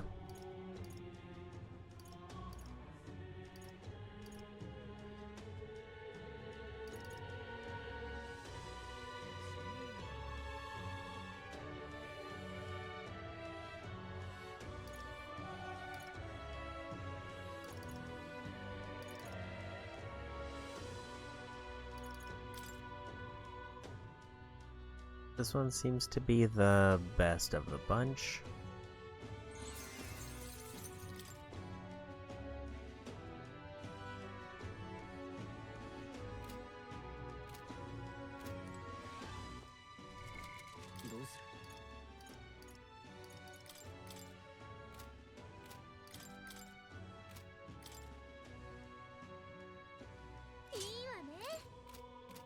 Go ahead and give that to her.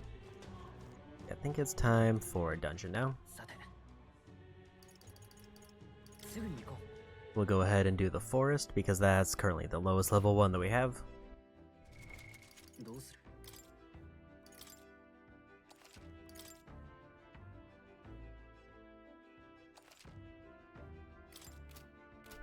It is nice to know that every quest objective is within one day. At least for the ones I have.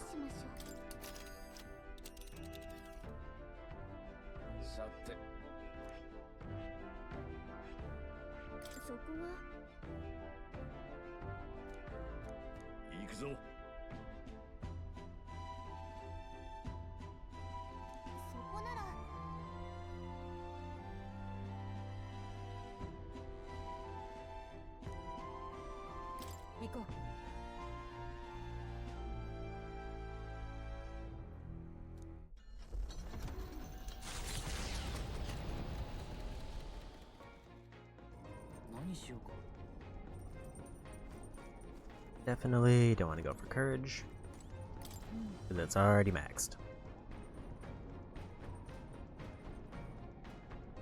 But more importantly, we can finally do a bunch of cooking.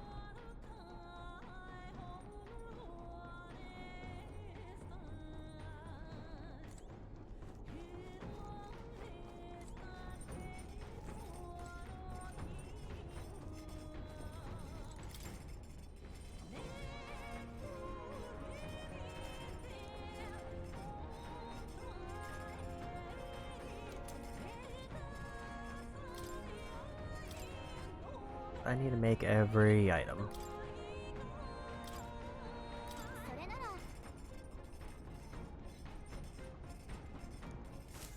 Or at least every item I have access to, and then I'll make a list of the stuff we don't have.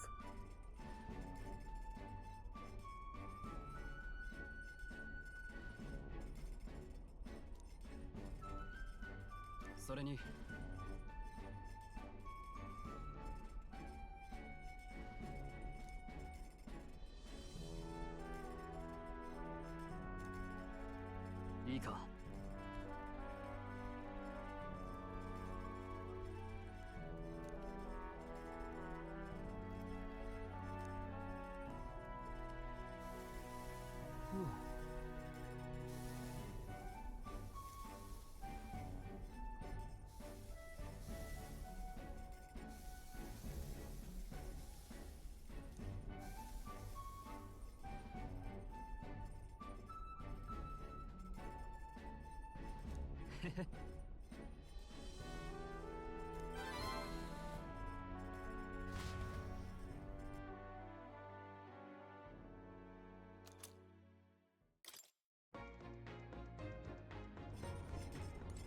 やめておきましょう。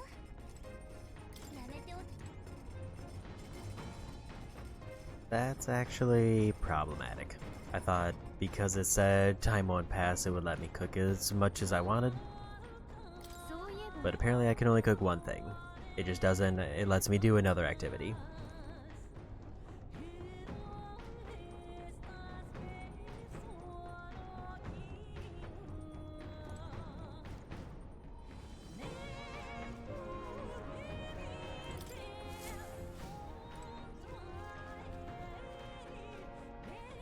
We actually do have an event we can do, so we're gonna do that one.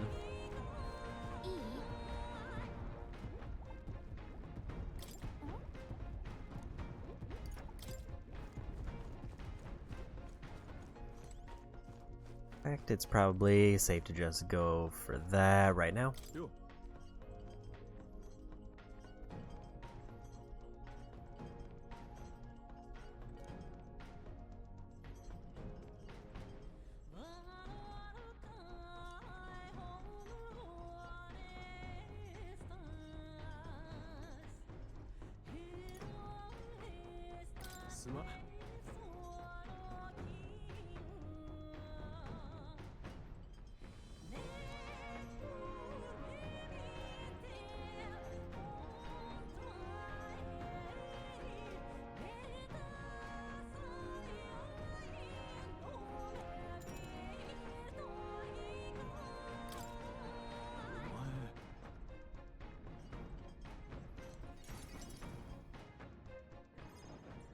心配させちまってすまん。悩みってほど大層なもんじゃねえんだ。兄貴が死んでさ、俺託されたと思ったんだよ。ルイの子供だけど、この先の俺自身の道を。だって兄貴はこんな奴をかばってくれたんだぜ。ならその恩は俺が前に進まないと返せねえ。自分がどんな道を生きてえのかぐるぐるしちまってさ。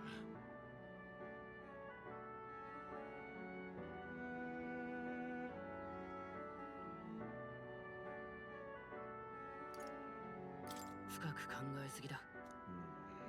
そうなんかな。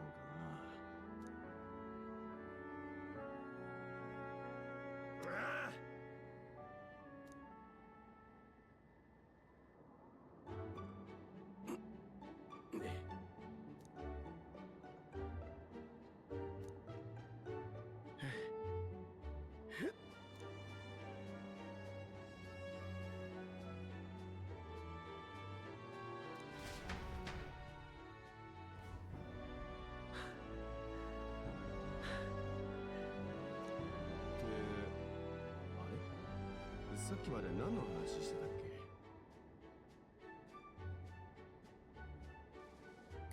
バジリオの目標の話だろ。そうそう、それだ。まあでも考えんのは一旦やめにする。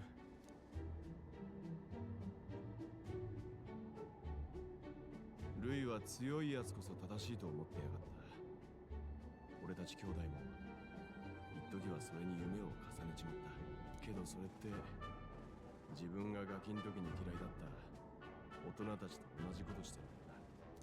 弱いからガキだからハリパスだか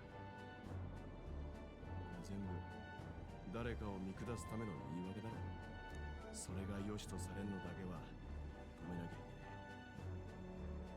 だから未来を夢見て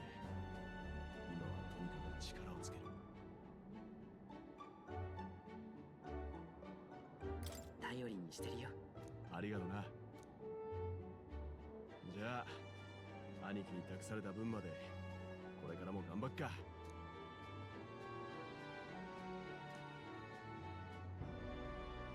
I forgot, I think that's his rank 1. 彼こそ強戦士の美徳を心に宿すの。彼との絆を育てることであなたに眠る新たな力が目覚めるでしょう。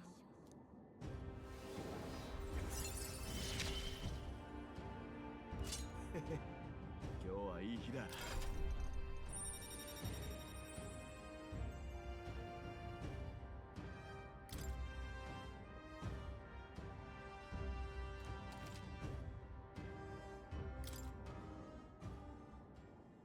将来どうなりたいかはゆっくり考えるよ。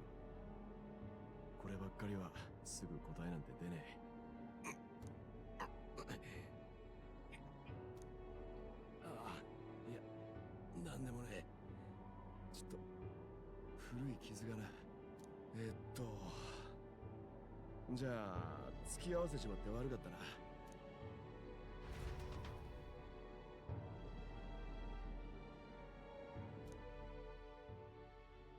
なあ、外見たか？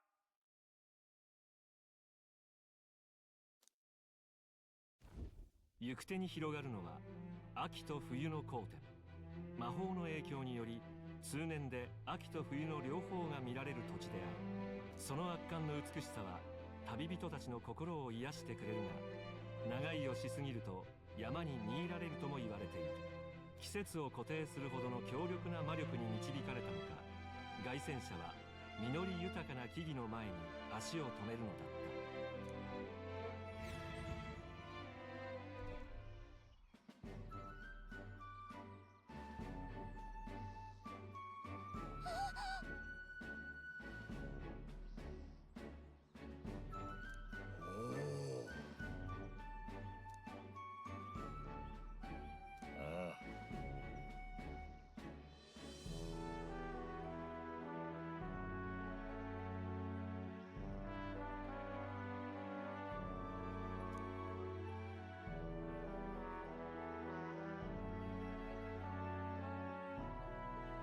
どういうことですか？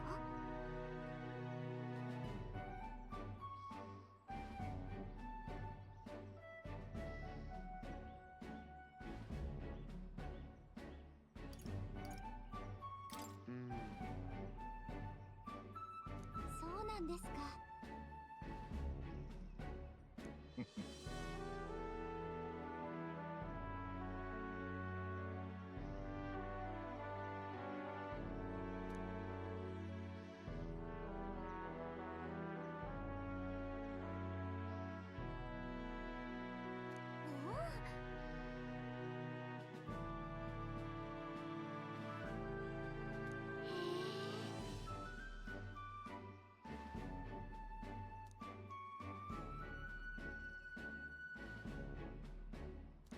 よし。Wisdom, we have quite a bit to go. ありがとうございます。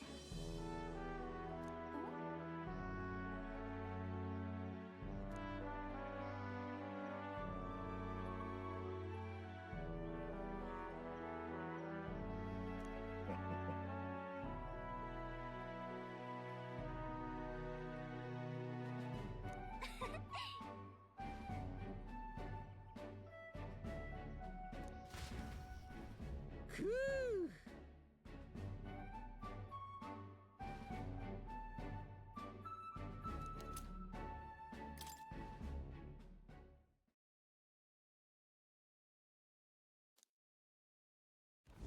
凍てつく風の先に見えるのは上氷樹林。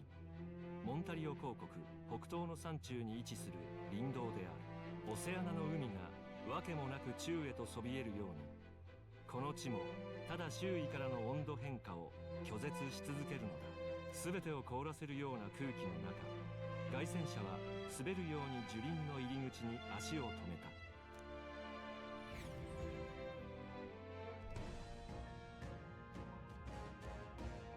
確か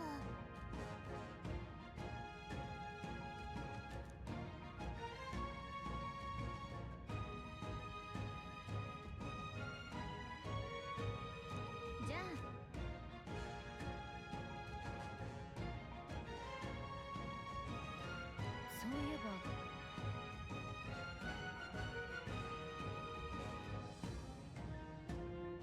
なるほどな。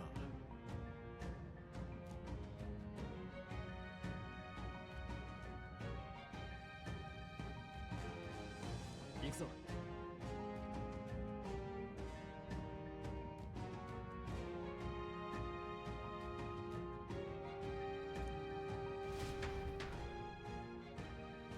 Okay, so I think I'll say there's a relic here as well. I think it was both the dungeons we ran into had a relic.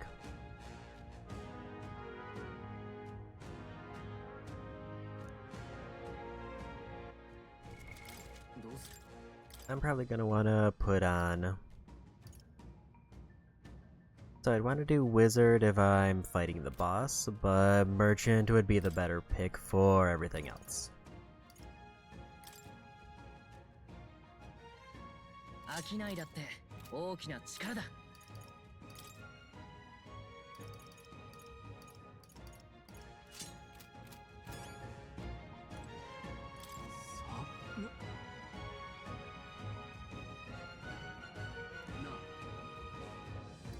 そうか。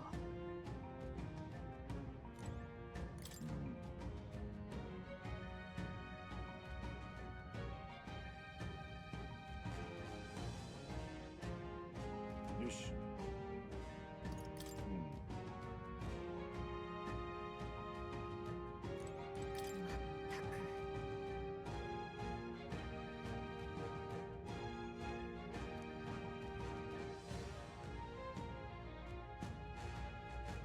ではそうか、わかった。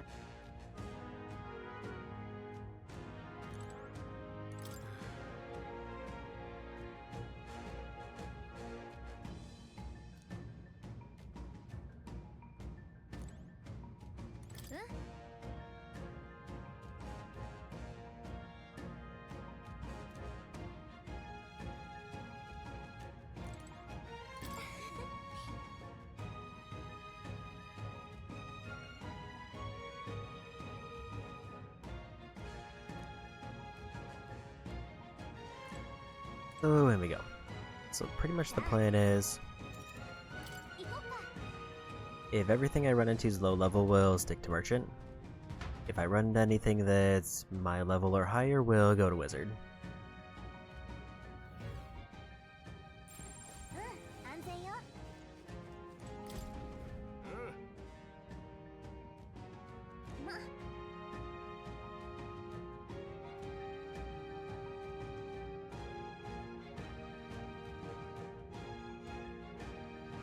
I should also check.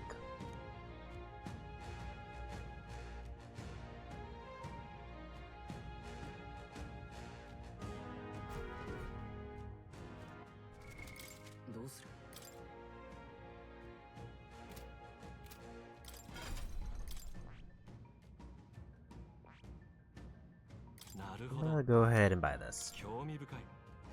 これはね。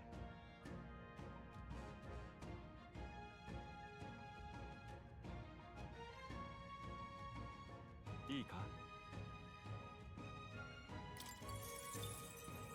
頼んだ。もちろん。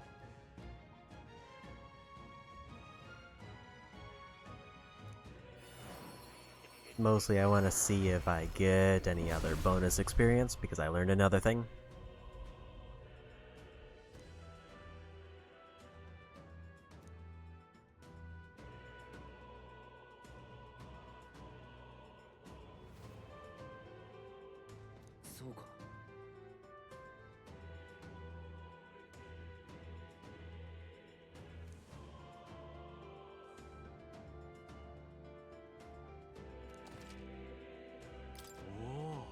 And it did.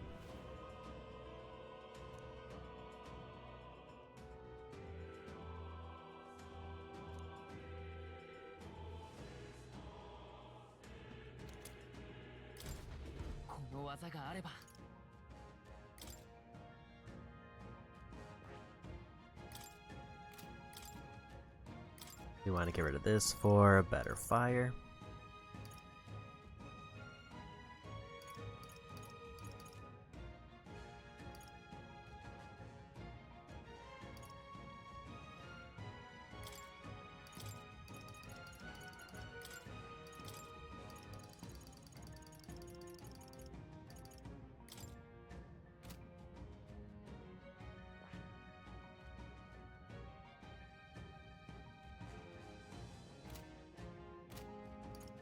And we'll slot in our extra points. So the most optimal thing to do would be to level something that somebody else is unlikely to level.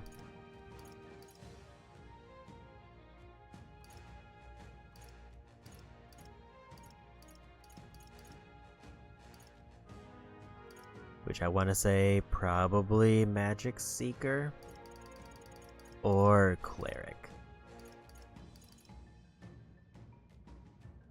I think Cleric is the most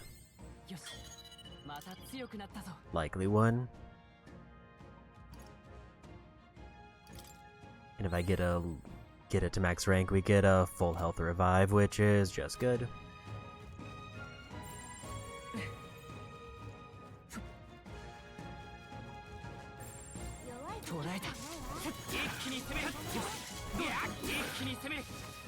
So we're one-shotting those, so that's a good start. We'll just stick with Merchant. Because the big thing I need right now is money.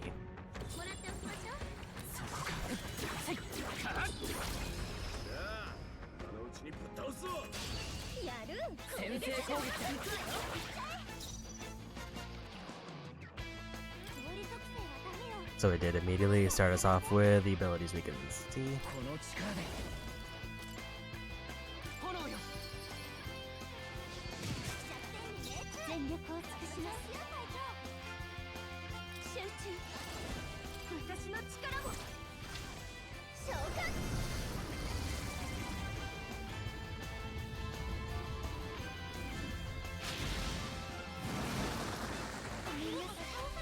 They repelled. I did not expect.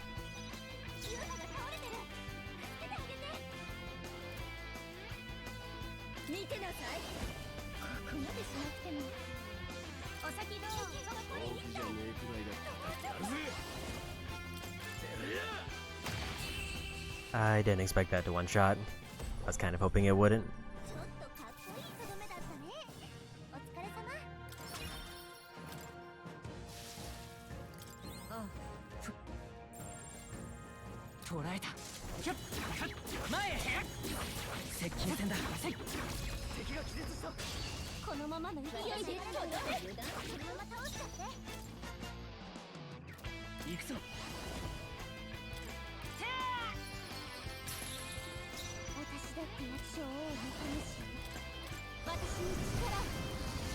Weak to dark, so we've moved on from the lightning one to just regular light.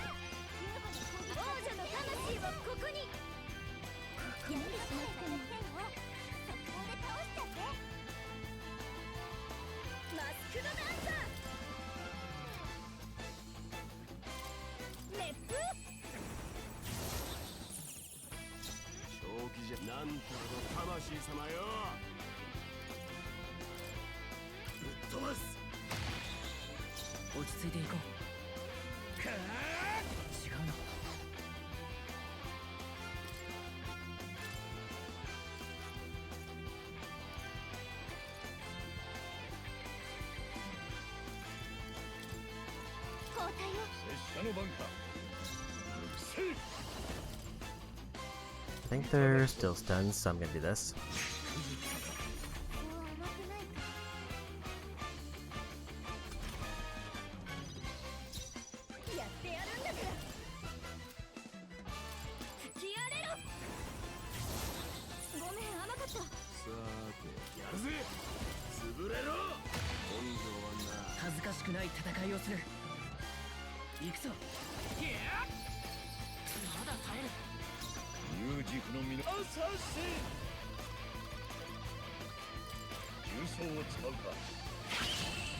And we got it.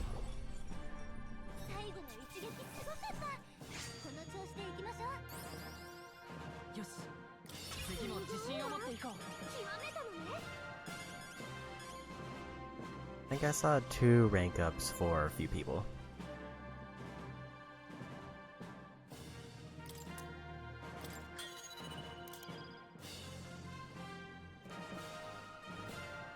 And we did max out Merchant.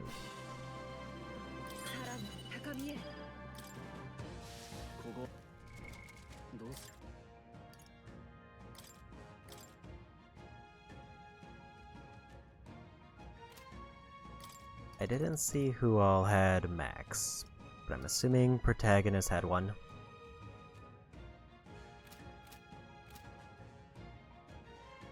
How much did Swordmaster need? 2,200.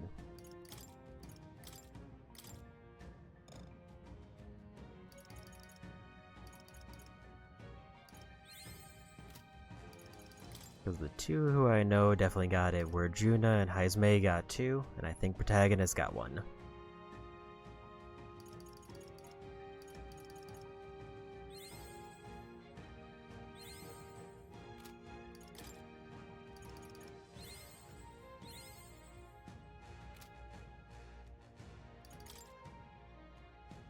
So party does revert back after that. I'm gonna stay with the merchant just until I get those 500 points.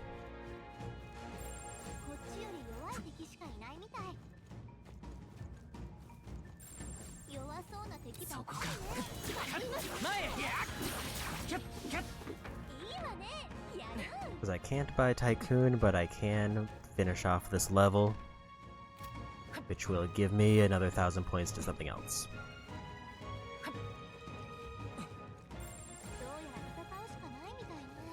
They're probably higher level.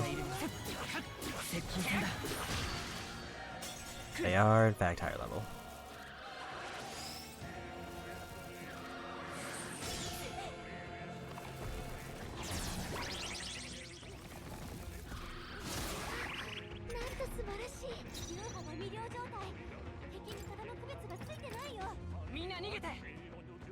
And we got away.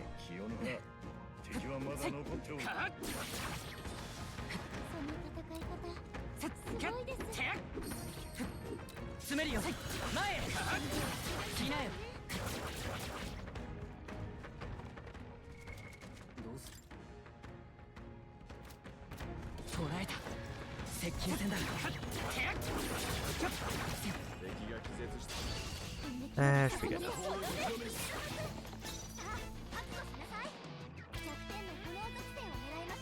Weak to fire, resistant to everything else.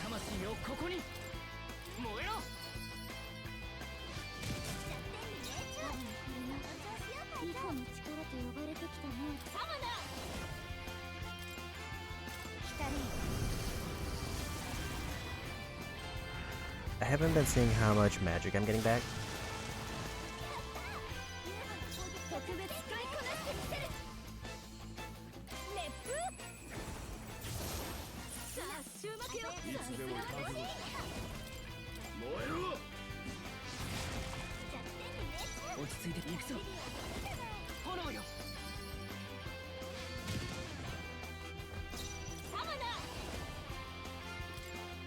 I think we just win this.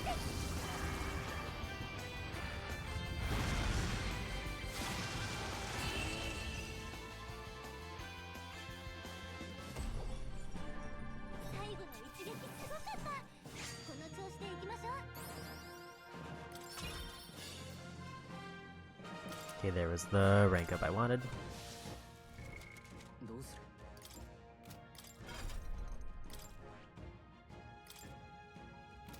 Only about 200 over, so nothing too bad.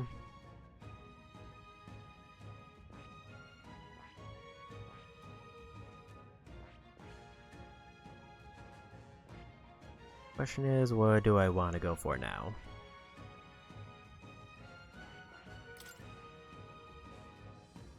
I think, broadly speaking, I should go for Wizard.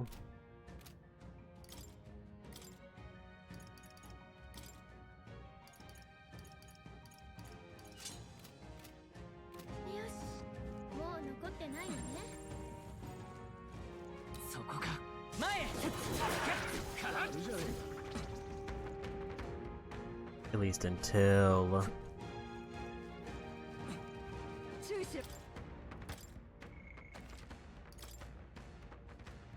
I mean, I guess the thing with the Wizard that I'm mostly kind of banking on is that I'm going to have at least a few mandatory fights.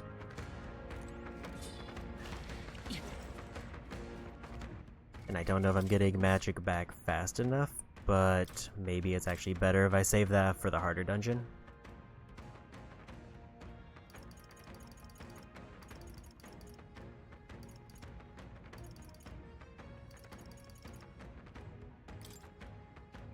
Maybe we'll go Magic Seeker.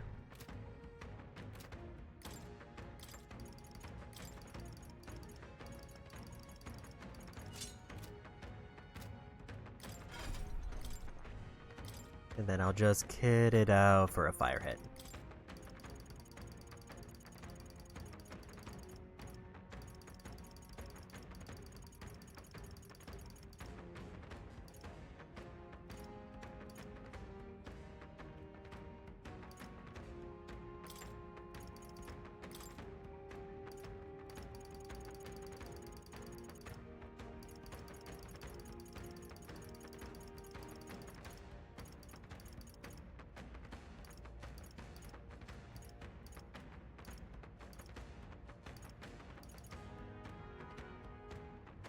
Covers medium HP every turn.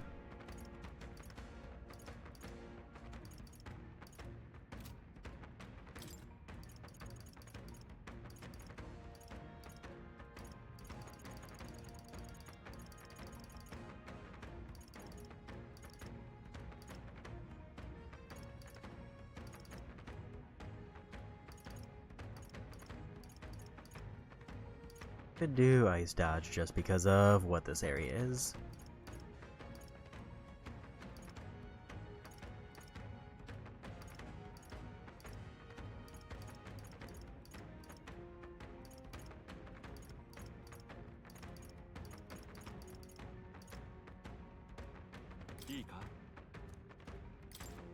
Maybe I'll just take Steel to have it as an option.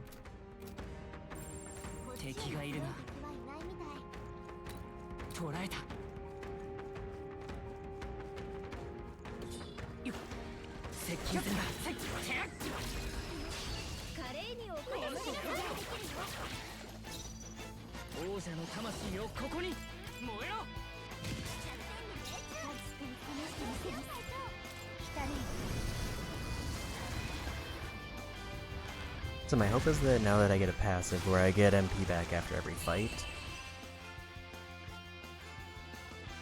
See, they were at 260.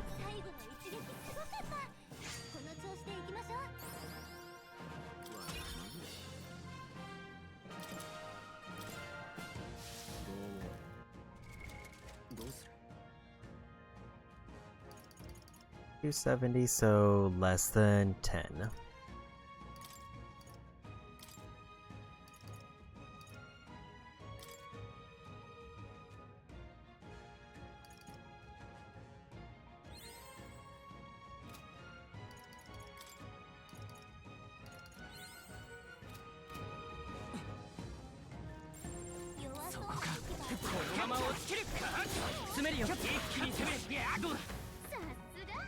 There's a level up for Mass Dancer.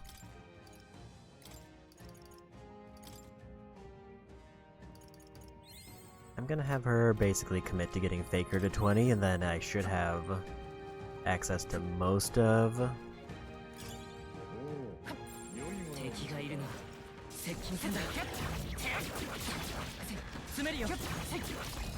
the archetypes as soon as the social links are available.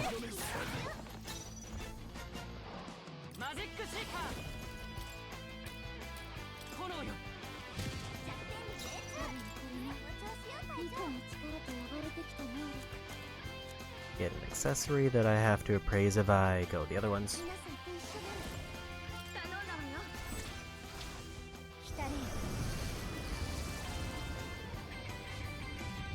This probably one-shots.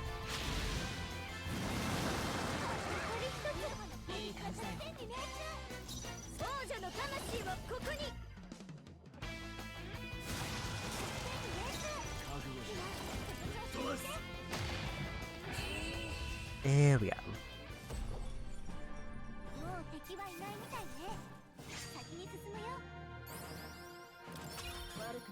Yeah, the thing is I almost have enough item drop abilities that they just get them by getting high enough luck.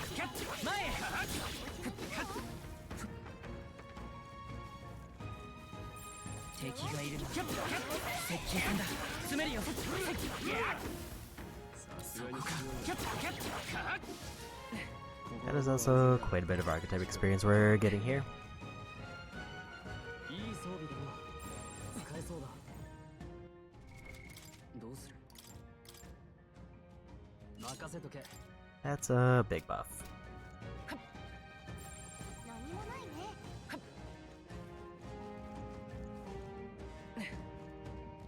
敵がいるな。強い敵はいないみたい。いや、接近戦だ。このままの勢いで迫る。マジックシーカー。燃えろ。集中。やっちゃいなさい。 I think 22 for the amount of damage they do is worth it.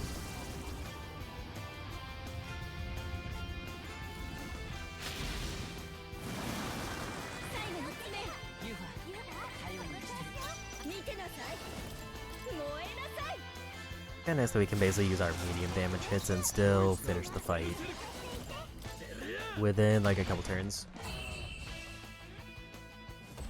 I think even if they weren't stunned, we would still win.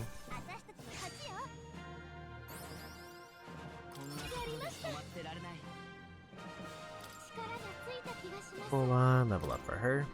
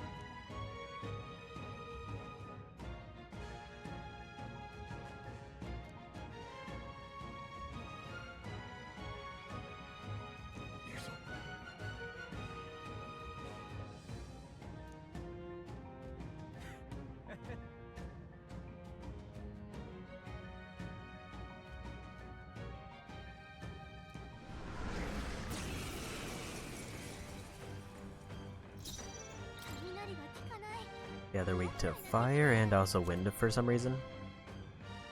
They love getting hit by fire, but they're weak to strike.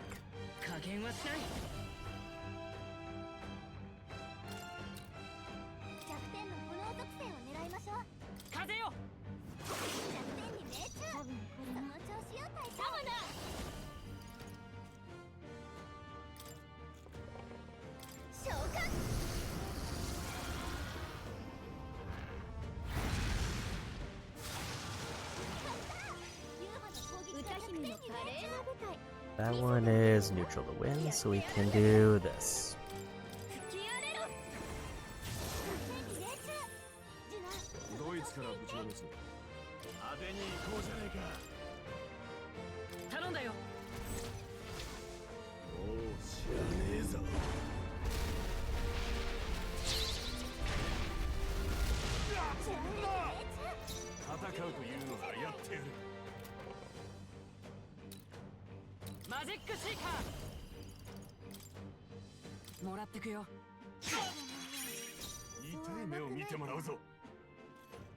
Didn't steal from him.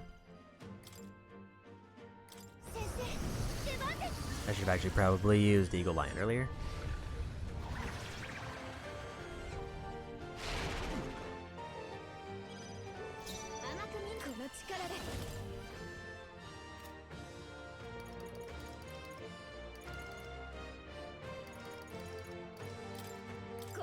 Let's give everybody a quick defense buff.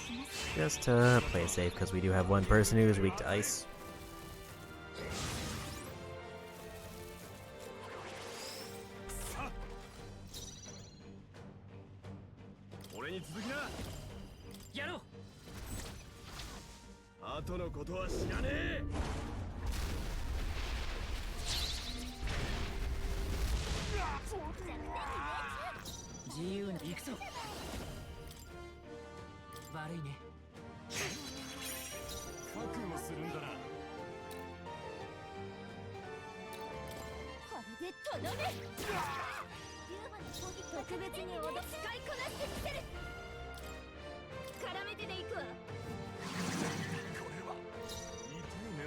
Okay, so he still repels.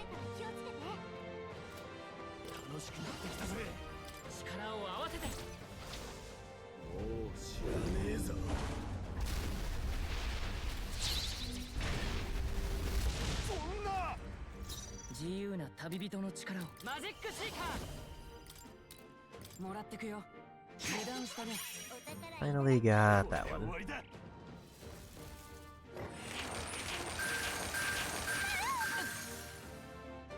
That's gonna sting a bit.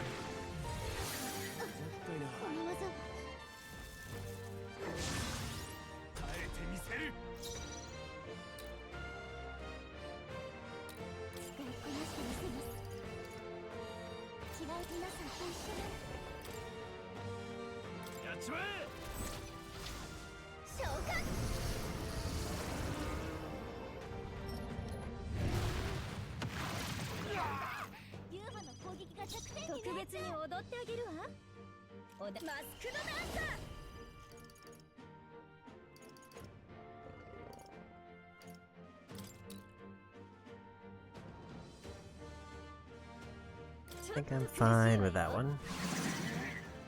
I guess I should have kept the ability that removes repel because it's actually good now.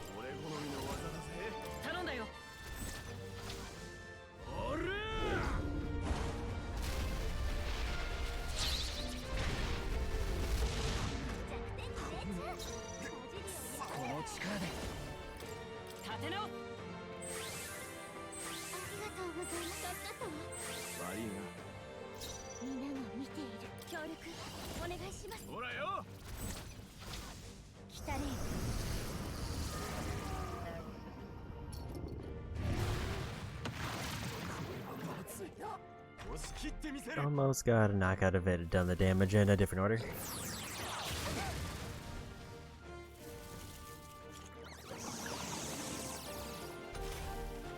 He killed himself to fully revive them.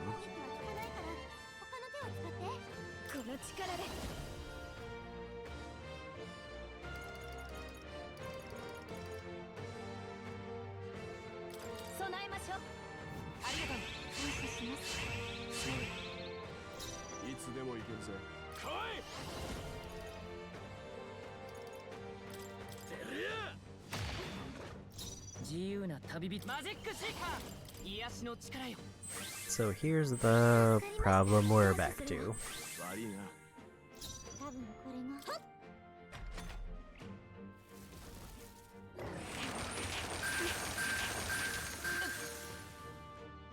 Unless his repel ability wears off, we're down to just physical hits.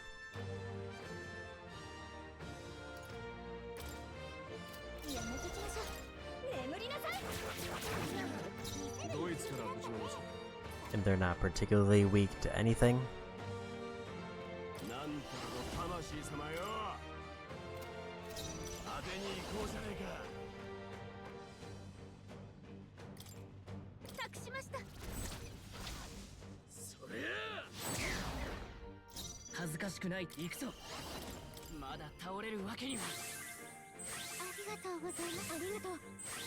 I may need to swap out some characters.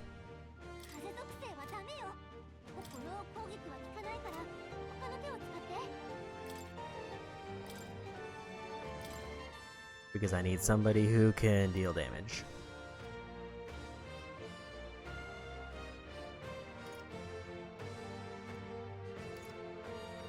態を。キュルケンベルグマイル。歌姫の華麗な舞台見せてあげるわ。あとよろしく。 Specifically damage as a melee.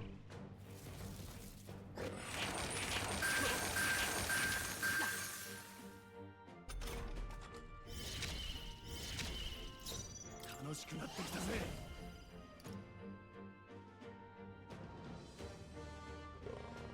頼む。潰れろ。大丈夫。やり王者の魂をここに。悪いね。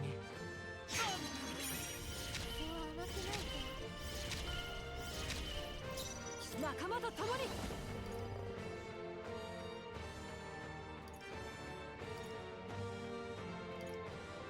これではダメだ。これが我が剣。 Nullifies one of those. Draws her attention. I forgot she does not have a heal in this one, and I did not configure it at all.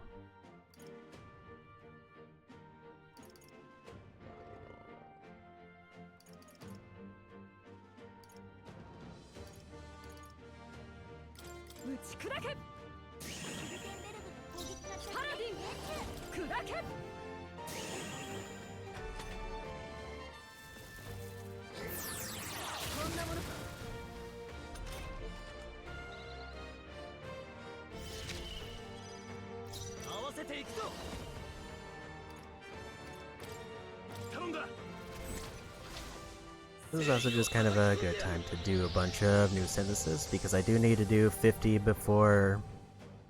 I need to do 50 unique ones.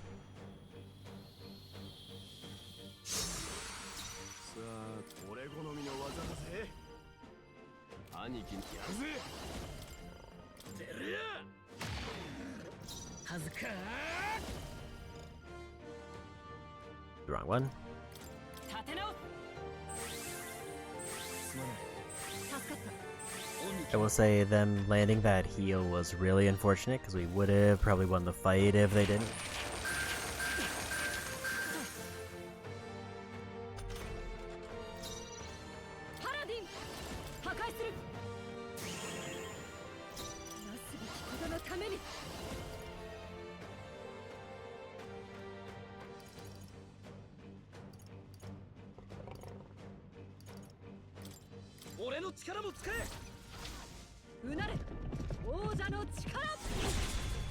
The more combos I can do with Hulkenberg and Stroll, the better. But there's actually great right now.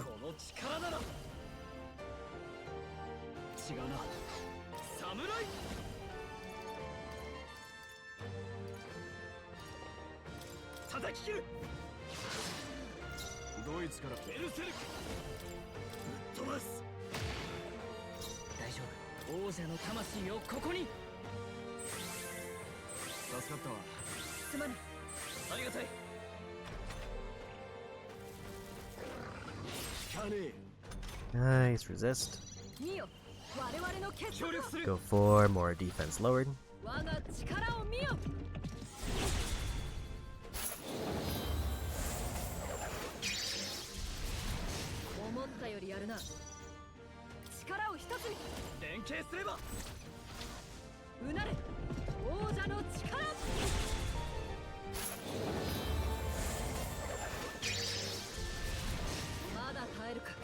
That was like a 50 damage boost from that defense lowered.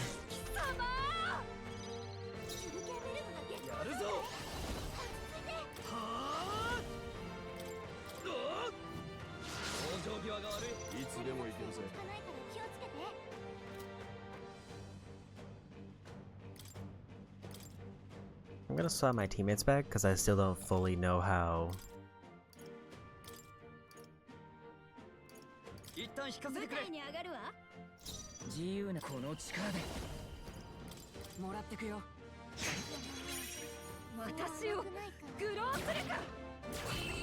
Hey everyone.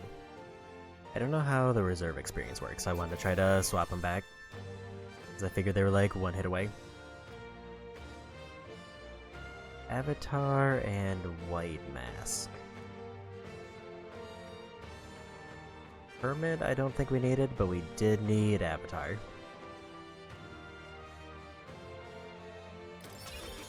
And I haven't been keeping track of any of the other ones. Izme and Juna both got 2. また強くなったよ。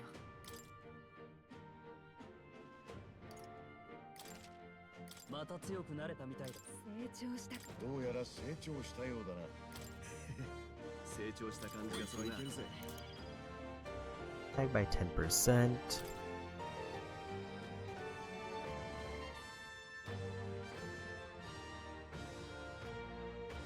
Okay.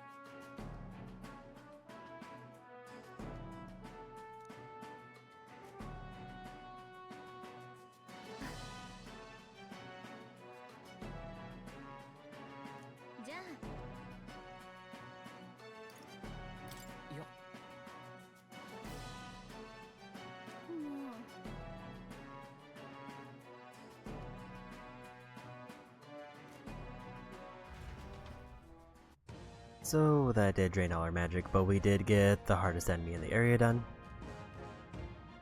So it's kind of a question of, did I get enough experience? Trivialize any other fights? It looks like maybe no.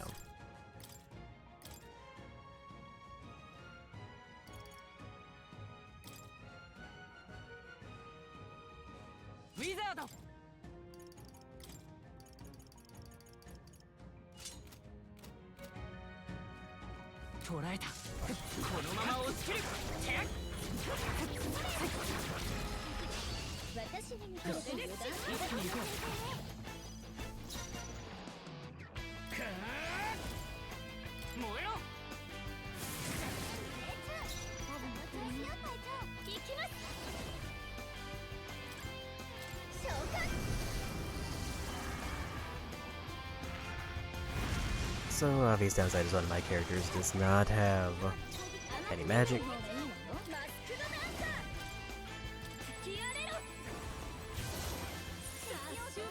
She gets 12 back for that, but it costs way more.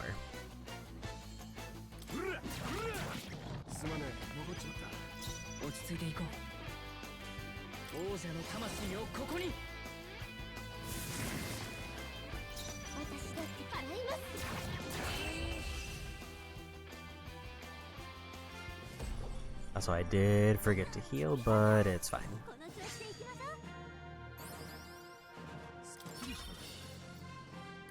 And also forgot to pop the experience items.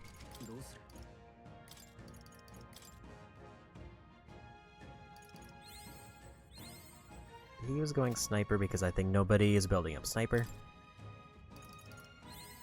Same reason she's kind of going faker.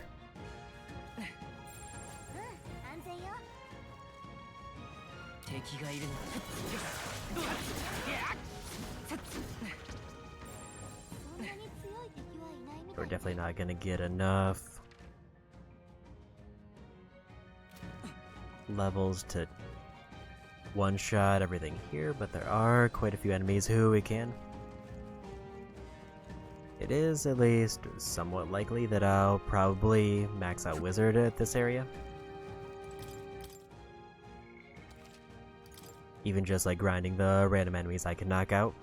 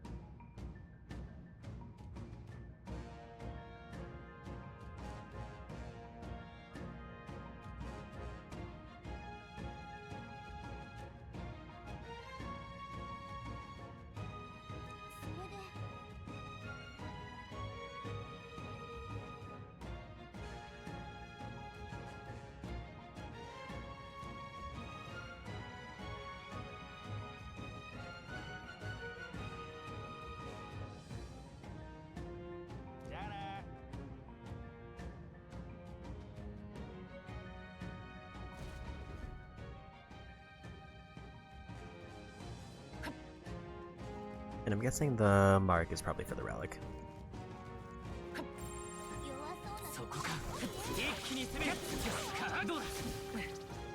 2 levels of samurai, and then we finish Mora's quest.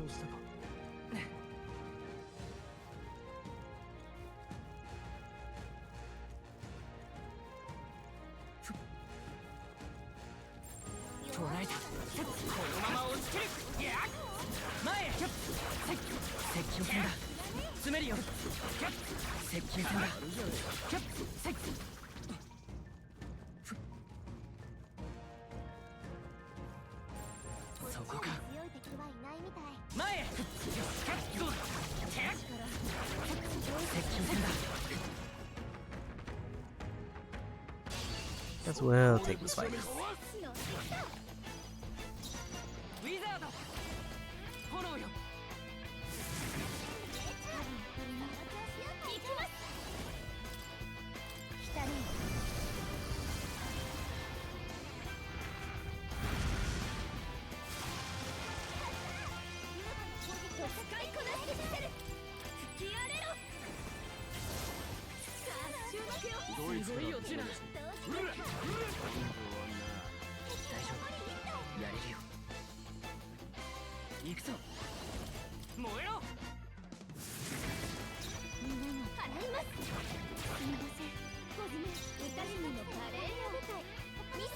$122 damage. Just enough.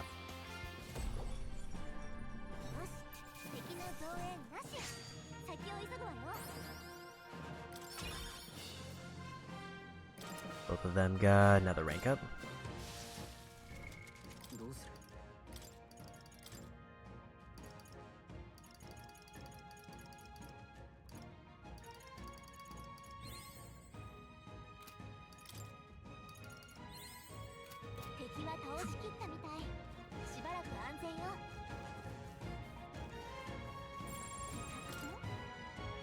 We found the treasure chest.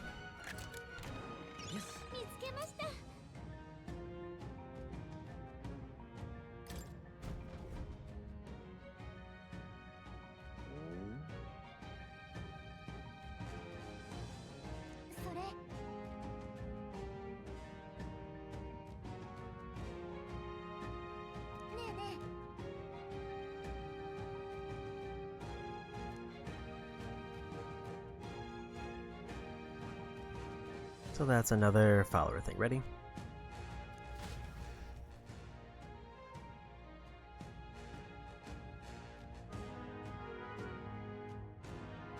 And then if I do the other dungeon, I get his other one.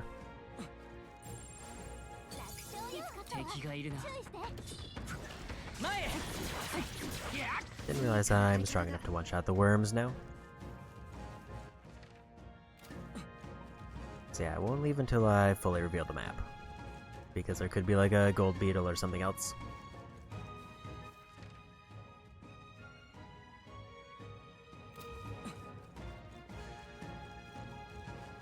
It seems like the respawn rate is not very high, or we're just very quick.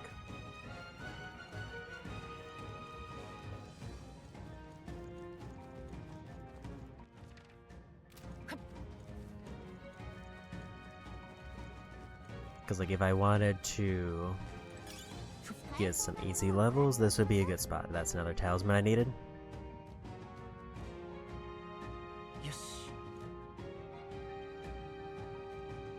So there's only one talisman that I haven't seen us pick up. That doesn't necessarily mean it's the only one we need. Or at least it's the only one that I know we need. It's Talisman of the Divine.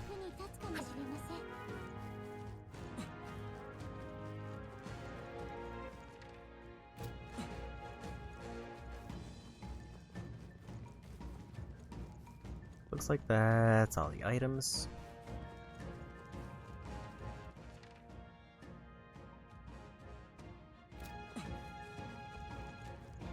How are we doing on money? Not really a lot. But also I don't really want to go back to Merchant. It feels like a little bit of a waste of experience. There is a strong temptation though to go into Academia, then back out, and then get more levels.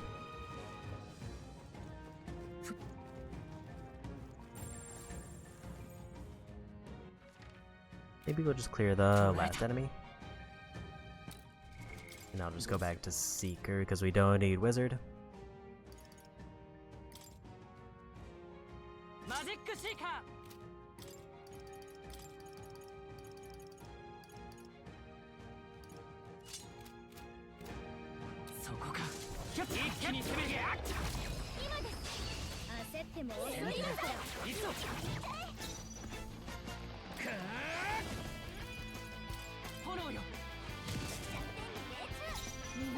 Recovered from stun.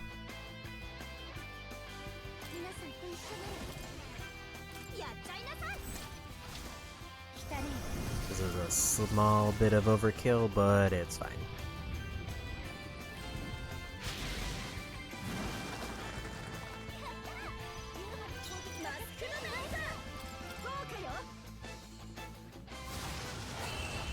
And we got him.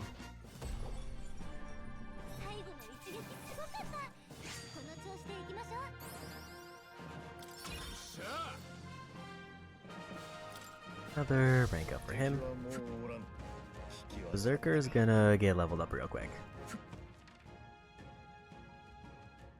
I just need to figure out how to leave.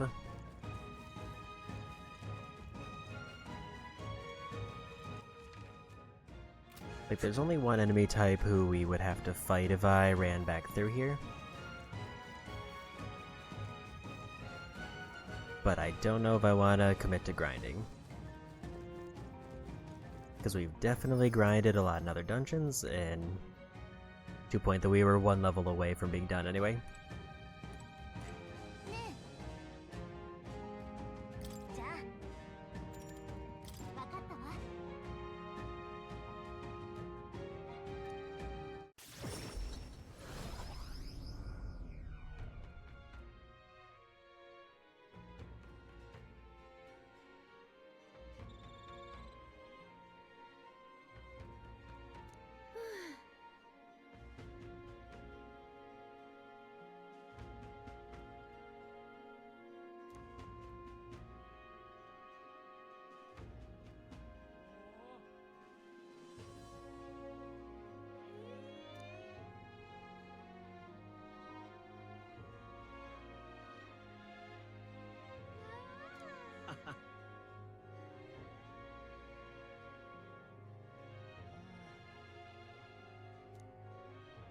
そういや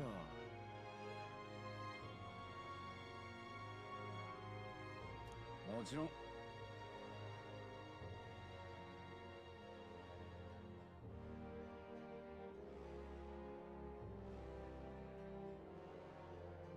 神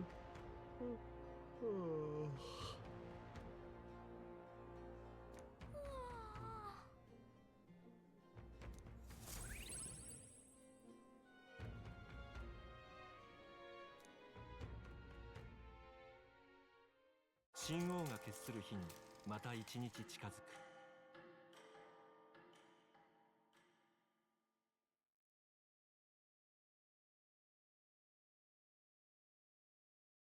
見てくれ。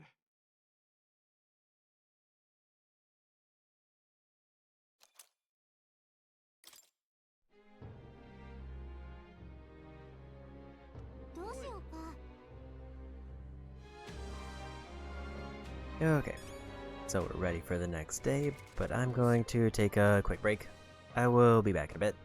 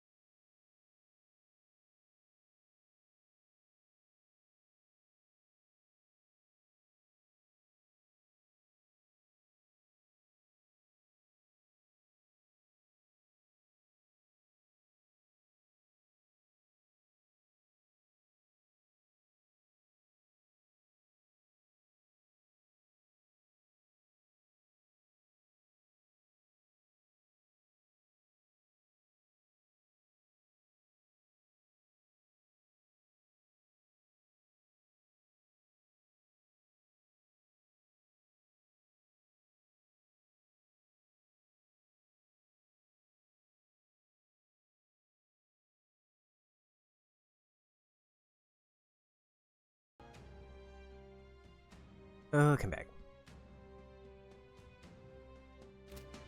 Obviously, we need to turn in the bounty to get the money. Because we really need that money, notably. After 3 days, how's the tower gonna be looking?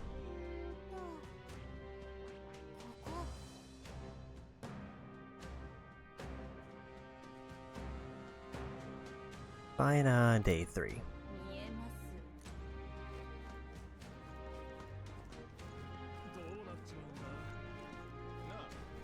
よっと。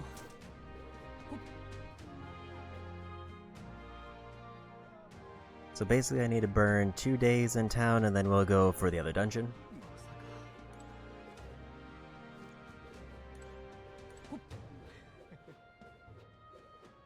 There's definitely plenty of stuff for us to do.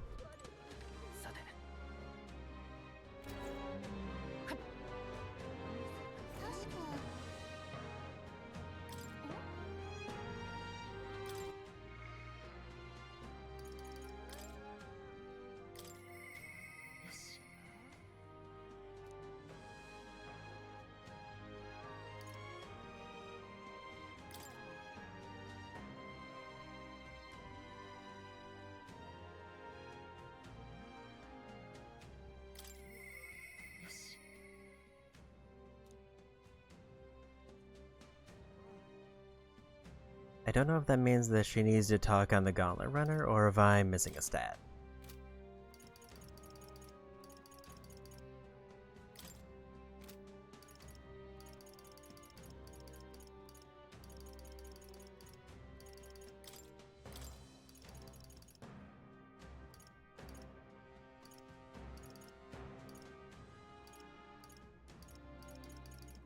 This would fully reduce the cost of Summoner.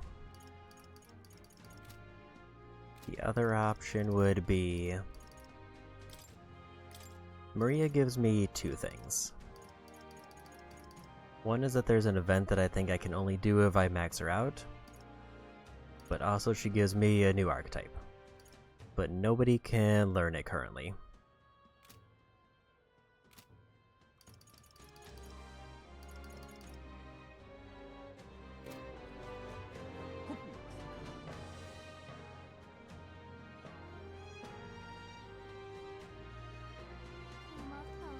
So protagonist will probably be the one who needs to learn it. Don't think it was this way, but let's check.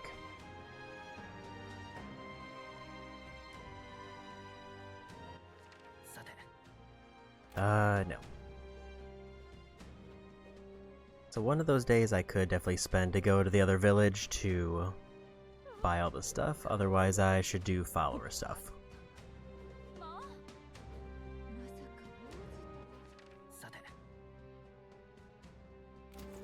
Look, it has to be this way, it just must be an exit from this way.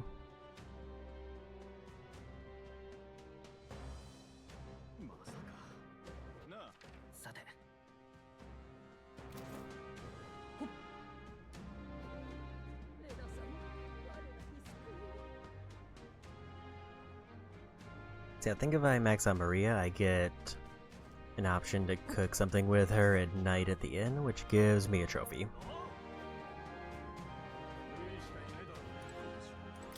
I think I should go to the village just to see how much money this gives me.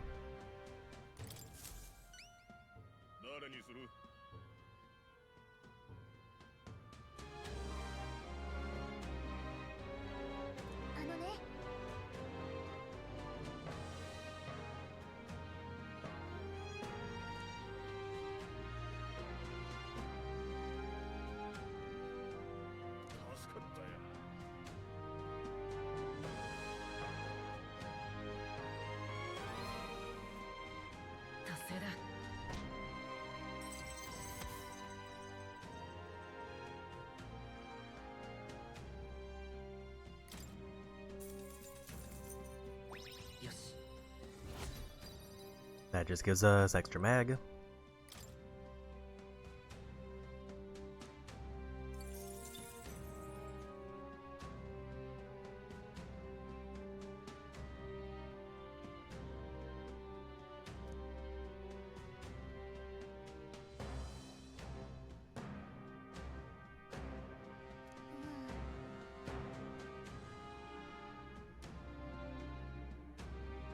I think I want to talk to Yufa first.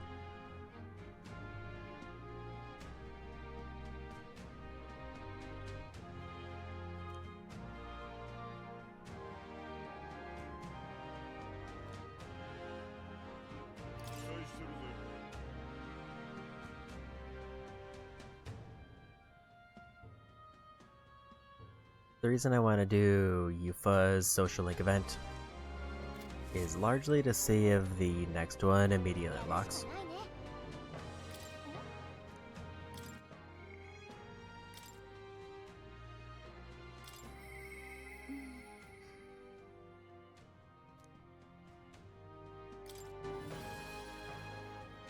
Because obviously if I talk to Maria, then her event is done.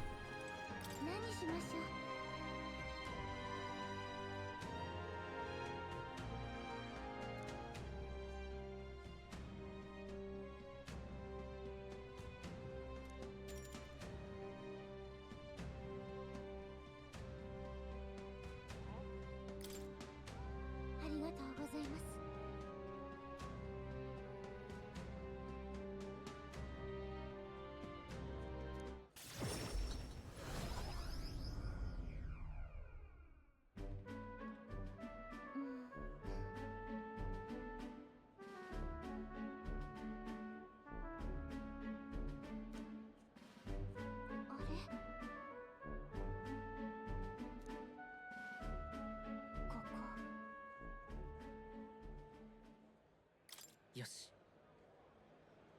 ええ。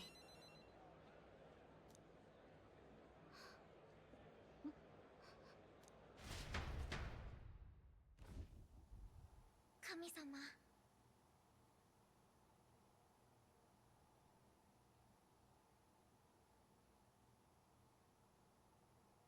ゴージュラ。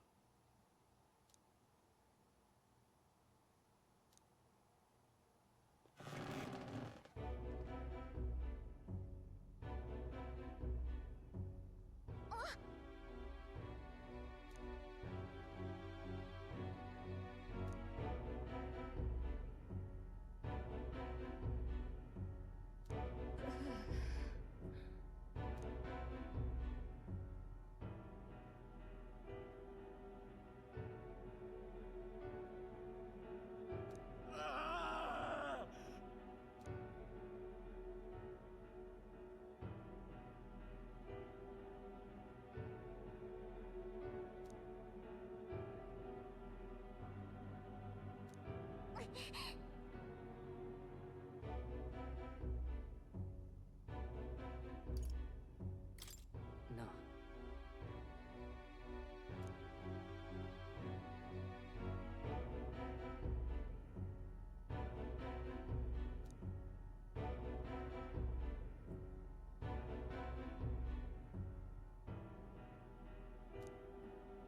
ですの。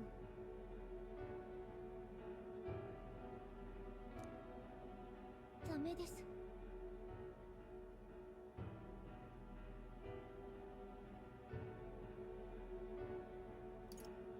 それ。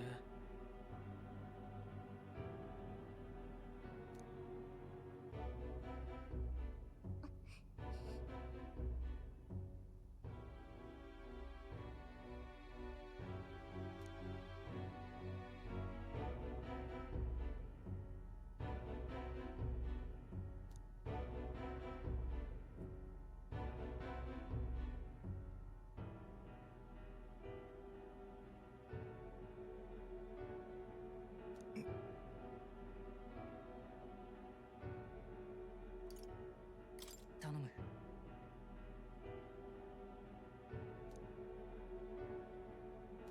黙れ。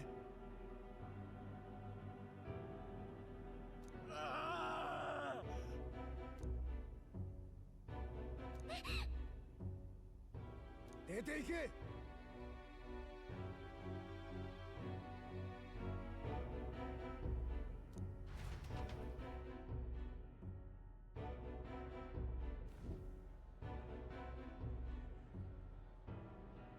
確かに。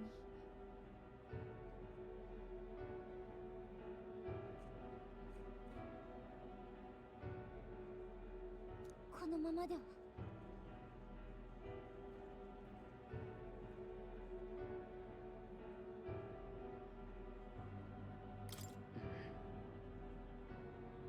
ええ。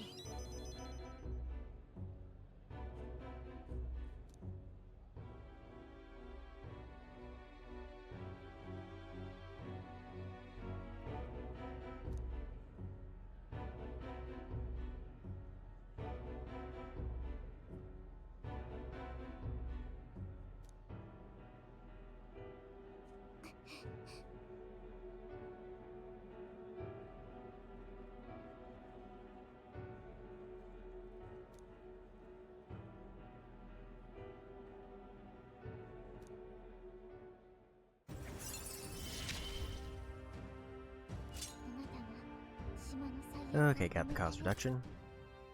とはいえ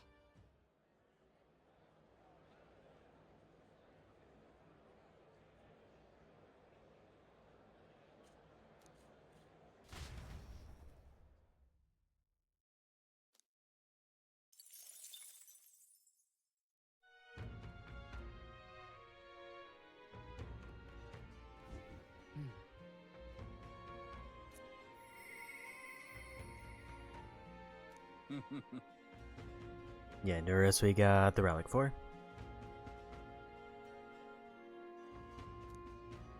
確かそうね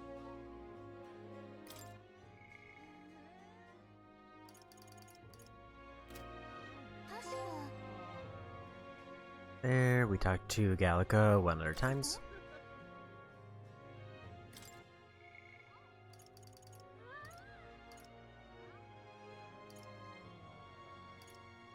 Alonzo's last rank.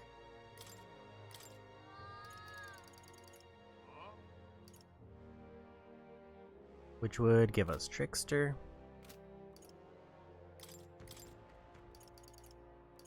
Or we go item tracking.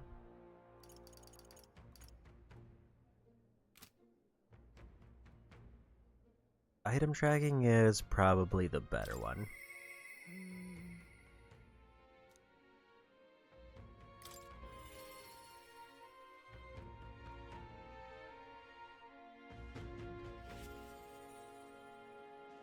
And I need to step away for one quick minute. I'm not gonna go to the beer back screen.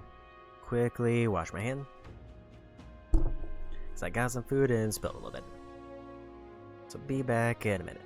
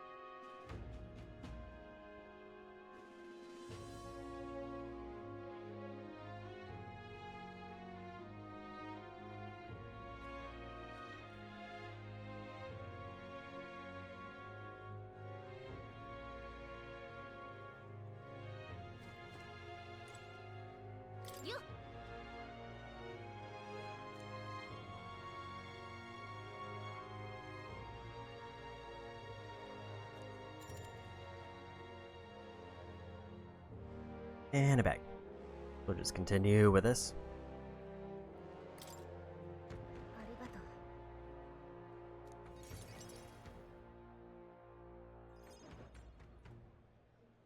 うあのさ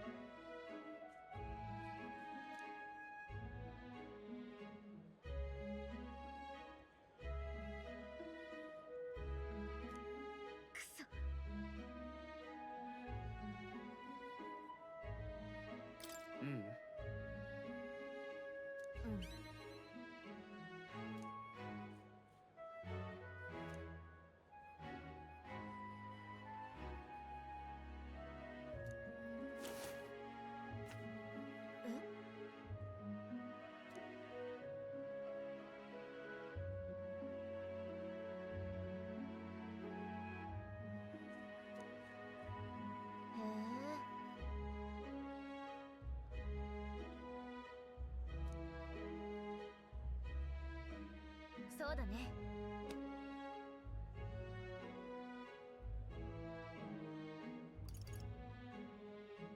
大丈夫。本当？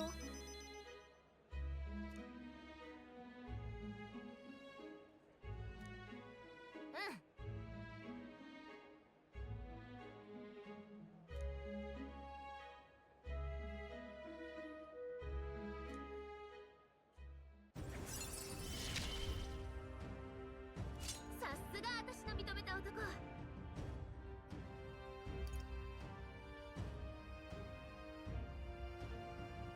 Okay, so we got brawler cost reduced and also item tracking.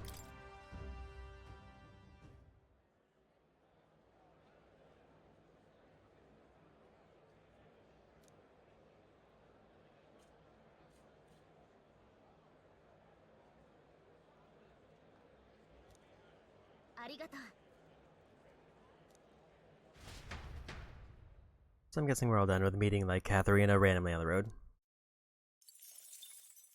神王が決する日にまた一日近づく。 Today we'll head to the village to buy the quest item. 死ぬなよ。 And some free money.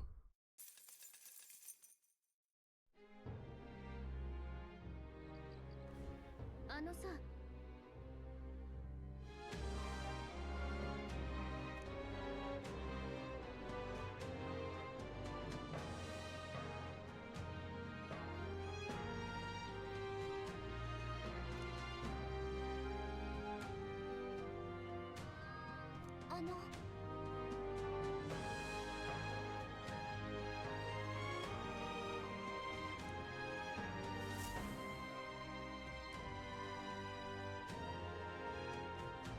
And I'll see if any new followers have popped up.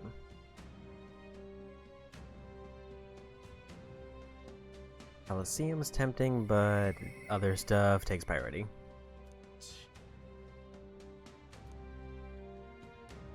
Basillo has a new one.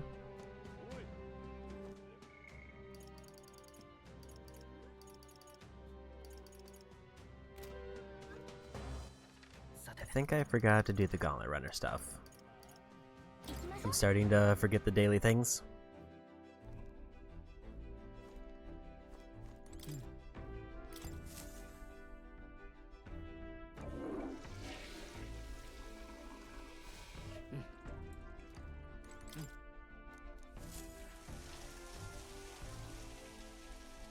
I should check if I can use the kitchen. It's just limited to once per day, maybe. Because if I can only use the kitchen while traveling, then that's gonna make things hard.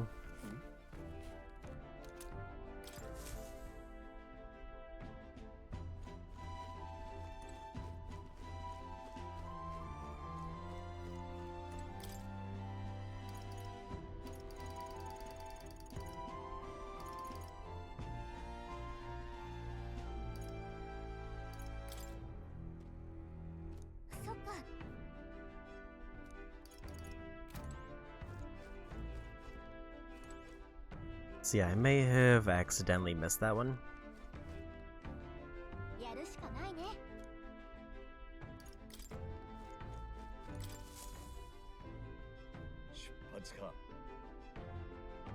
Because I didn't realize that I could only make like one dish per trip.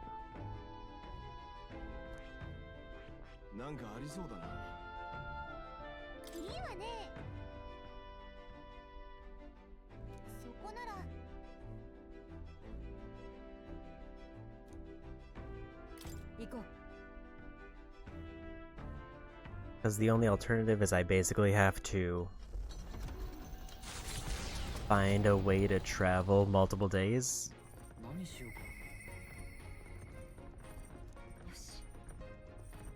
Okay, so we can finish up Hulkenberg's trees.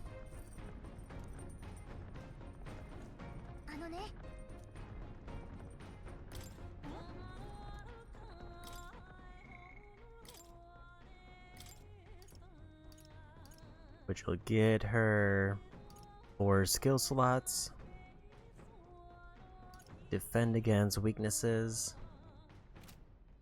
And I think Grand Fantasy is an outfit. At least that's my guess.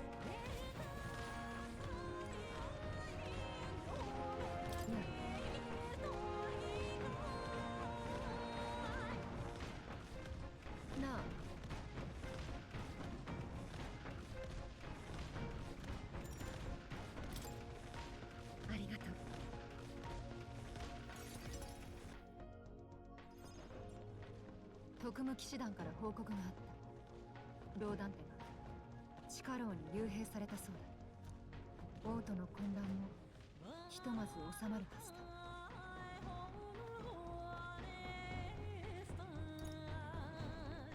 けどまだ安心はできない。ああ、ローダンテは失脚したがそれだけのこと。前に話したよ。騎士は誓いに従う存在だと。王がいない今、騎士団は誓いを失ったも同然だ。拠り所をなくした武力は簡単に暴走する。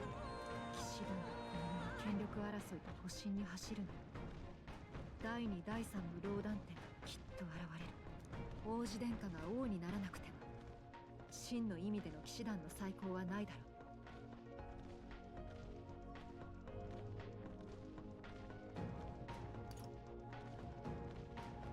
安心しろ。自分が玉座へ導く。ああ、必ずだ。共に国の未来を取り返そう。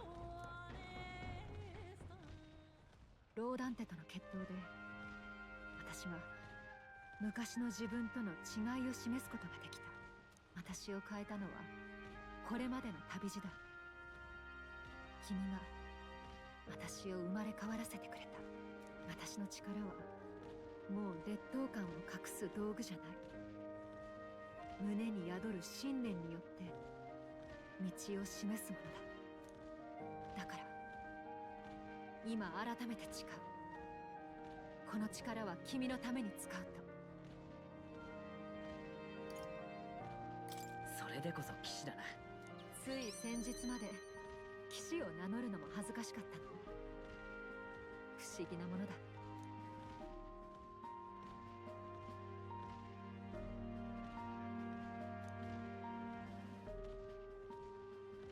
忠誠熱き騎士キュルケンベルグ。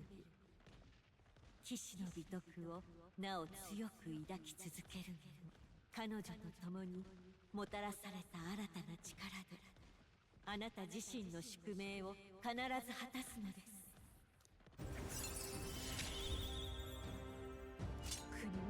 And another character maxed. 守ってみせる。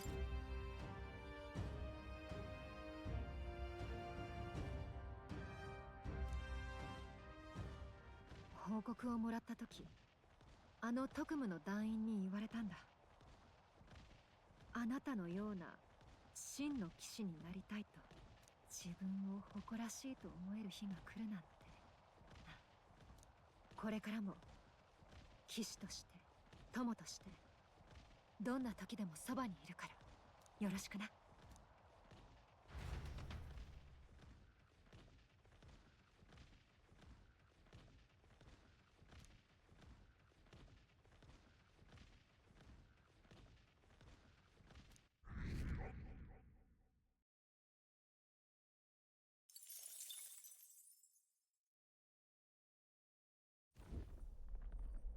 ラムレスか？や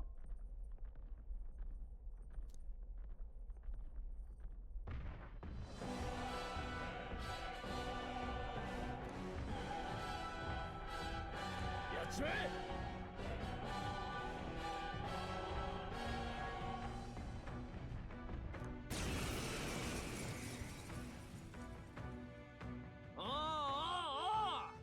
おめえらの方から来てくれるた。いい度胸だ。この嘘つきホラ吹き偽王子め。おめえらの最低な悪事はミロのやつから聞かせてもらった。一体何の話？私たち悪事なんて何も。悪意のかけらもねえってか。おめえらみてえなやつがいいるから俺らバリパスは。そうだよ、俺はだから王になりたかったんだ。弱い種族をゴミみてえに扱う奴ら、おめえらみてえな奴らを見返すためにな。覚悟しやがれ。いけ。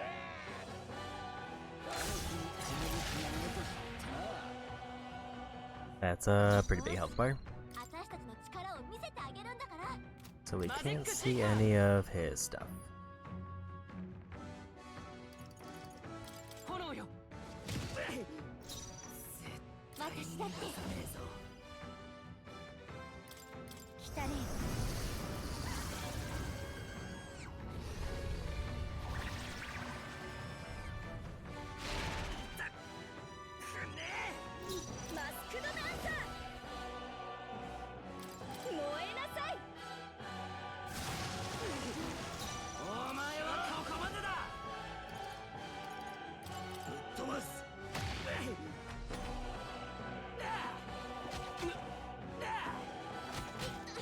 Those were pretty weak hits. I'm gonna actually go for the steal here.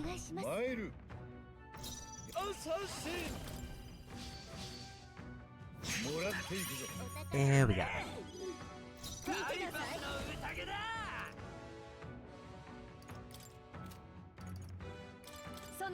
Go for a quick defense buff, even though we're gonna swap highs way back out.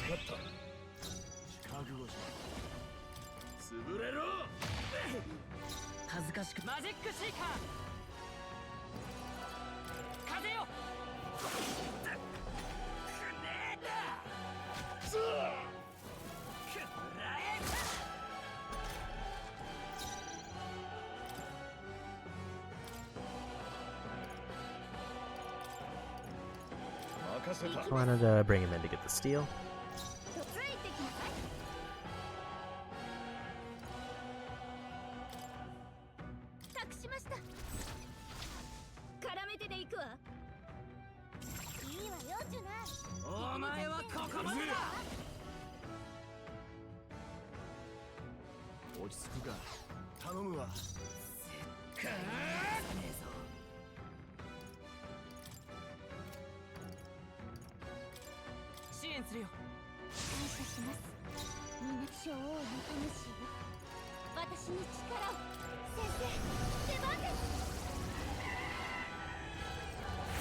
I want to try to get them to use the Dragon God combo. Apparently he's already weak to that.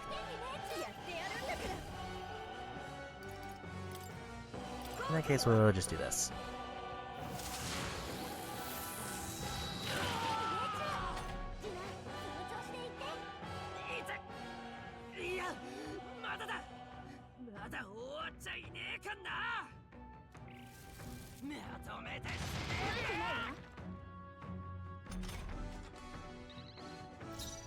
That crit might have been rough, but they did whiff.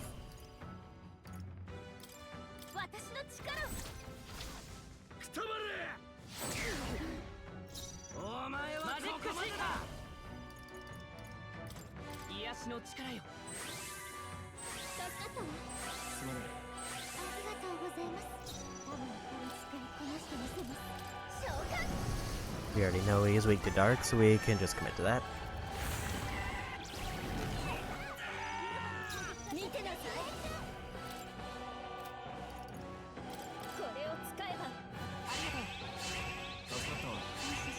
This feels like a little bit of overkill just because I don't think I need a boost of defense, but he did switch up his attack pattern a bit.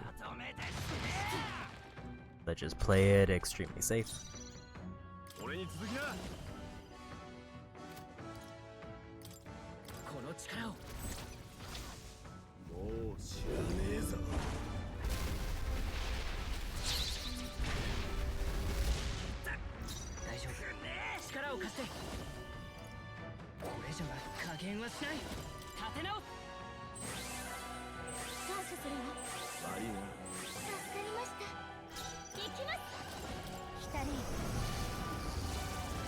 Fortunately, no luck with the poisons. I don't know if he can get poison.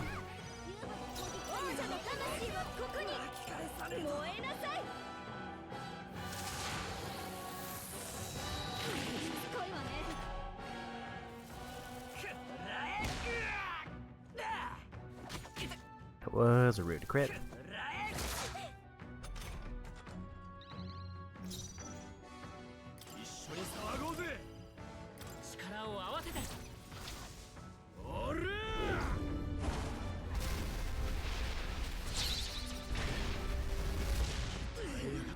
恥ずかしくない戦いをする。行くぞ。癒しの力よ。 I think if I had casted magic there, we might have been able to just outright win. But I don't want to risk getting anybody knocked out randomly.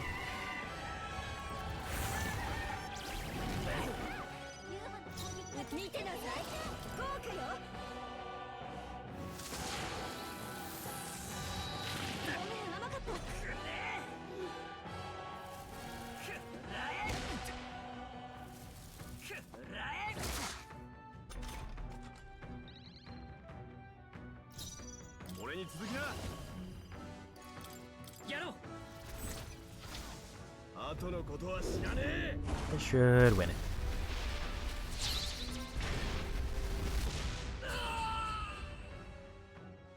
少し頭を冷やせ。お主は騙されたのではないか。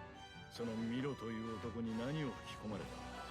偽物の王子が夜な夜なバリパスやユージフみたいな弱い種族を殺して楽しんでるって。拙者やバジリオからすればそれは同族殺しだ。お主、その男にはめられたようだな。じゃあ本当に俺らをコケにしてやがったのはミロは俺とおめえらの共倒れを狙って。私たちを騙すなんて放っておけないわね。ねえラブレス、ミロの居場所はわかる？最後に会ったのはアルタベリーだ。くそ、すまねえ。俺がバカだったばっかりに。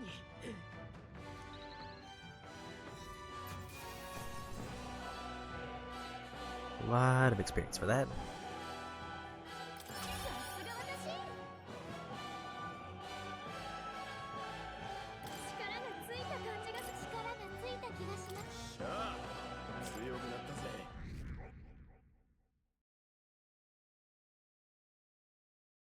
こいつはいい。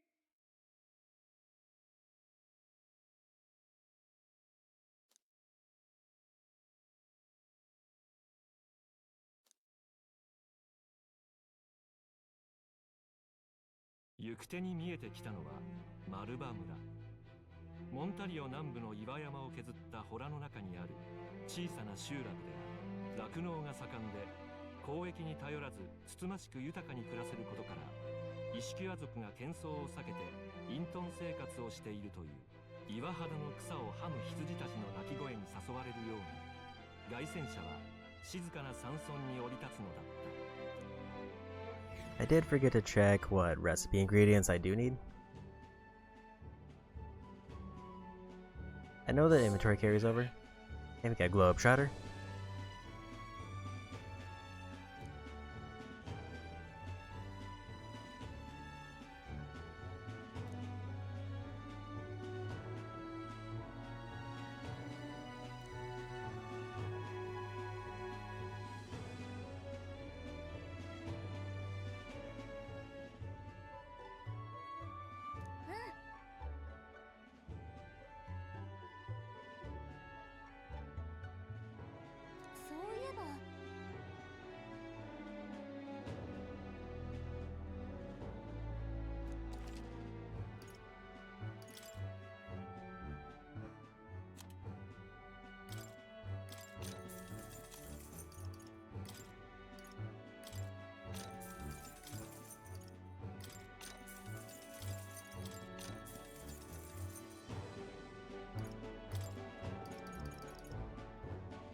Don't remember how much I needed this, so let's just buy like 6.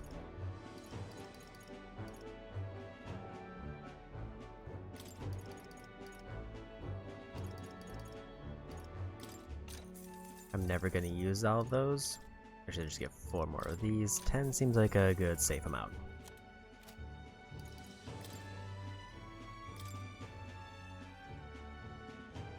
And I think Globetrotters for visiting every town or village.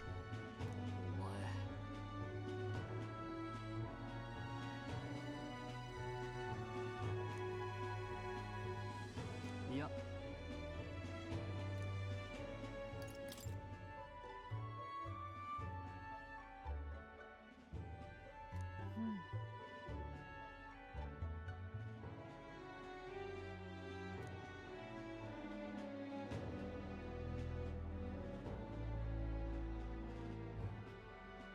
そうね。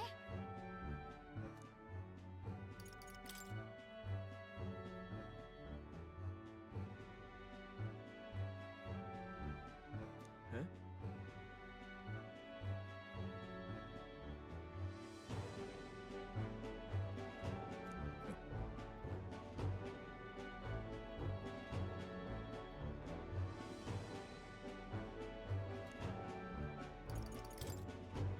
さて。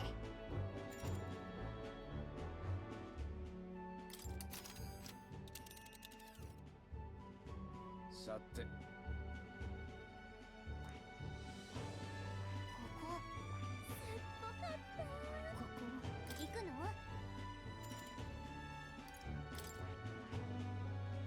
そこは今ここだね。さて。じゃあ。 The continue option there seems weird.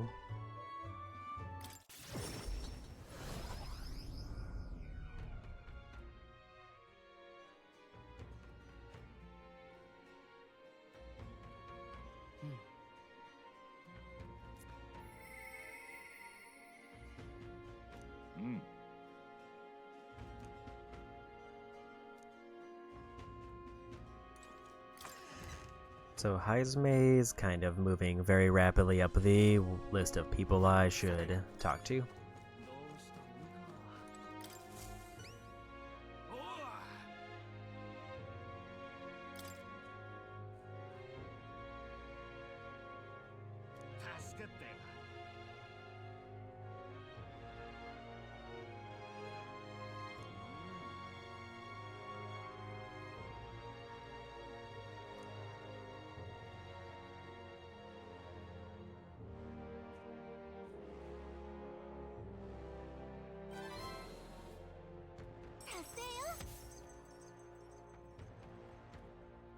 Tolerance is an okay pull there.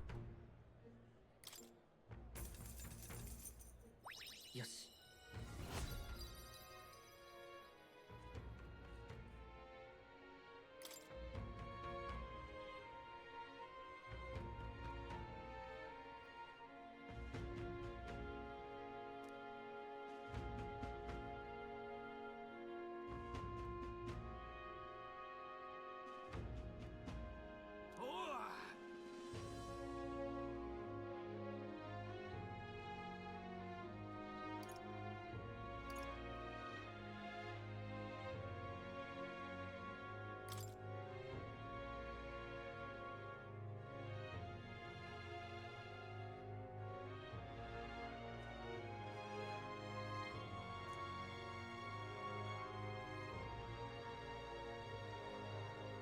これで一安心ね。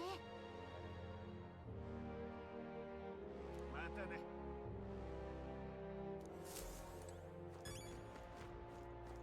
New quest opened up. よう。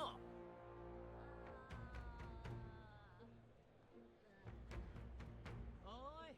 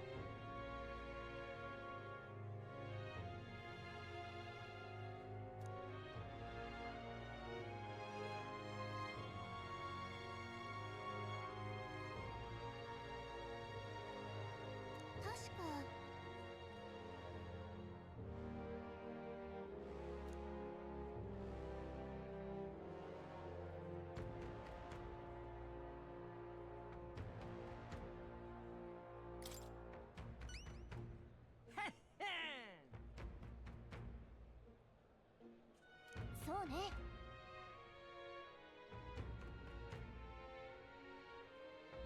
またな。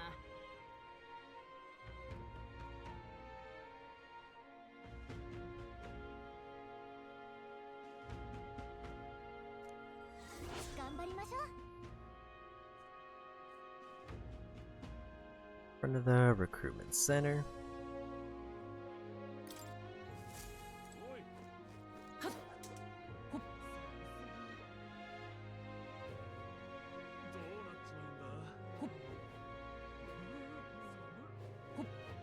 I think that was this way.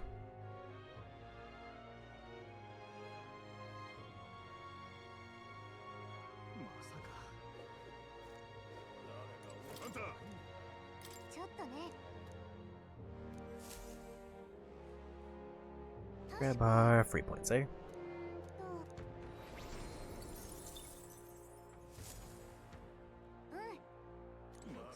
Also, let me check one thing.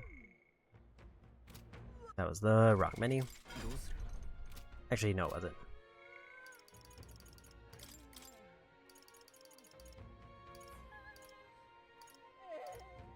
Okay, there's no more cost reductions for Summoner, so we should have everybody buy Summoner.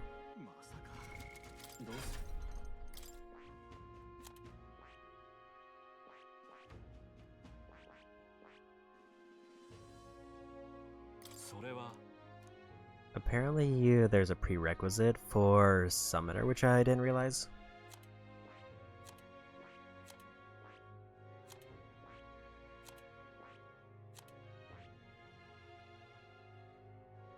Nobody meets the requirement. Main character is closest. I think there's probably a couple others who are close on Seeker. Hulkenberg is close. He's close on Faker, but not on Seeker.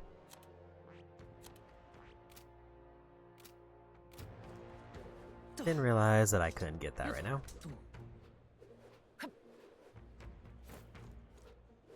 Generally speaking, it's fine because we just need one person to get it maxed. Speaking of which, what is she gonna need for her next ability? Magic Seeker is quite a ways away. She has to go through 2 full skill trees to get that.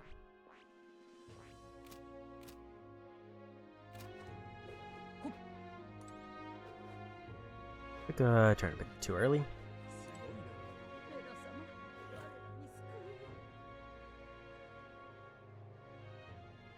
So technically the protagonist is maybe closer by a little bit to getting the higher rank summoner, but I kinda need him to focus on another one.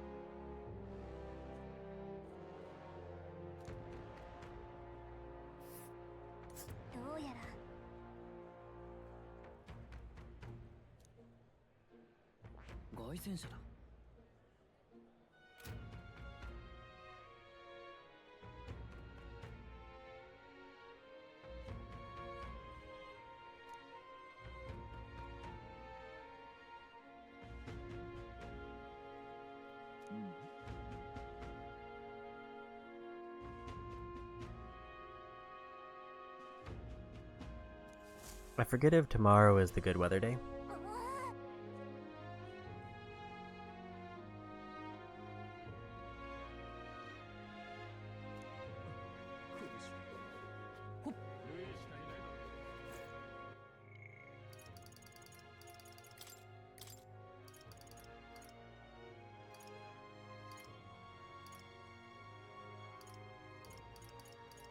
I kind of need to go for Juno.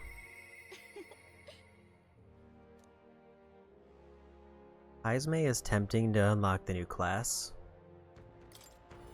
but I kind of want the reduced cost for her, and also the extra skill slot.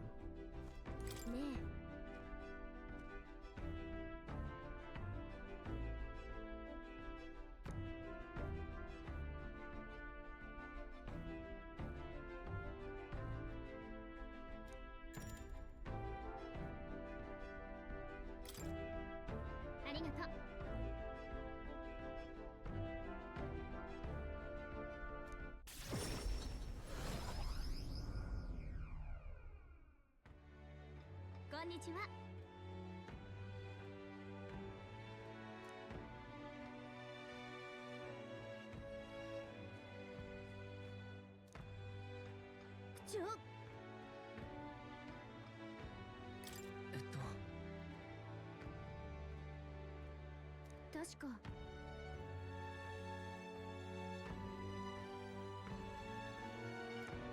急ぐわよ。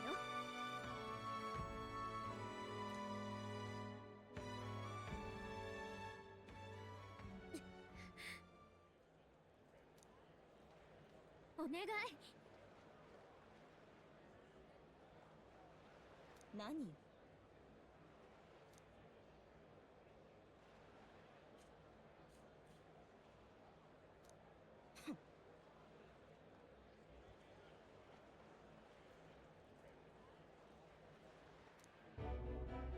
そんな。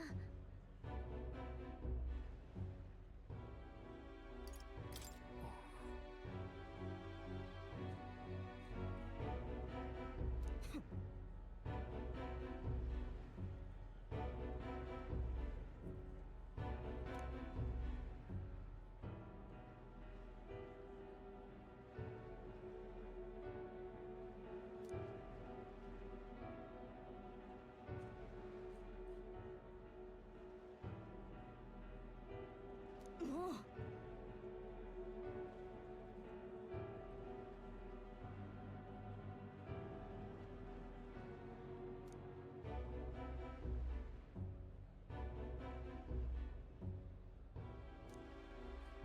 待って。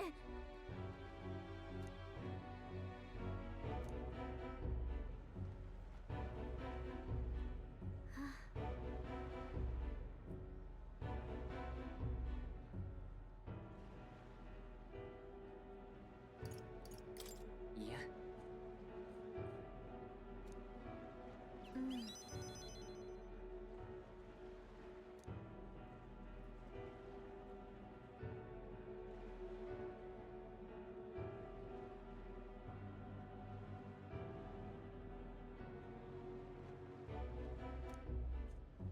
歌はね。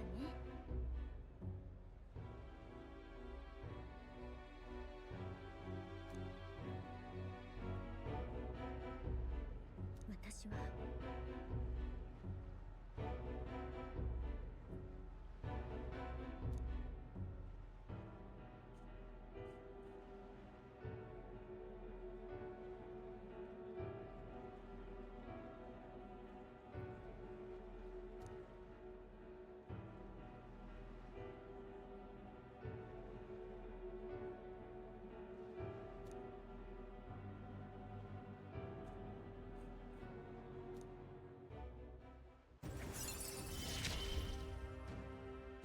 逃げてちゃ Halfway through Juno's ranks.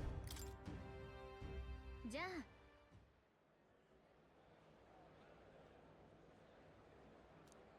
ありがとう。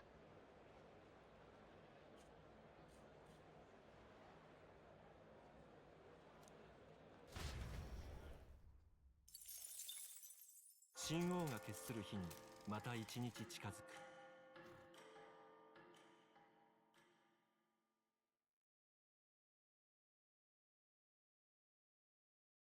even more free money. これ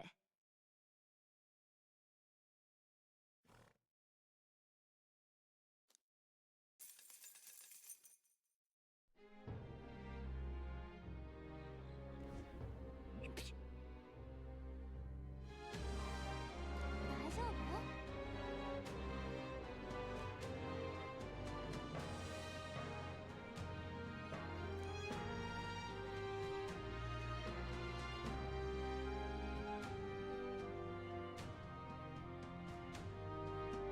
頑張りましょう。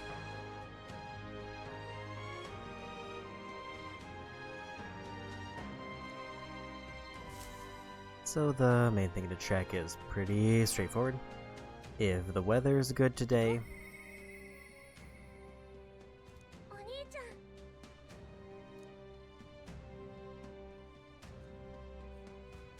then we'll go for the dungeon. ないね。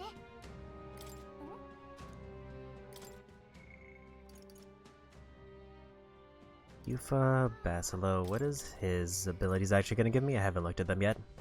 Berserker, cost reduced.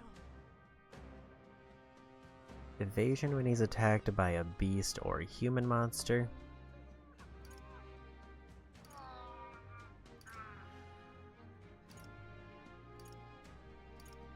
Destroyer at rank 6. So his gives him slightly more evasion, but it doesn't do much for the party.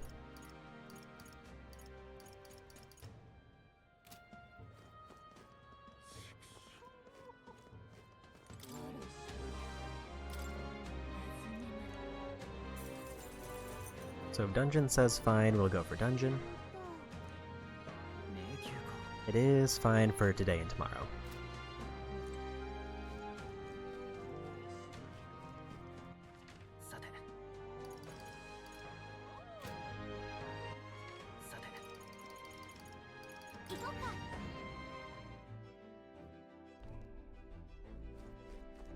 I want to check the dailies here, then we'll head over to Grand Trad to see about purifying stuff.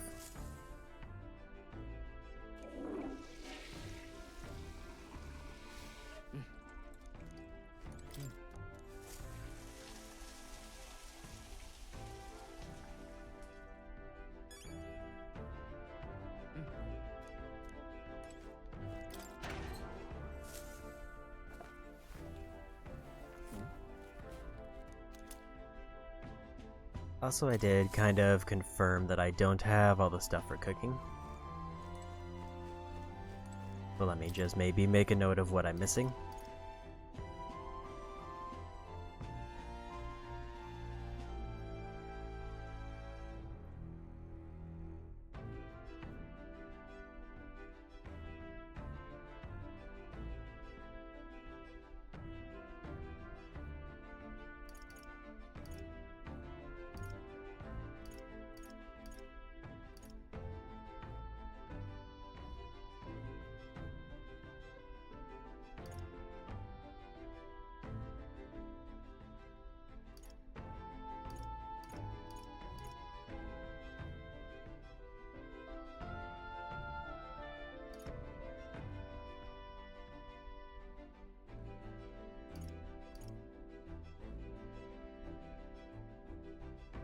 So avoiding all math, I basically am only missing 2 items.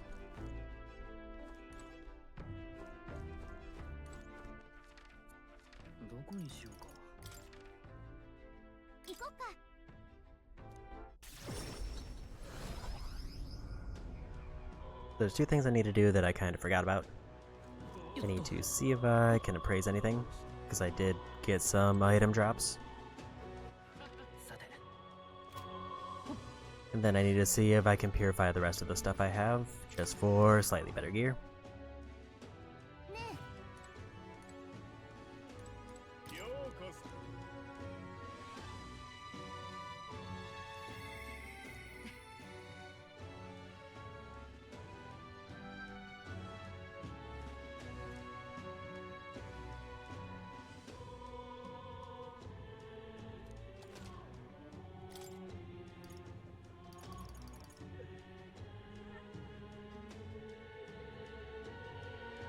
Magic Omniscience for a multi-target almighty skill.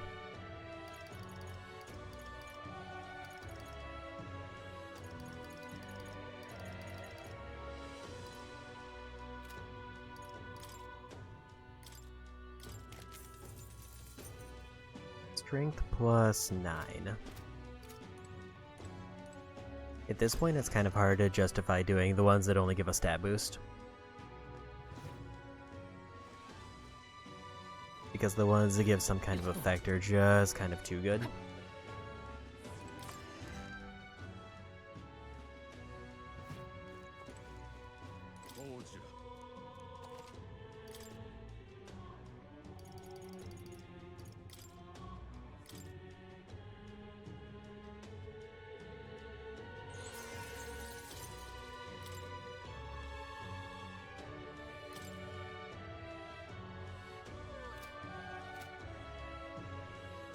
Okay, so I can just change what it does.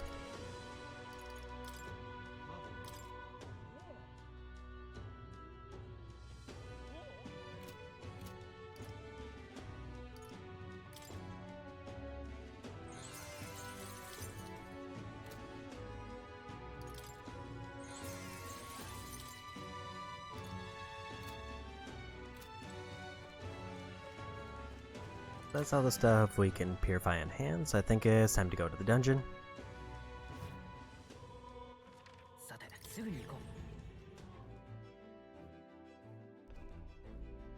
And this might be the last thing we do today.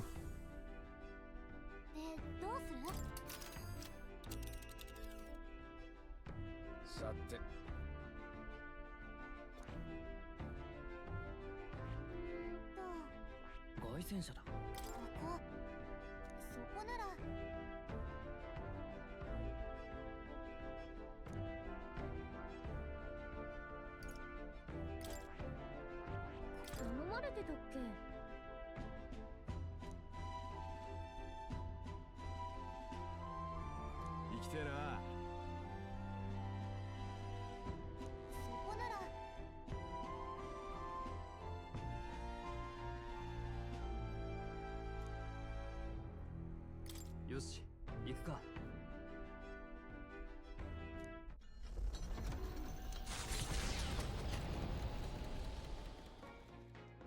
何しようか。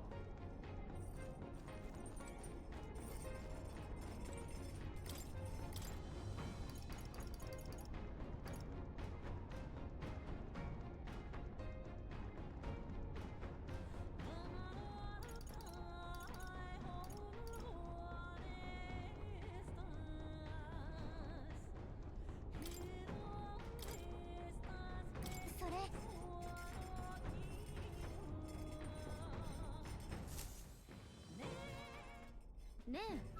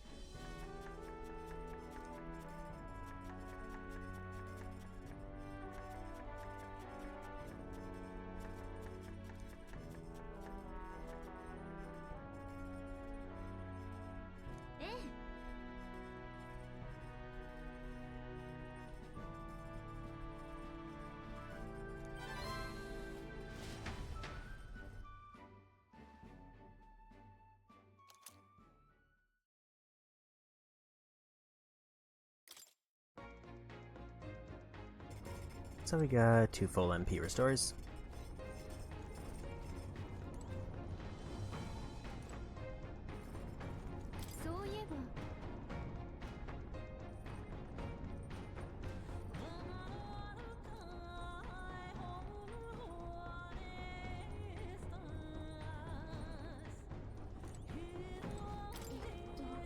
So I did take a peek, and apparently I need to do Mario's trophy before October.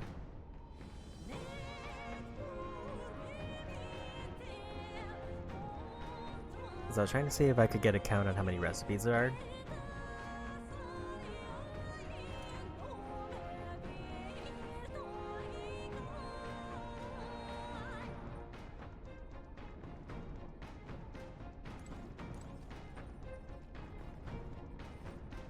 But apparently all recipes do carry over to New Game Plus, so I'm not as worried about it.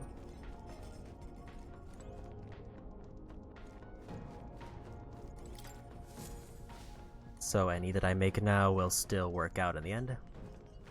It just means that I might have to do them on the next playthrough, if I don't find 21 days to get a free Gauntlet Runner ride.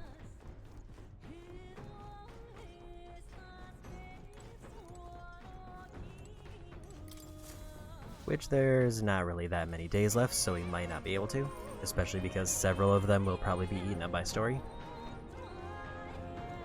Definitely don't need courage. Trying to avoid those at all cost.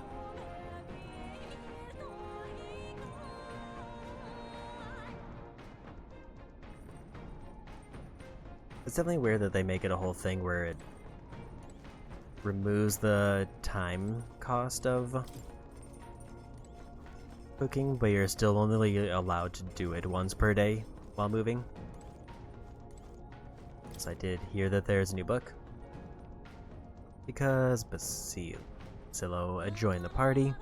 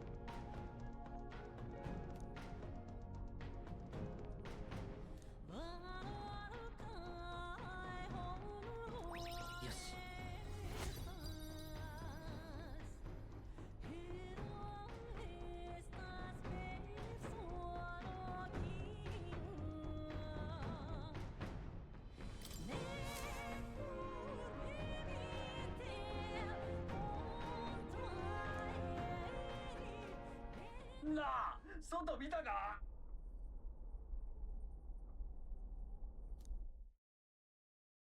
空をかけた先に見えるのは朽ち果てし遺産。長年おとぎ話のように語られていた空に浮かぶ島である。だが真に驚くべき点は島が浮かんでいることではない。島の上に人工の建造物の残骸があることである。魔法など稀有な手段で空から見たことがある者にのみ存在を知られていたが、正教の統制により語ることは禁じられている。いかなる文明の産物なのか、廃墟となった残骸からは伺い知ることができぬまま、凱旋者は伝説の地に舞い降りた。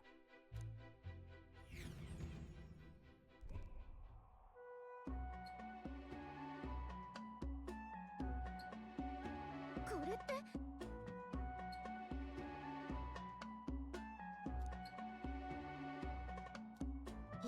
これ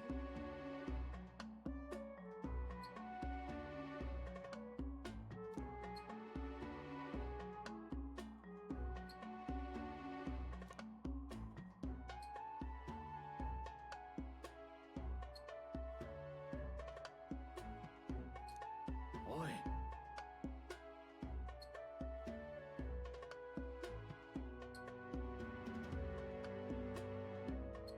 どういうこと？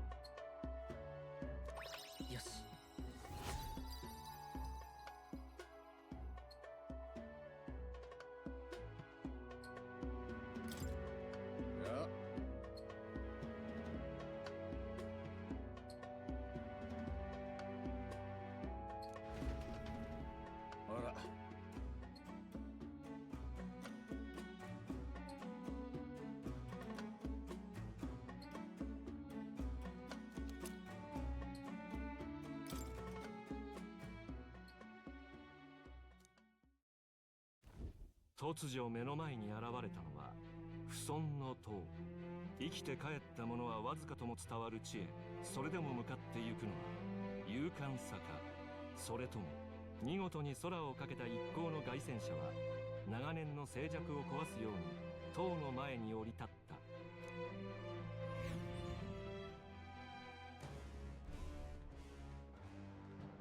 ここ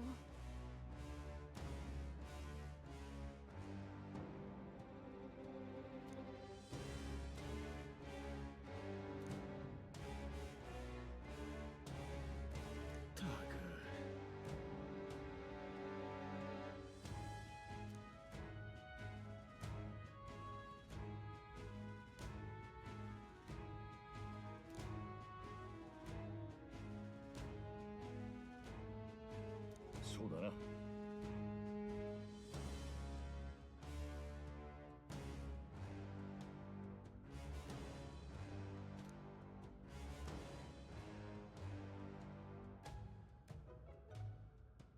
いい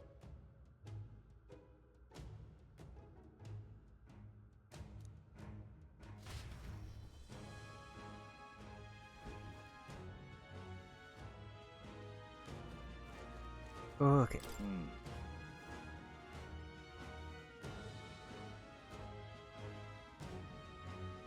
よし。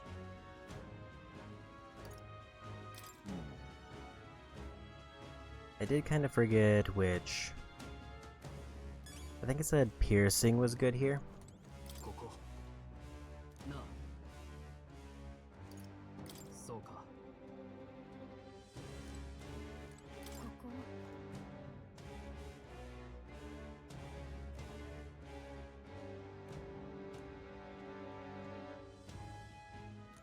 So the question is, do I wanna swap to something that gives me piercing?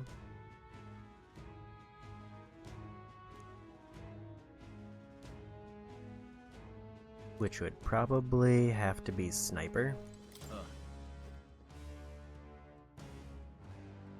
Because if I go knight, then I get the elemental one is the best staff available.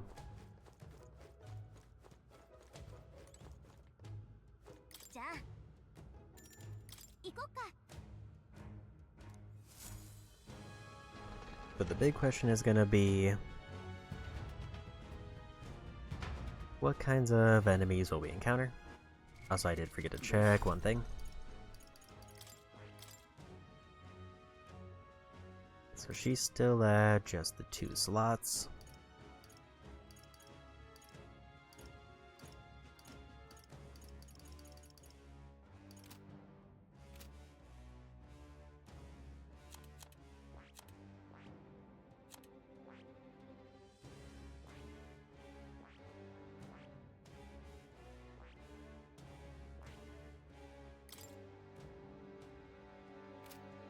It is a question of, let me check actually the key item I got for this for the info.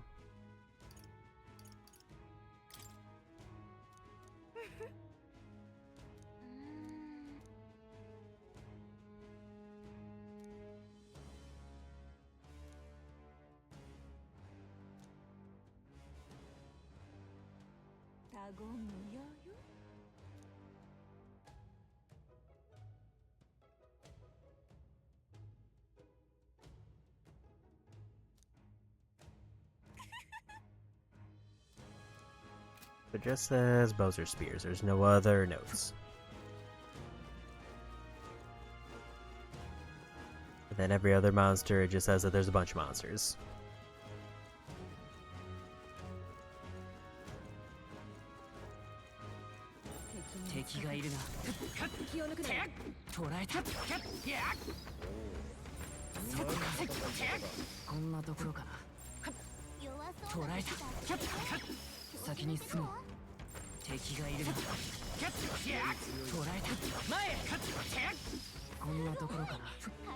So at least there's a whole row of weak enemies at the bottom. Also another beetle. How many of those am I at? 13 sounds like the amount I needed. I know the final count is like 46 for all of them.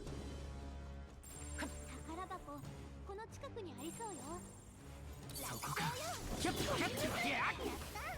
いもの拾ったね。どうす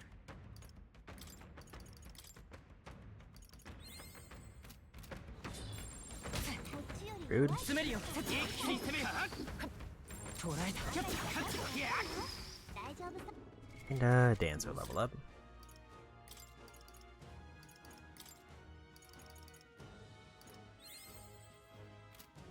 He's nearly got Faker Max.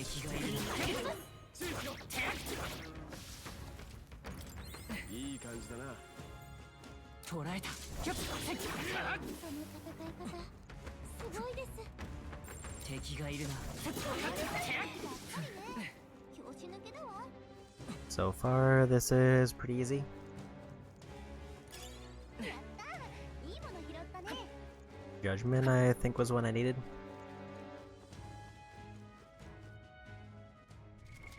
どうする？これはすごい。すごいじゃない。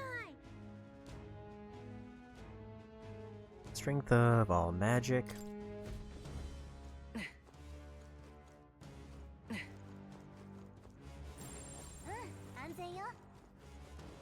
It looks like that's this floor cleared. 見ろ。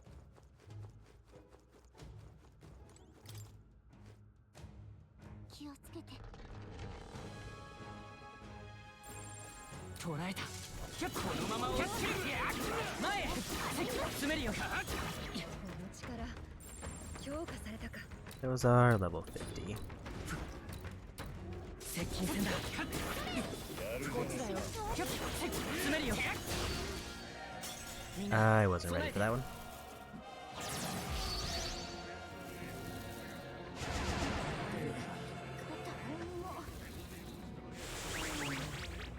なんだっけ。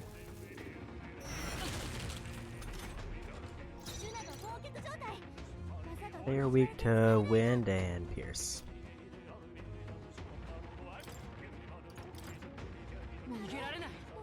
That was not ideal.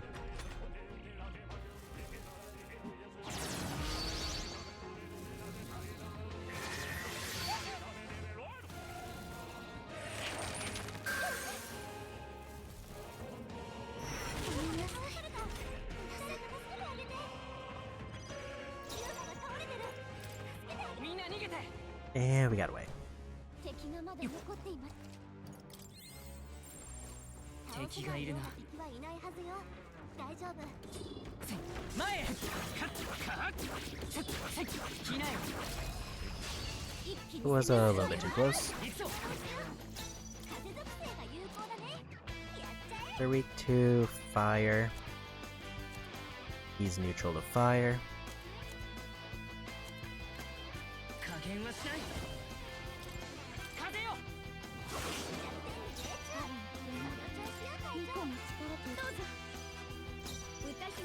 I didn't do that.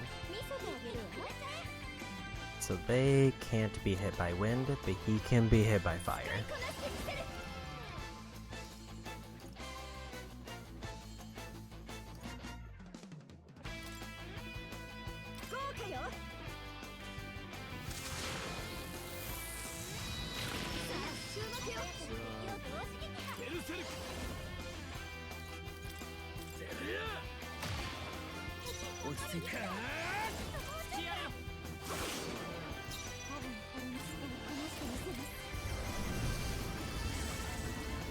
It was actually kind of okay that she passed, but I should have probably had her use a fire ability anyway.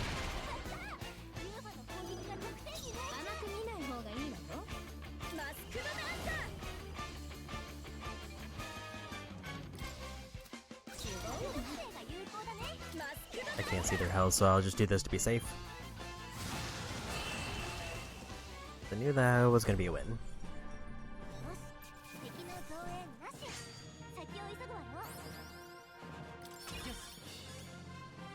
A level up and a rank up. I think that means we are now one-shotting those.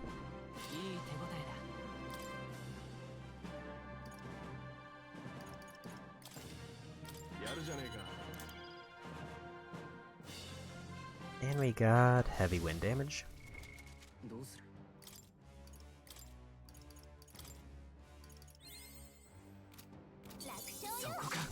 Cutting these now. Another dancer level.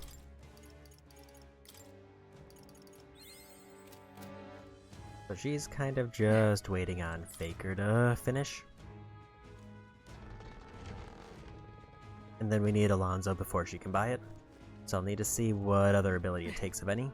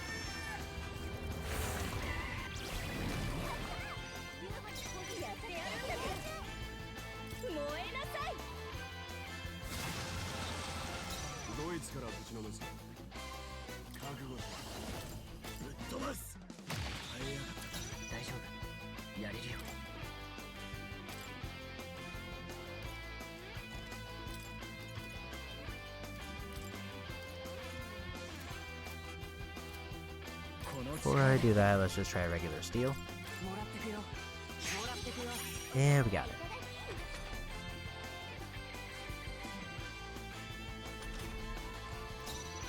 Nice, easy win. So this will be a ton of archetype experience for everybody.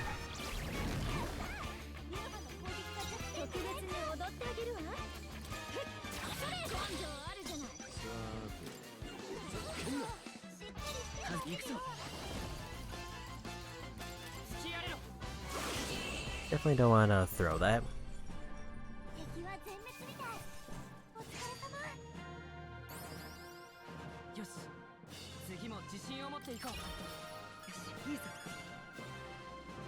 Both of them got one rank up. Hulkenberg got a passive counter.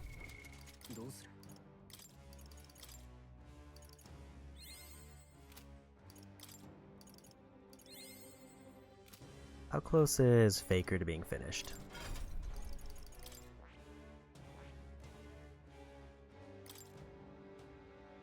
$738, so less than she'll get from that.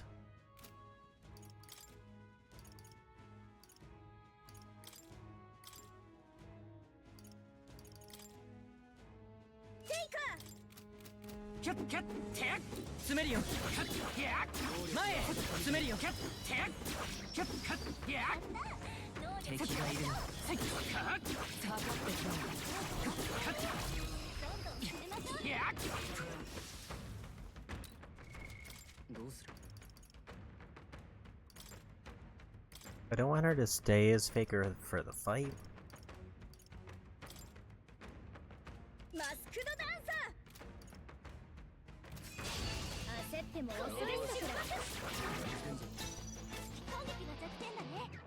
Crystal Axe sounds very good.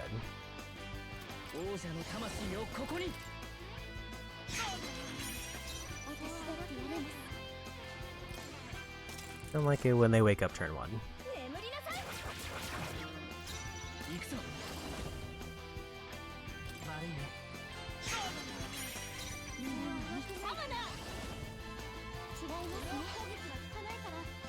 Do anything that's not fire.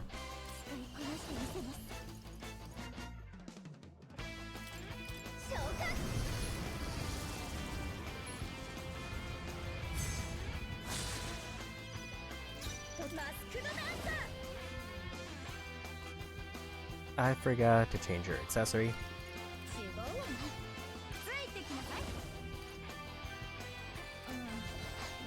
They're already weak to ice.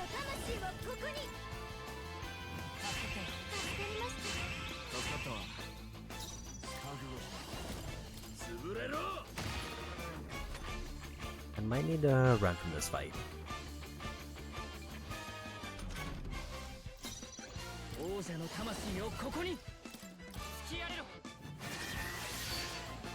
全力を覚悟を。 Unless I can do enough damage to win right now.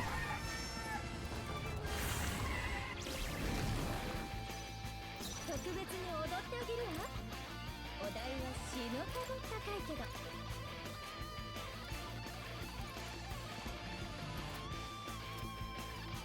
使いこなしてみせる。ここまでしなくてもよろしく。正気じゃんと一緒に騒ごうぜ。 行きましょう。 I didn't realize that he had a pierce. Luckily, that did enough damage. ちょっとかっこいいとどめだったね。お疲れ様。 Maybe I should have just kept Juna as Faker for that fight.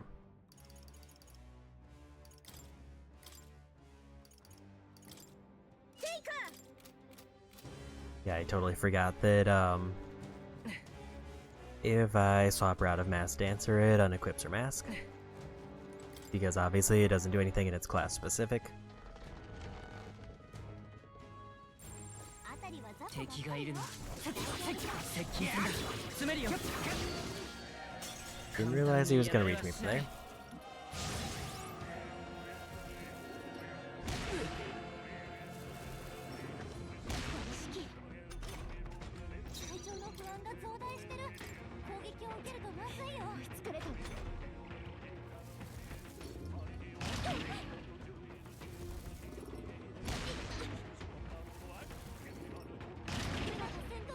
I really just did 3 rushes to knock her out.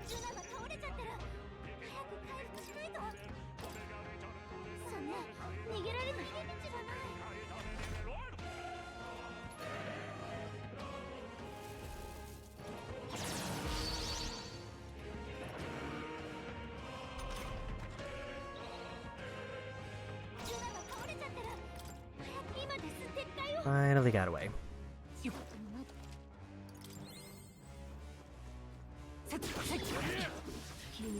捕らえた。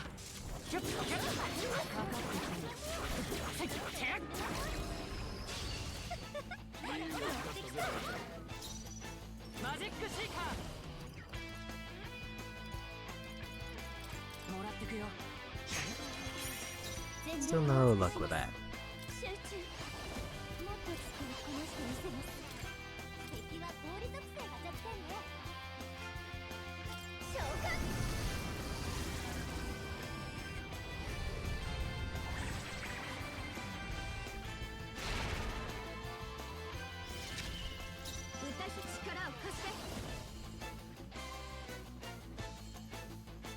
もっと何か見てなさい。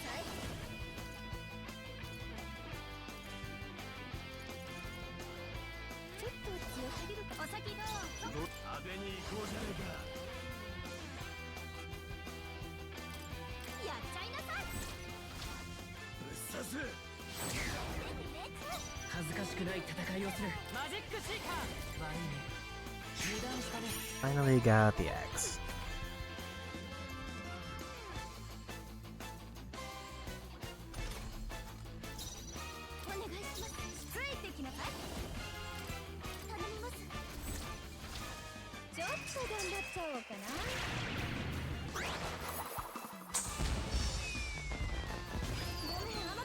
いつでも楽しくなってきたぜ。 It should win it. If not, they're low enough health it doesn't matter.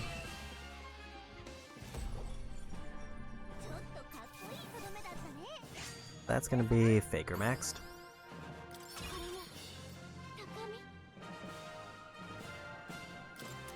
Surprisingly not. Instead we max Summoner. 成長したか。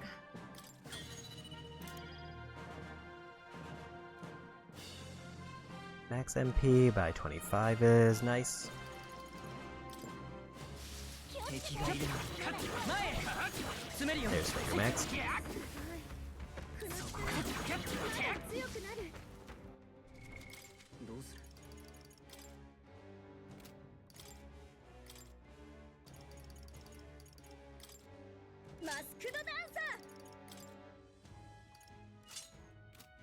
That's better.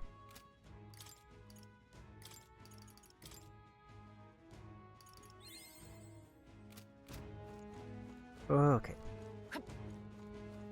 And then I think I need...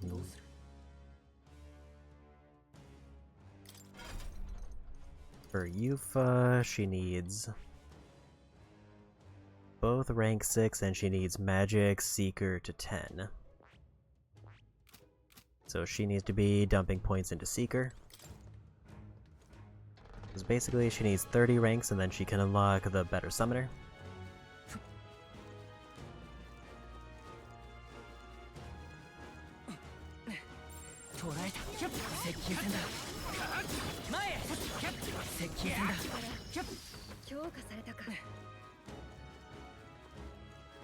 Paladin, rank 9. There's the end of the dungeon.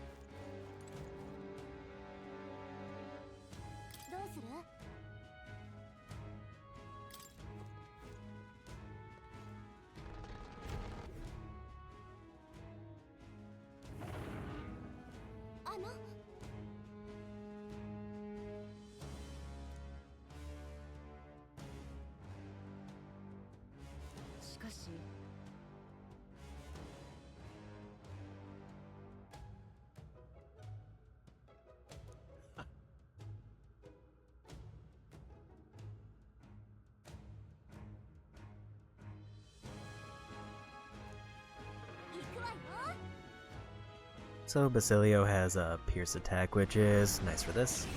If they're weak to fire and wind like the other one, then we're good. They are weak to wind.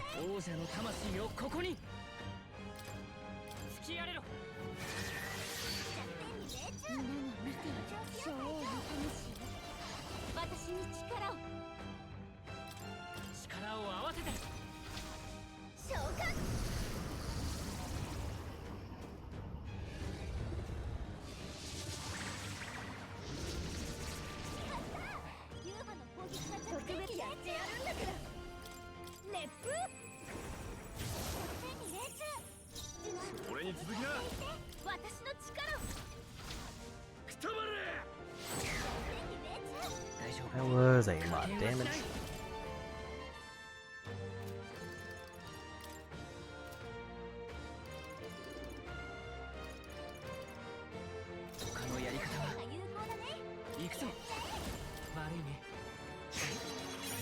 Didn't get the steal.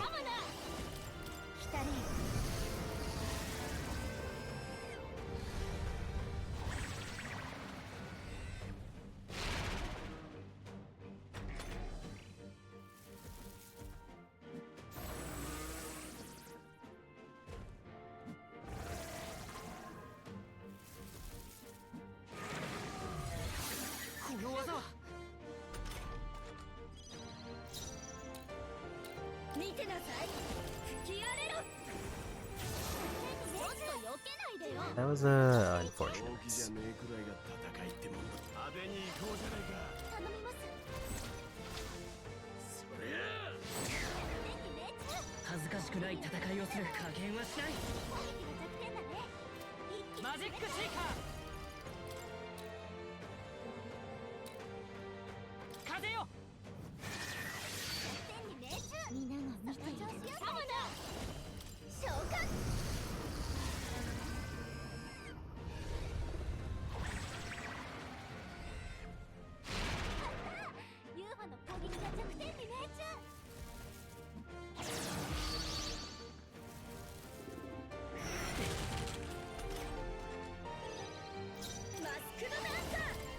No miss.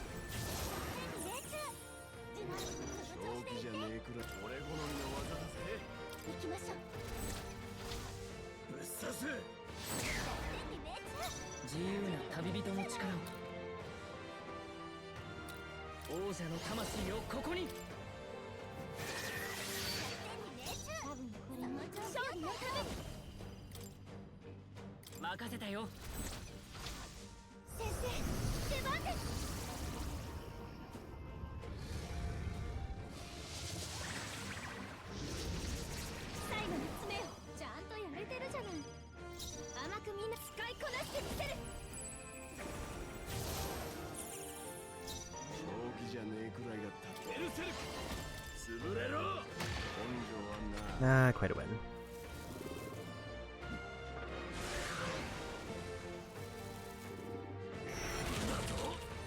That was a rough crit.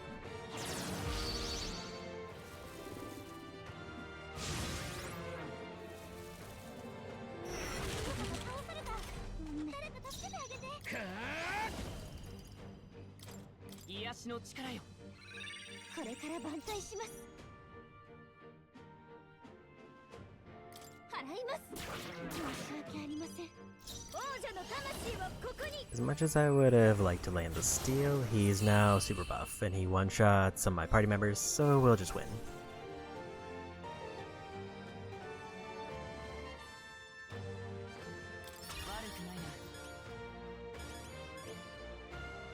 I think that was 2 rank ups for everybody who has Master.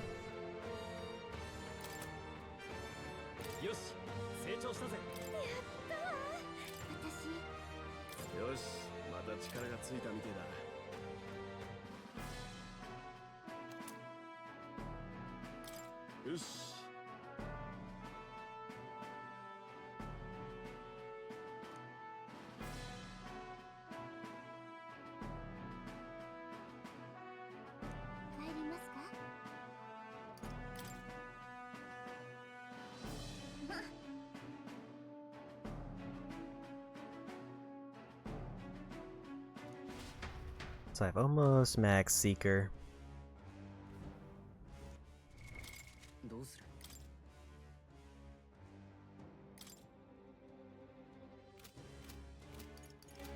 I guess the question is, do I stick to Seeker?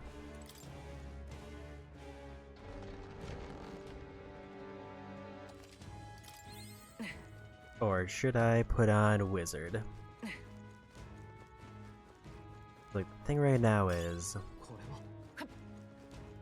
Also, Talisman of the Divine was, I think, the last talisman we needed. Yeah, that was the last one that I saw, unless there's a new ability that unlocks.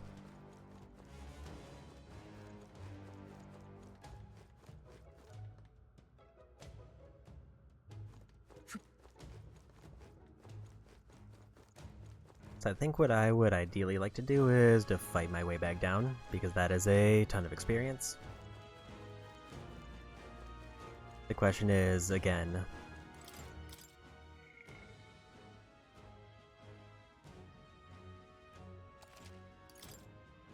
do I stick to Magic Seeker, or should I swap to Wizard? Part of me thinks...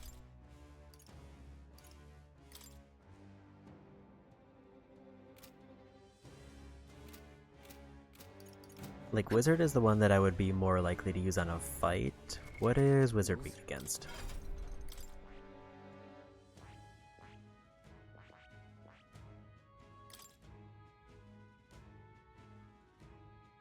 Wizard is resistant to everything except piercing, so it's gonna be better for the Louise fight.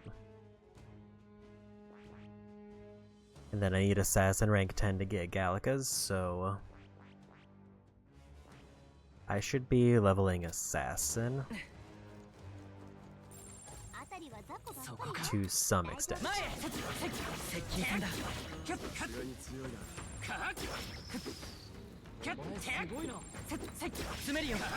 Like, as soon as I get any kind of items that give me archetype experience, I need to dump them all into Assassin. Until it's at least level 10.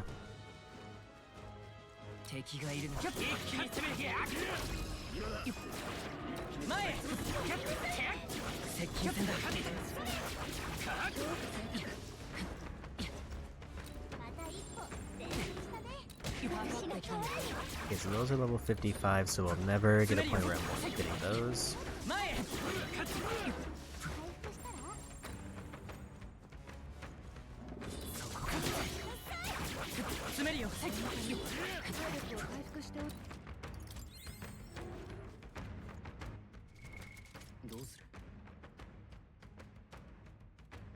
Also, I should say that's just for the main character. So Heisme now has 3 of these.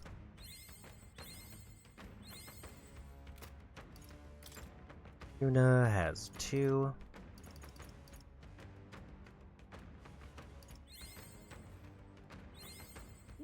I was having her work on Seeker so she can get...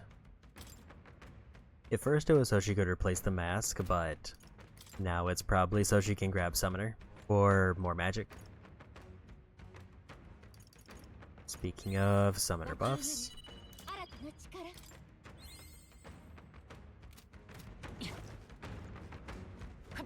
I think the only problem with Seeker is that it overlaps with Summoner in terms of magic, so it feels kind of bad having to put points into it.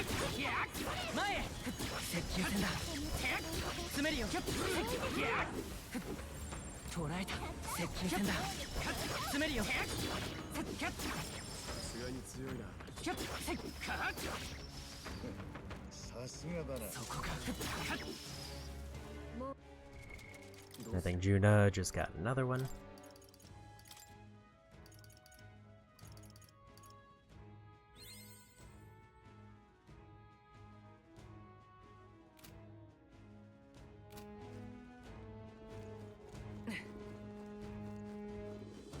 So this area is a good level up because everybody is near the level where I was at. And there's Swordmaster done.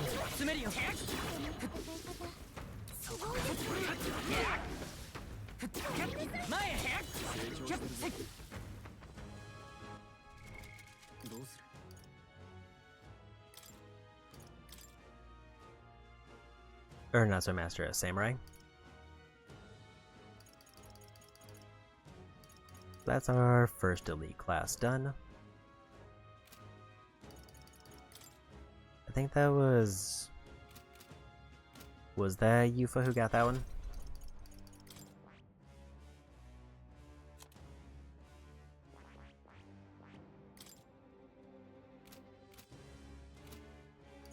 Or did I get that for maxing out the elite class?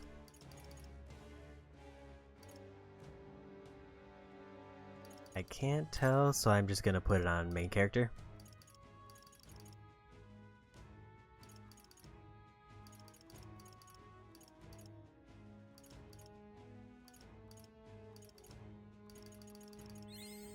I forgot what I was gonna have him level for a minute.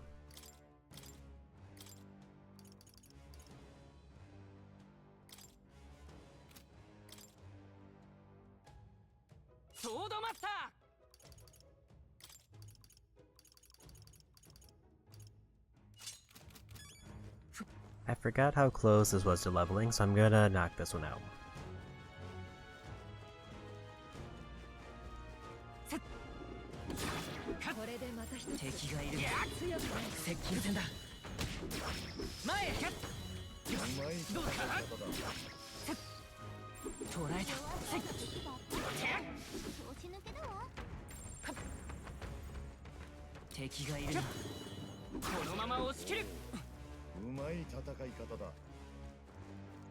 Okay, here's the thing that I'm thinking. This is basically our last big level area before main story beat. And the last main story beat was so kind of iffy that part of me wants to try to get more classes maxed.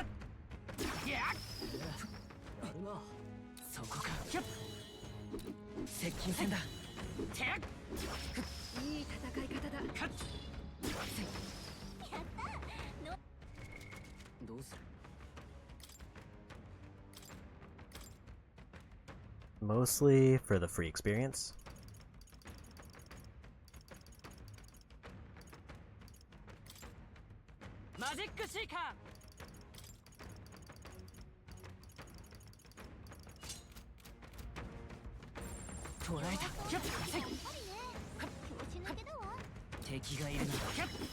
Another assassin point.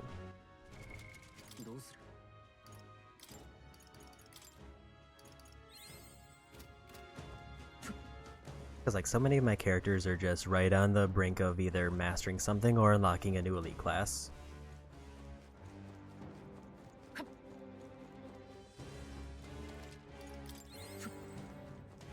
So I can just kind of stop using some of them.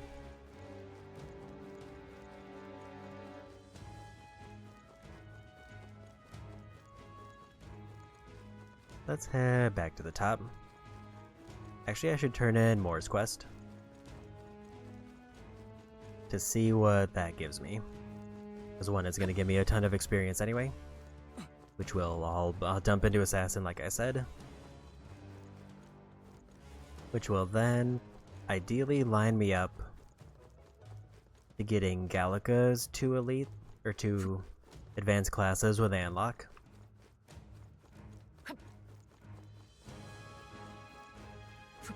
And then it kind of just comes down to how many can I level up before the end of the game.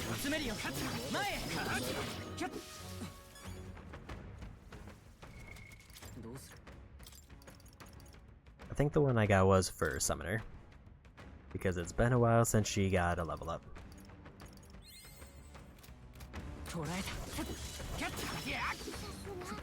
Also, I just straight up missed a chest here, apparently.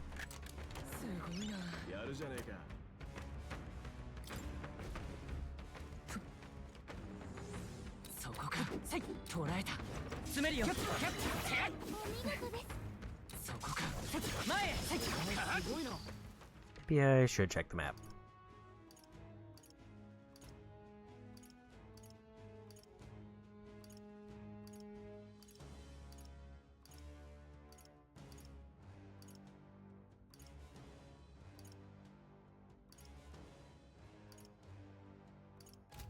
I don't see any other treasures, so I think that one was just an outlier.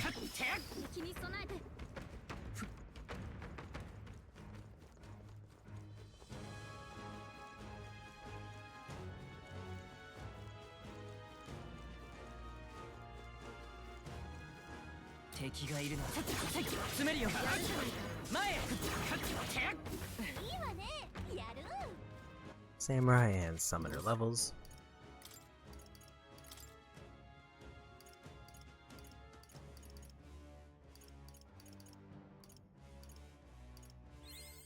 I'm gonna have Stroll work on General.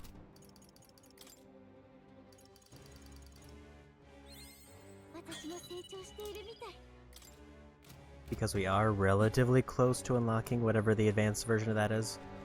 I just need to do the quest for that, and then we're one away.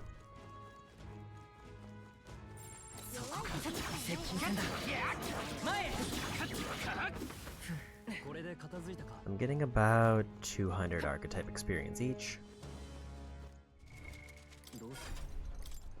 for those particular Cyclopses, which is quite a ways from maxing out Magic Seeker. I think I'll do one more trip through.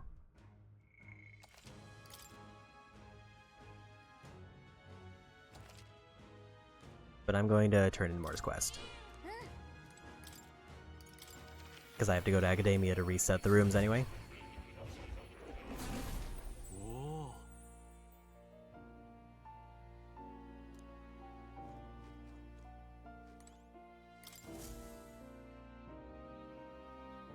Nanto, あの課題を成し遂げたのか。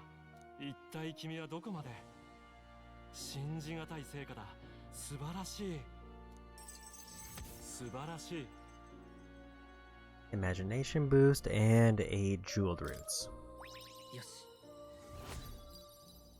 It's not a big imagination boost, but with the book we should basically knock that out easily.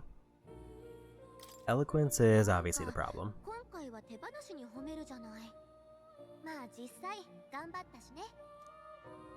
たやすい道のりではなかったはずだ。出会いや別れ、さまざまな経験、それによって練られた君自身の生き様、多くの人々が君を支えようと自ら願い、動き、与えたはずだ。でなければこれほどの成果はありえない。そうか、市政の人々の小さな輝きを拾い集めた君がここまで至るなら、つまり今の世界は僕が考えているほど捨てたものじゃないってことなんだろう。教えられたよ。悪い気分じゃない。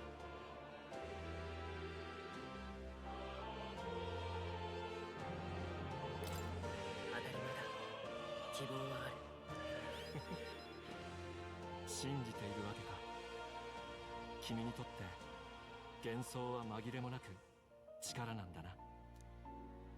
さて、それじゃあ次の課題と言いたいところだが、残念ながらこれ以上はない。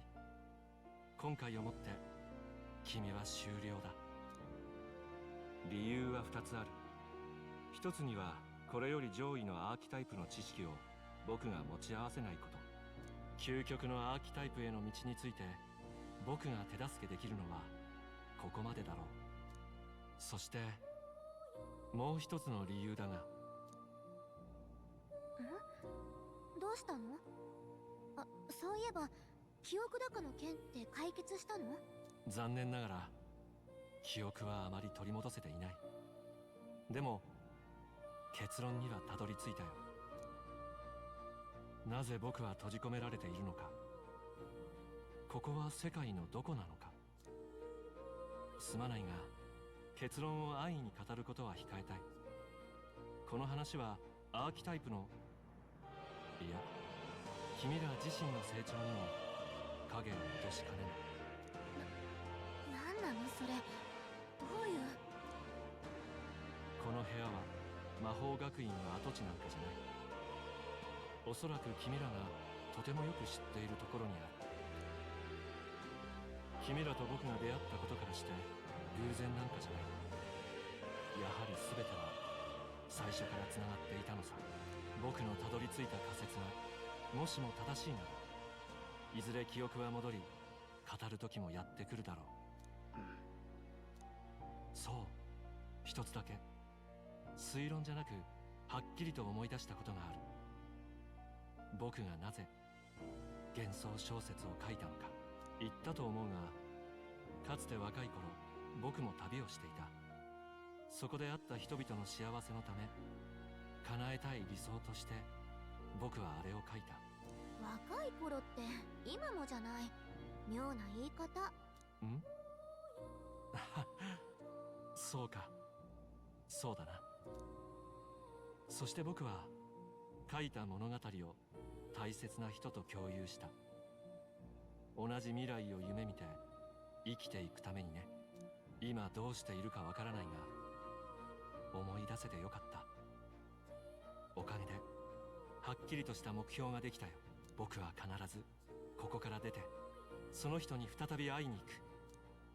君にも何か形に残る感謝の証を送りたいしね。こうして意識がつながるだけの出会いじゃ手紙の一通も渡せない。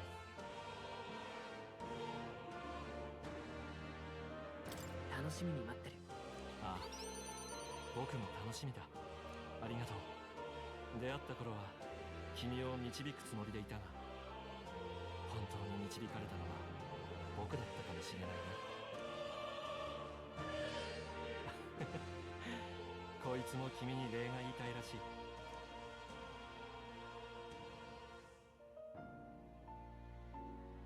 ありがとう。君と出会えてよかった。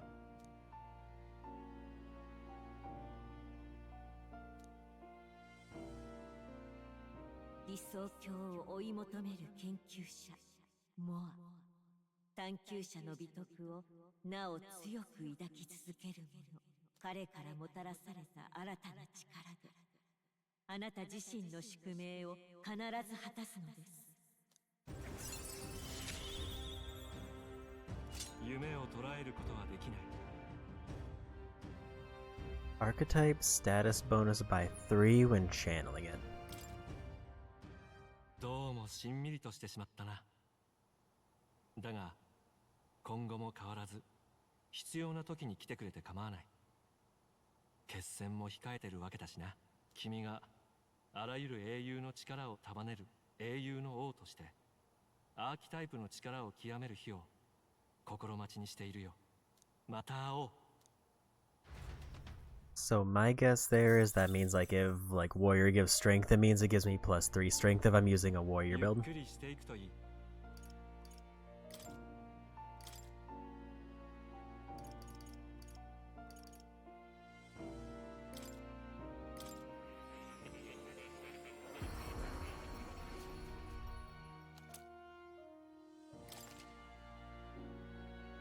You have to call upon the undead king, powerful dark magic that may instantly kill.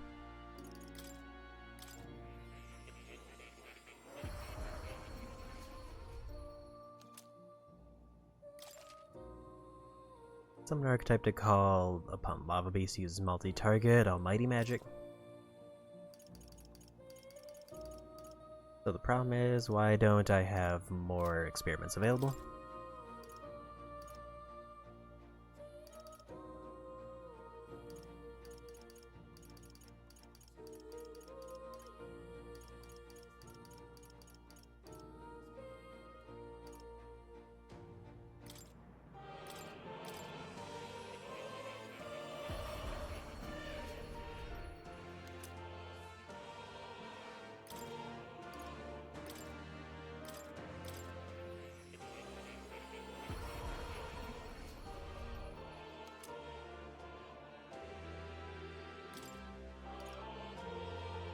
Destination Devil, Emperor, Moon, Priestess. I need another Mage Knight, so I need Justice for that one.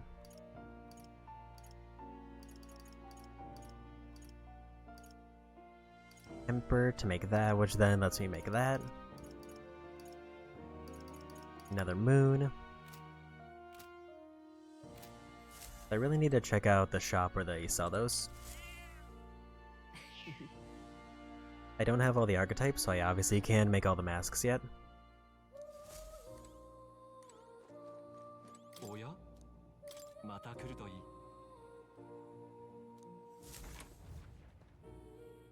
But with that,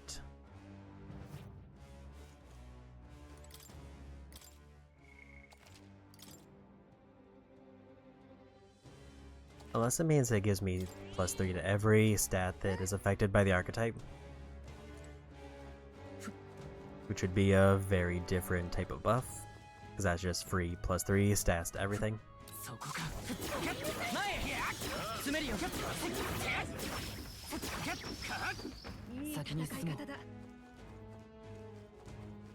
I think the goal now is just to basically fight my way out, and then we'll leave.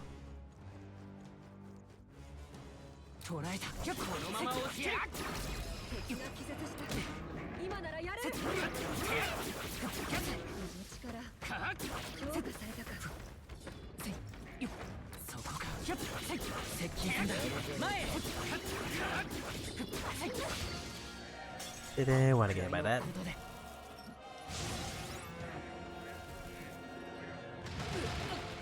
I was intentionally trying to avoid them because I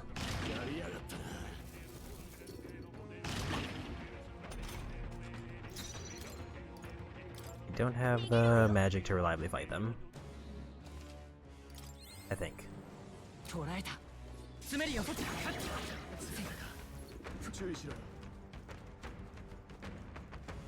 Mostly because I don't remember what they were weak to, and Yufa cannot cast really any spells.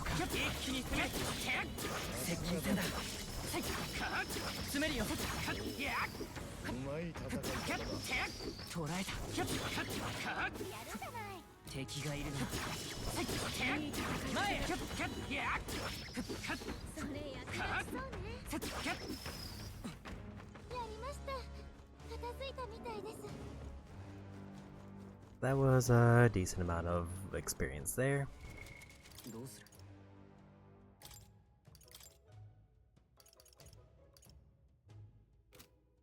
Almost used the wrong one.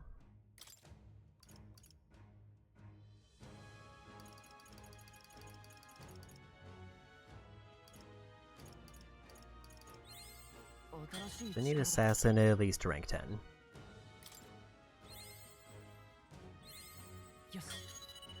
強くなったぞ。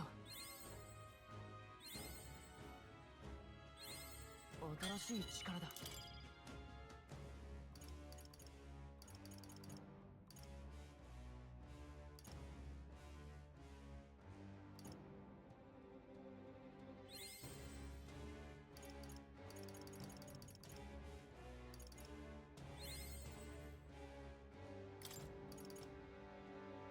I think everybody who's mastered has gotten probably one.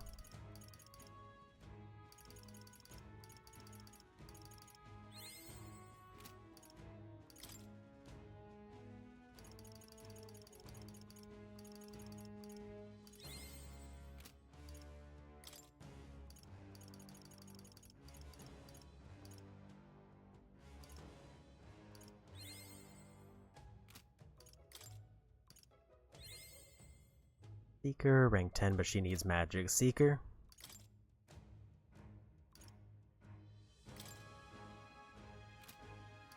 But here's kind of the tricky part. 400 away from Sniper being maxed.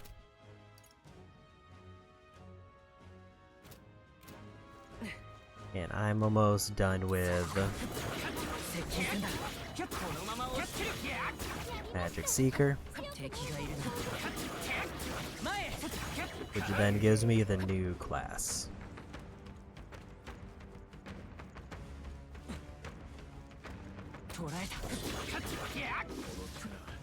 There's Sniper maxed.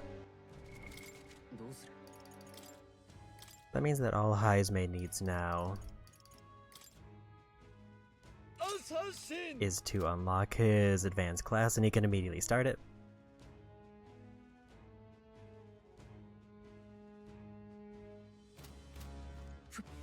And protagonist needs like a handful of other kills.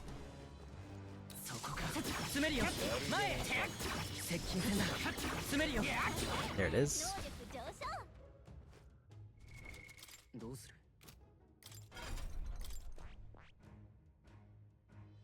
So with that we get Soul Hacker.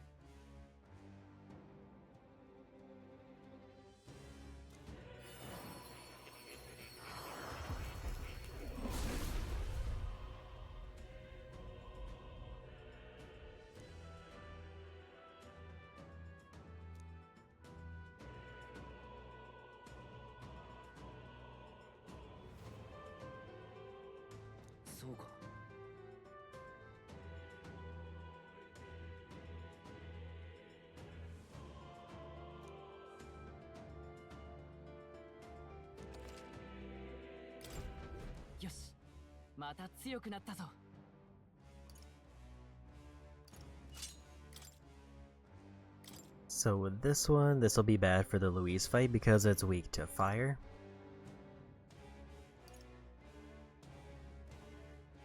But this is basically how we get the best wind magic.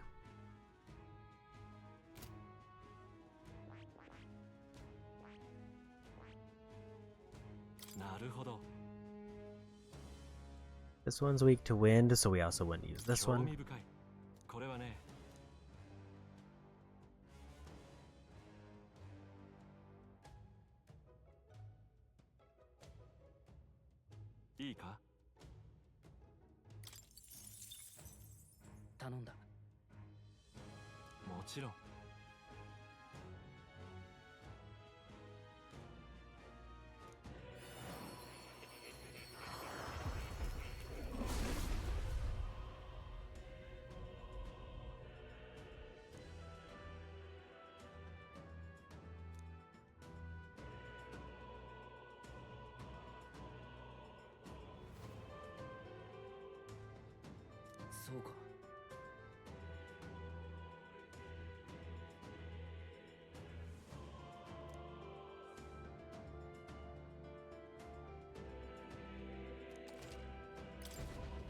新しい力だ。 So we've nearly got most of the classes unlocked. Right now, if I give Faker, I can grab Summoner, which gives us at least the starting one for every character.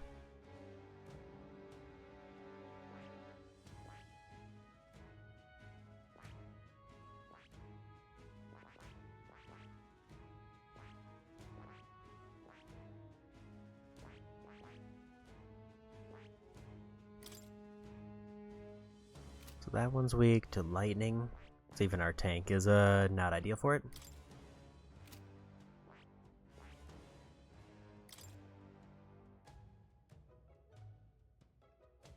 I feel like General wouldn't be terrible, other than I have to use General.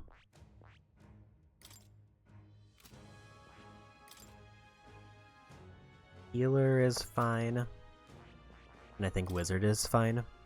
Yeah, probably need to do Wizard.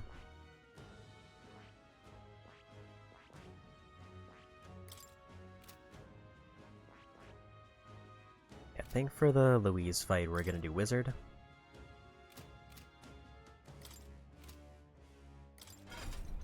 But I do need to change the inheritance here. Until it's higher level, it's probably fine with a good fire.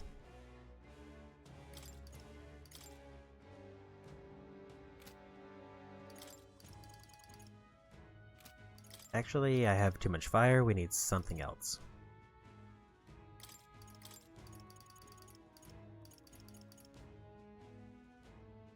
I don't think anybody has an easy way to get dark.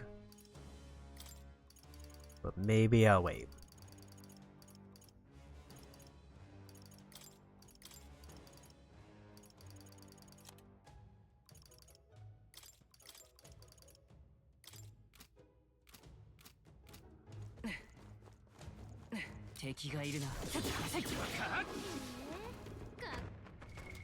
Another level for Mass Dancer.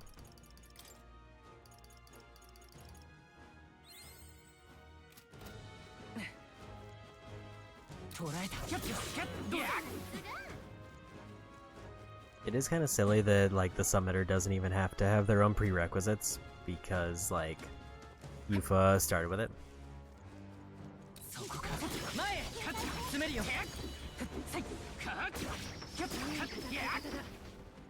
It's like even though like Magic Seeker is required, she doesn't need it because plot. Because somebody has to have it.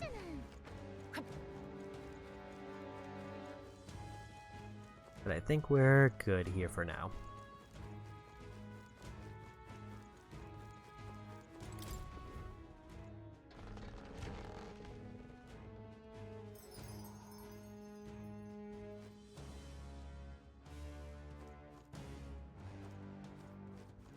So the big question is going to be, how many quests do I have left? Just in general?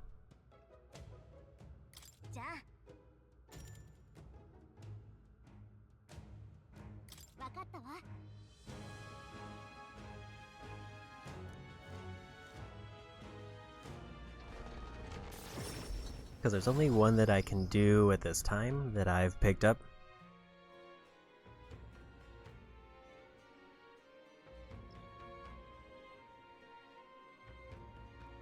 And then once that's done,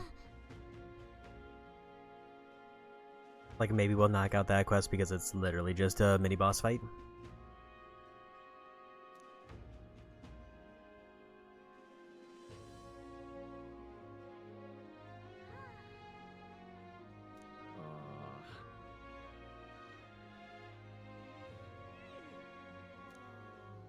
So yeah.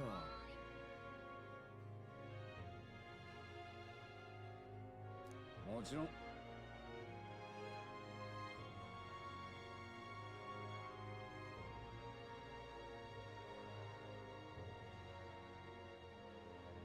解散かしら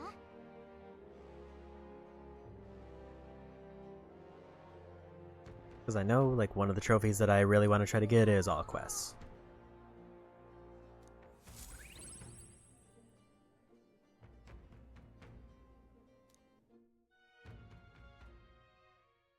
神王が決する日にまた一日近づく。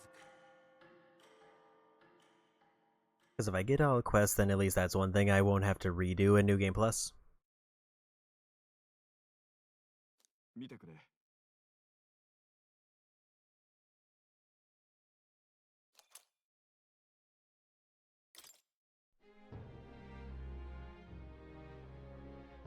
さて、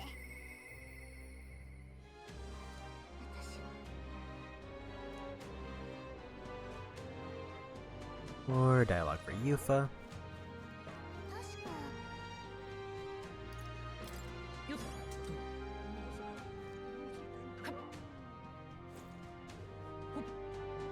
Just gonna glide over to Turndon. I don't think we need to check the weather anymore, because I don't think the weather matters on Gauntlet Runners.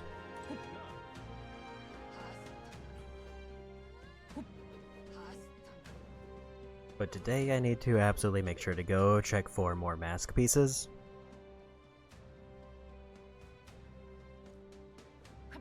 Because if I can buy all of those, that would be good.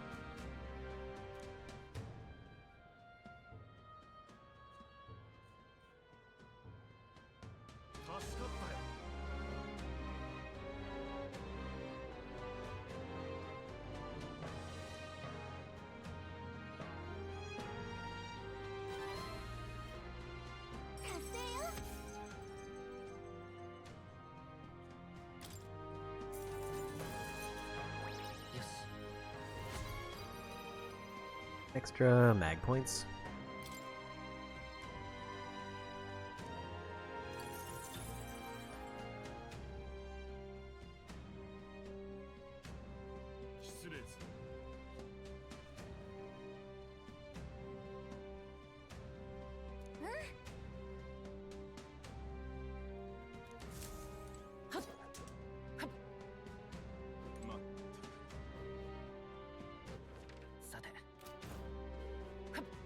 So yeah, there's two options right now because I only have 4 days left.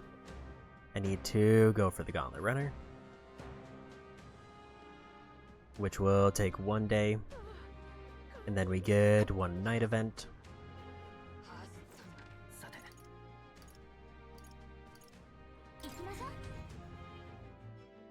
And then it's basically 3 days of trying to do as much as we can, which will probably all be follower stuff.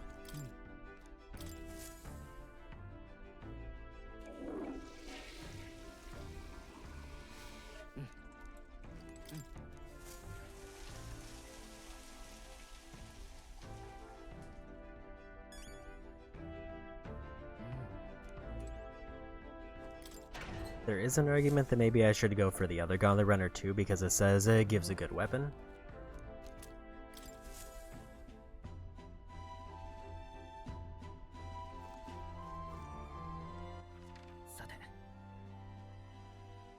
I think I'm gonna head over to Brylehaven so I can check the Beetle turn-in, because I want to see if I got enough for this.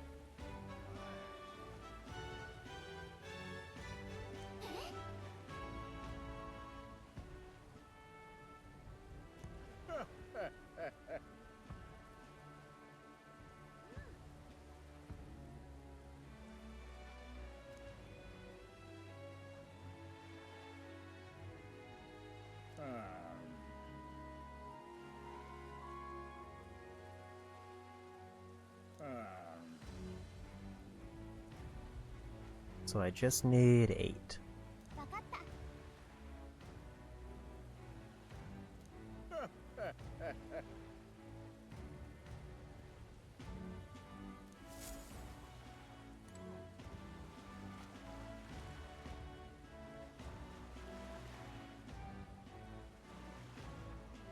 A number of them aren't available till later in the game.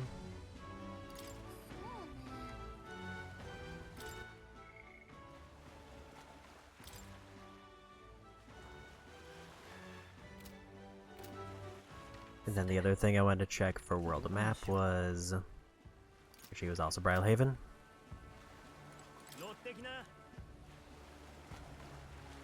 I think it's Seabreeze. Because this is where I get the mask parts. And I think mask takes priority over weapons a little bit.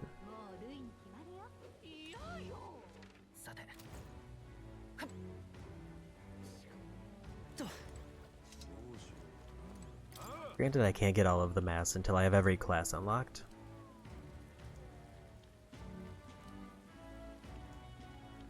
That's Devil done.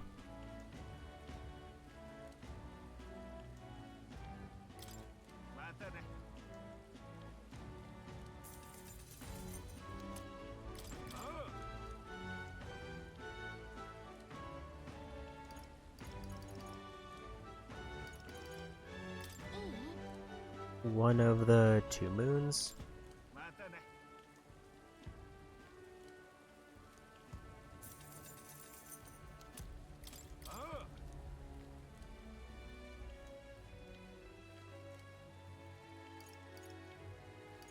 And Judgment. If I need the other ones, then it's for a class I haven't unlocked yet. And we'll have like a month to figure that out once they're unlocked.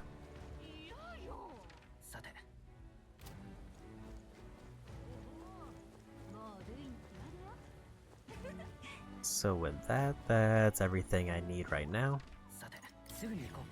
So we want to go for that Gauntlet Runner mini-boss.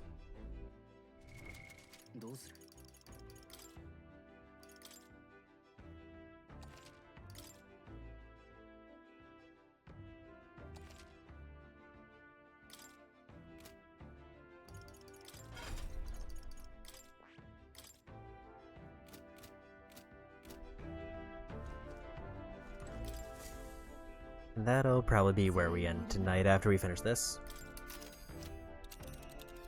Because I don't want to get all the way up to Louisa's fight.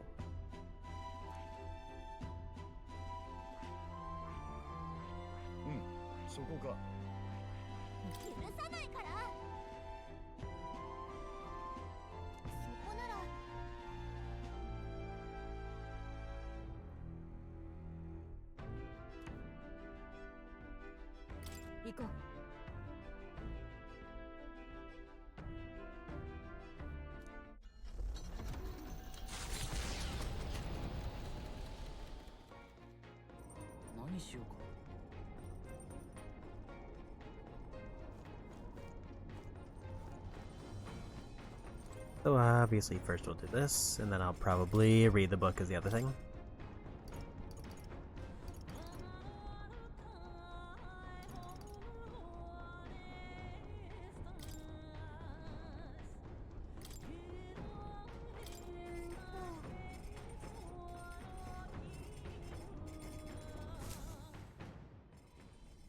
No.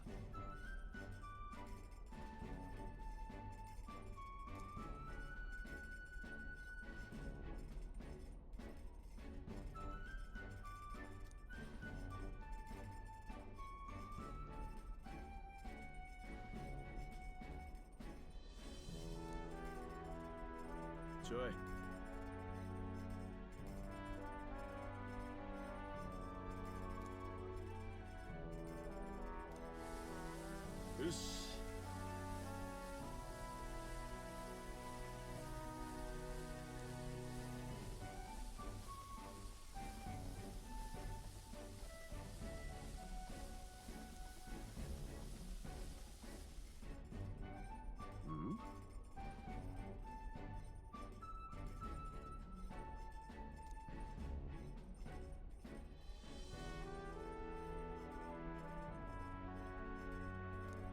じゃねえか。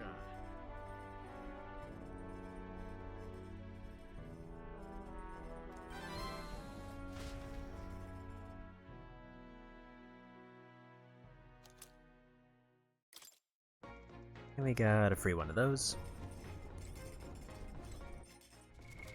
どうする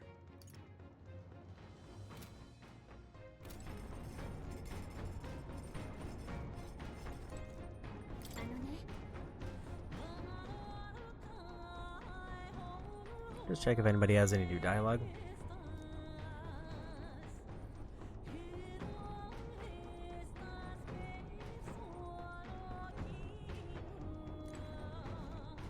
So part of the reason I'm thinking of going for the other Gauntlet Runner is it'll probably let me max out Imagination.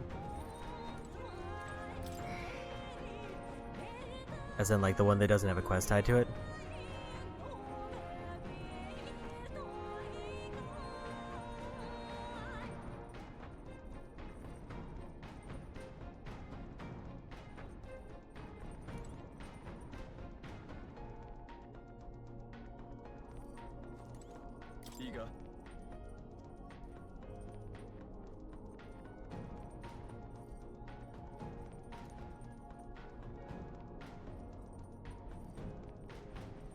Yeah, we'll say if I had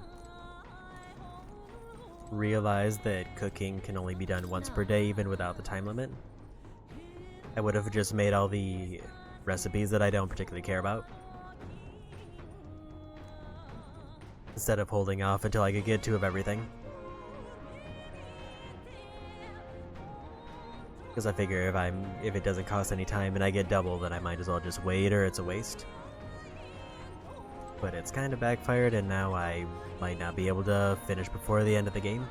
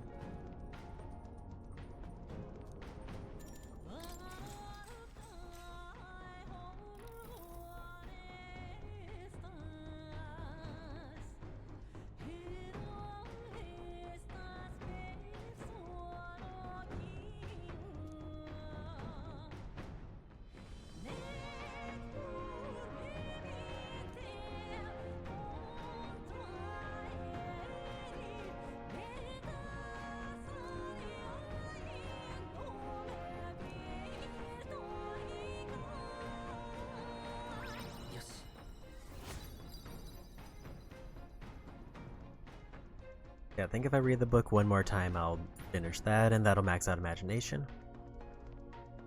Eloquence is the biggest problem right now. Because the only way I can get Eloquence from what I saw is from the podiums, which is a random roll for how many points I get. 武力で一気に逆転を狙う者も当然現れる。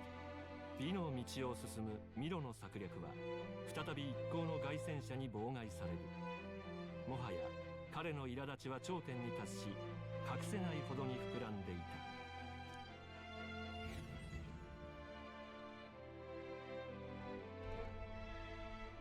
ああ、ミロだな。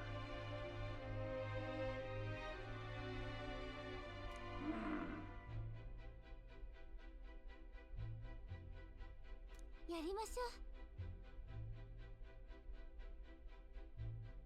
う。用心しろ。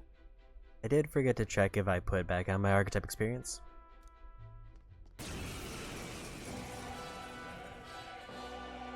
ミロ、もう逃がさないわよ。ああ、美しくない流れになってきた。君とラブス、二人の友倒れを狙っていた。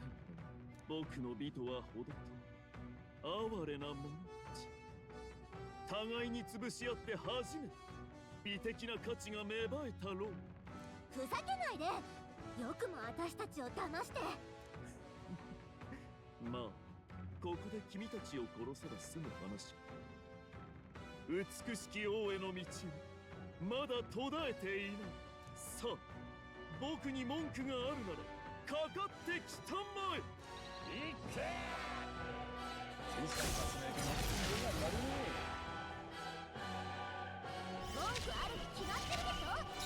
I love the Seeker and Winning Horse. I can't see his weaknesses. Almighty damage to all enemies that recovers magic.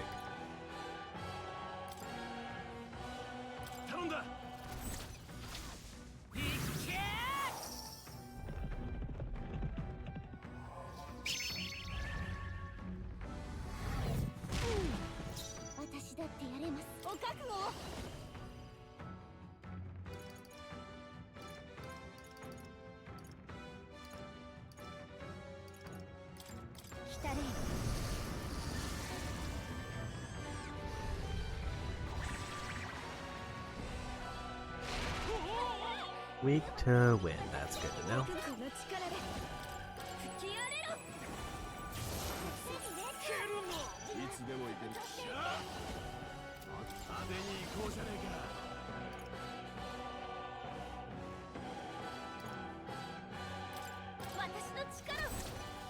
Let's reduce all his damage.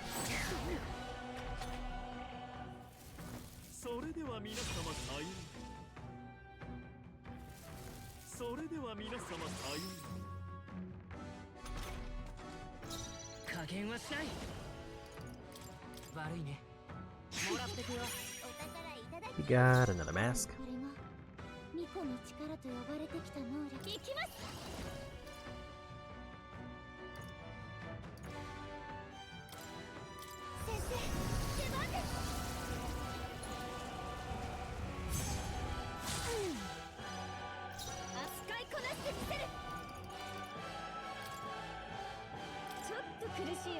I don't think this will remove his elemental.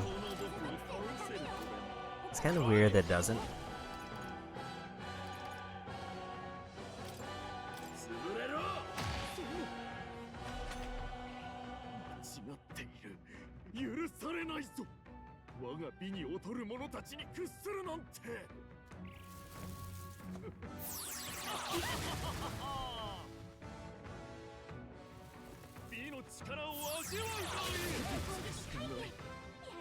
Nice whiff. Wish he'd done it a turn earlier.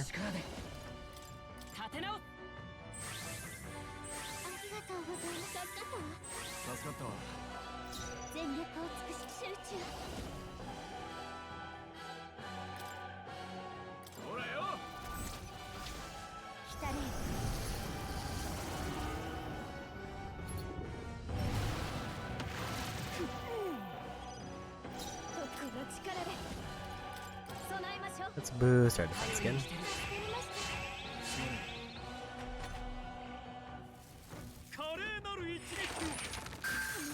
Rude.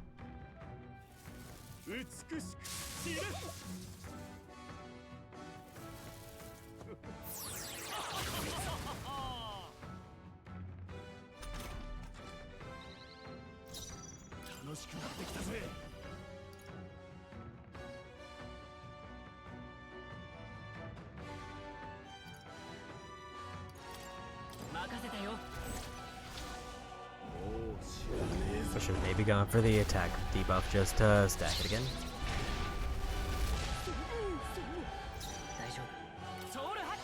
I figured that would do more damage.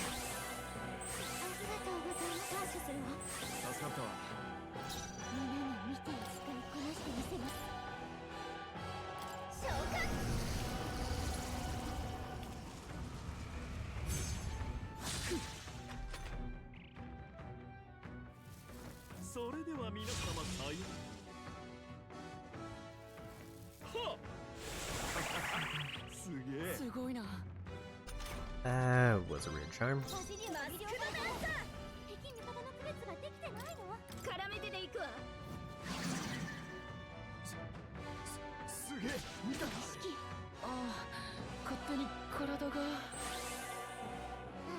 That was less than ideal.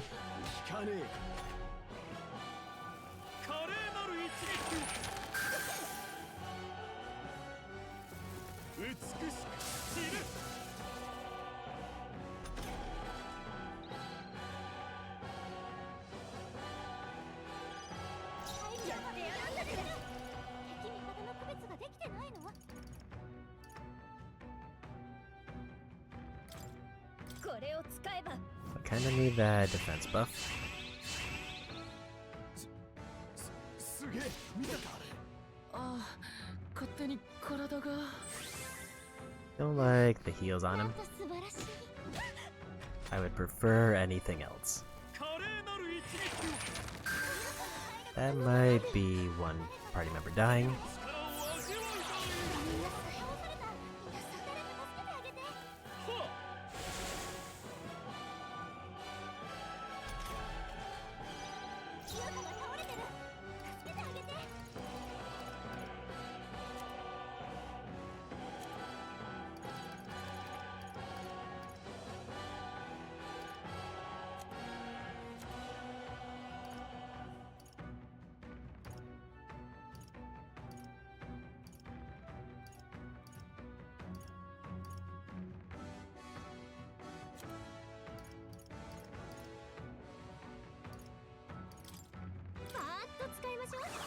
I think we'll die if I don't do this. すげえ見たかあれ。ああ、勝手に体が。それでは皆様さよう華麗なる一撃。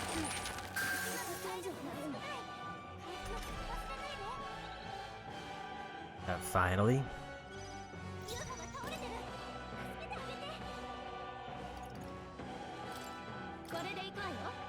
She'll heal herself, I'll revive.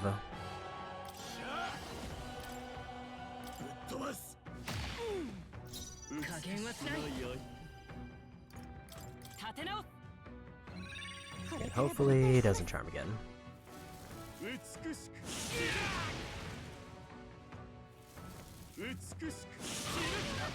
Why though? I think I might need to restart this fight. I need to do more damage early, and I didn't realize that there was a charm that could just kind of ruin my entire party.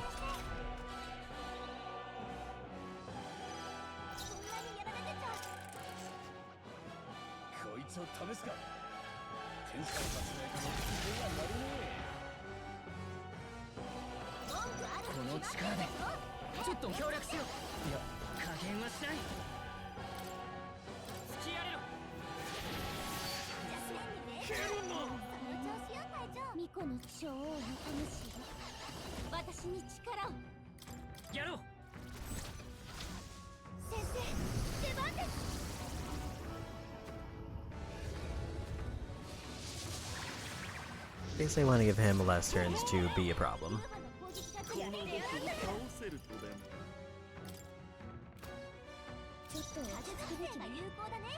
You never did try any other magic?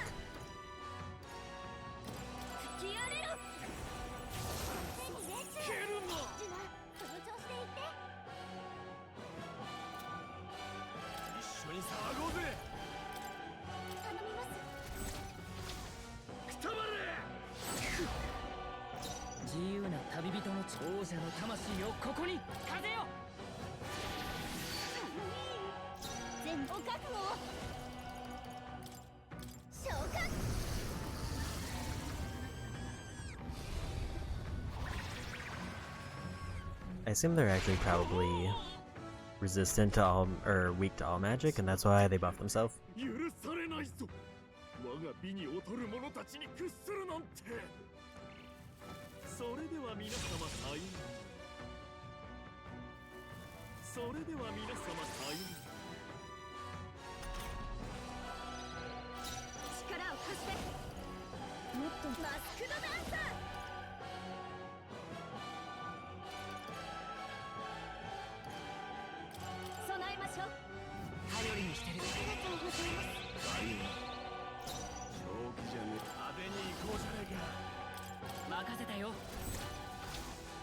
後のことは知らねえ。 I definitely want to go for the steal though because of that mask drop.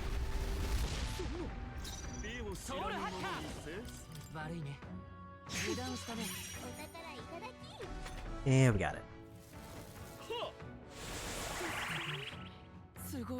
And it's really just 3 out of 4 people consistently.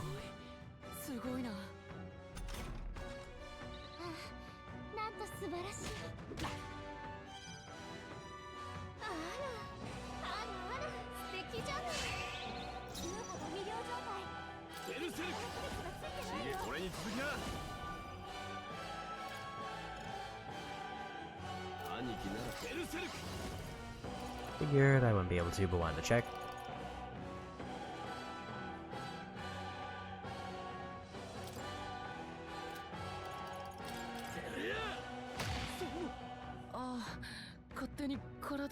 Why the heal?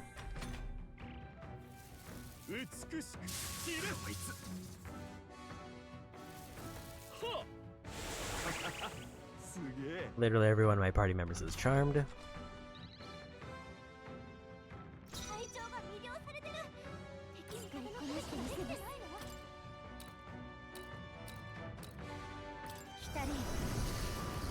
If Yufa's not, then we can at least cure it. Could have actually maybe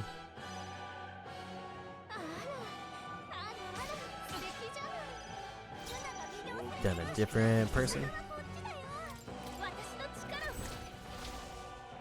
Let's go for damage reduction.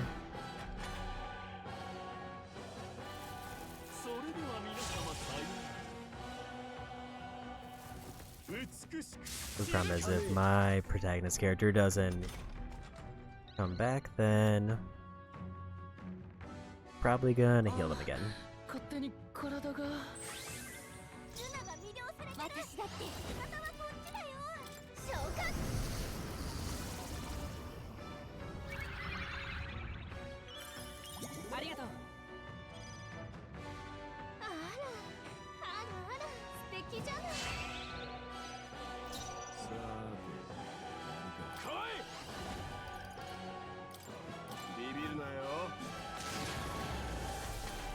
Let's go ahead and do that.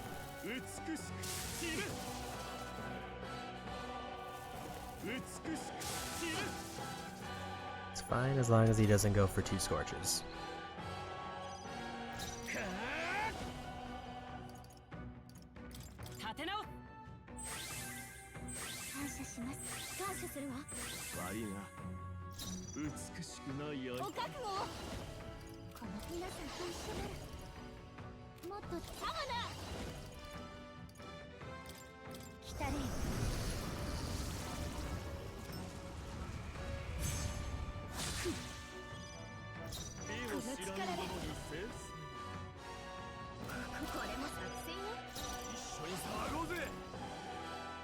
Let's go for this one.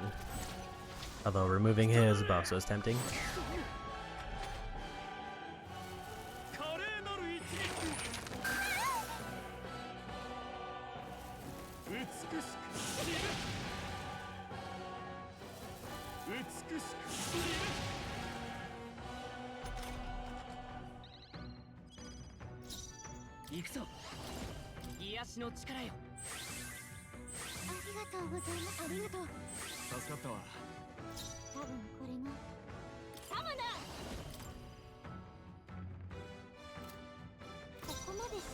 I'm gonna pass one turn so I can get rid of his debuffs.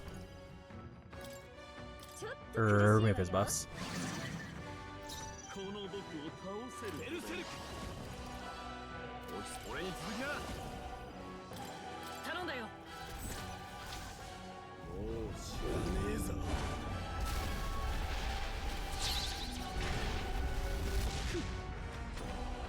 Only one hit of those feels kind of bad.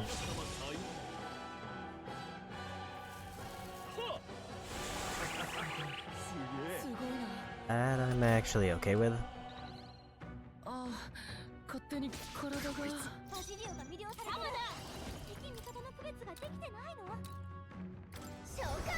That means I can get rid of that.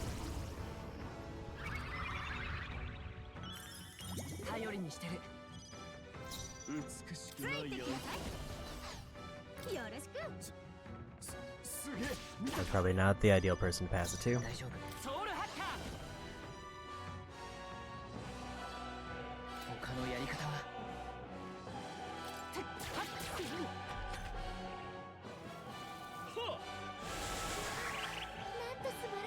This means I'm doing very little damage. This means everybody's charmed. I don't like how accurate that is.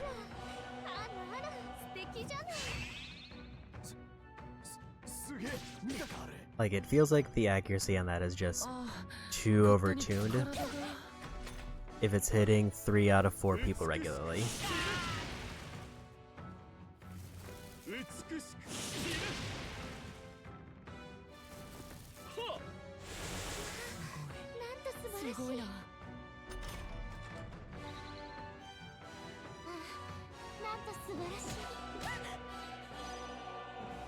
And not everybody is recovering every turn.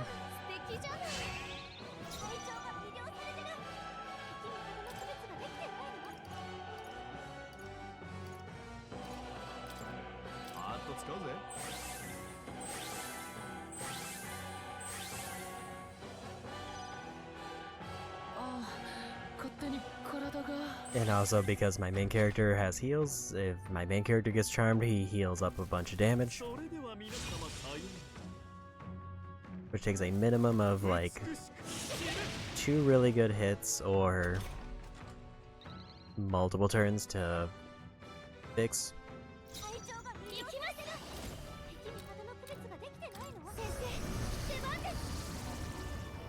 Need to get rid of the charm on the protagonist.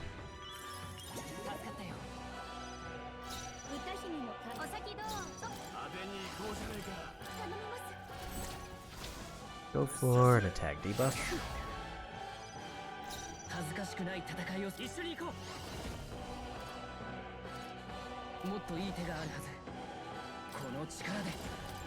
We'll just top everybody off just in case.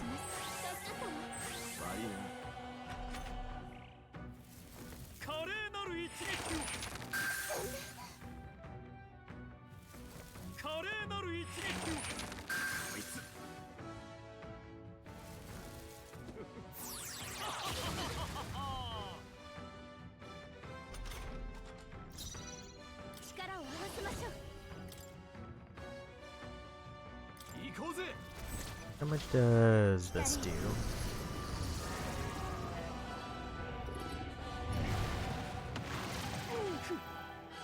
That was 100, so it was worse than the other combo.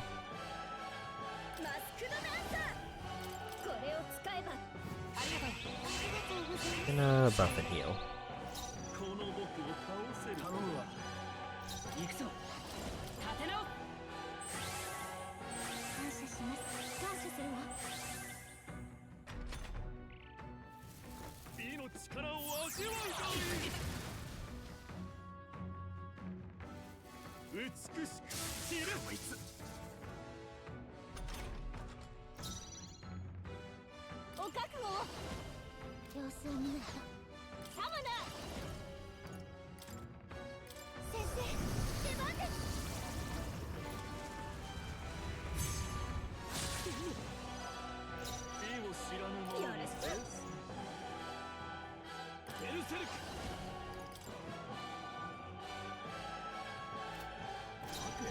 I have an idea. I want to see how much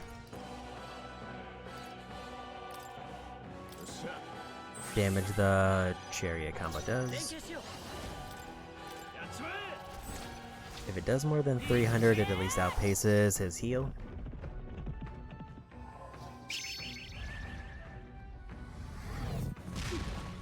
It is not. But the E was also buffed.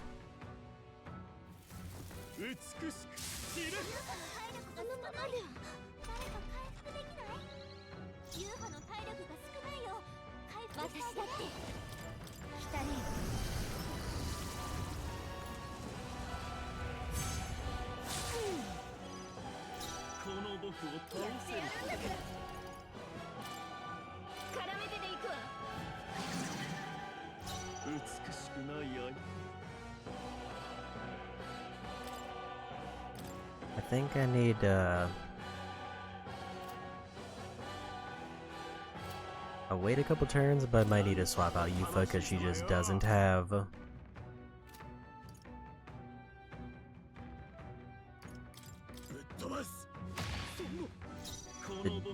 health or mana to get through this.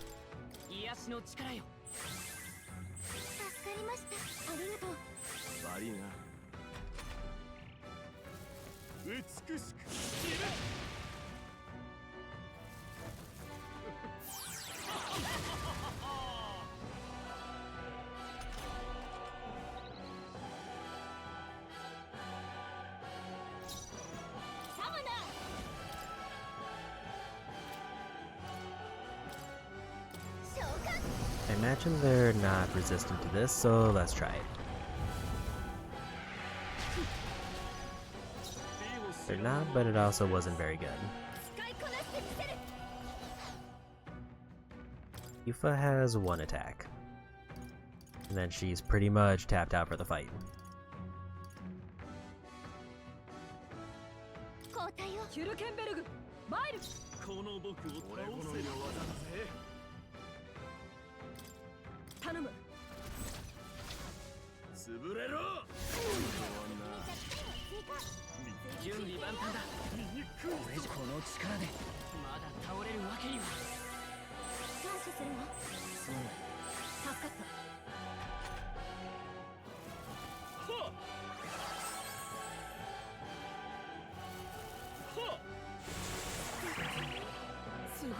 So the 2 damage dealers did not get caught.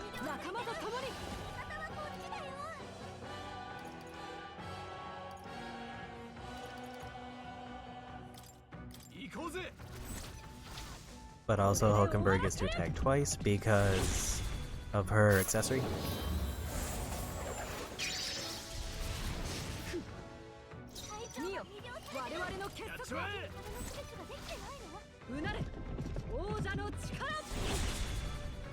So we can stall out that Charm War.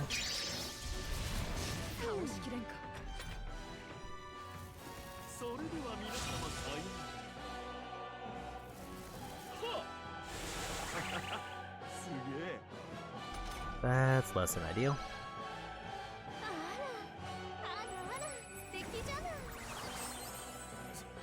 I just can't outpace my party members healing him every so often. Like he just healed 900 health.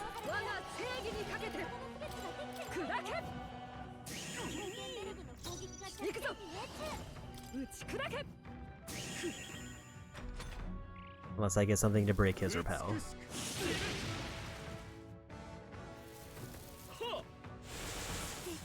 And he spams that if he gets low health, it seems like.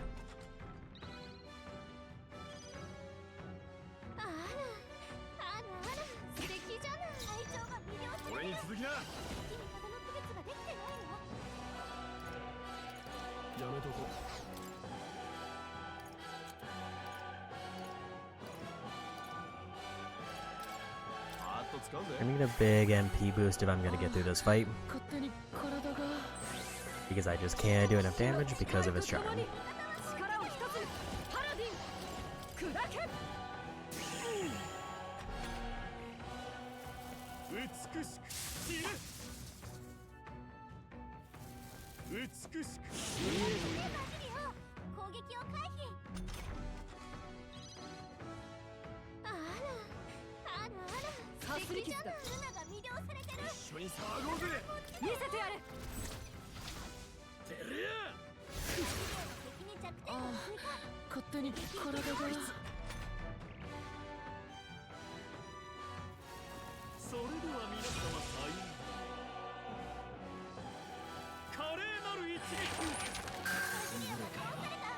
And dead. Okay, recover from charm finally.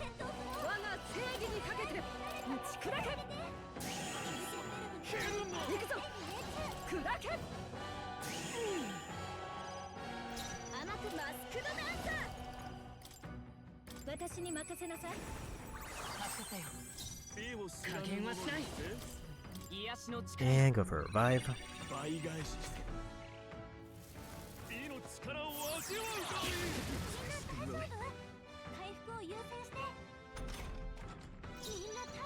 Look like somebody missed.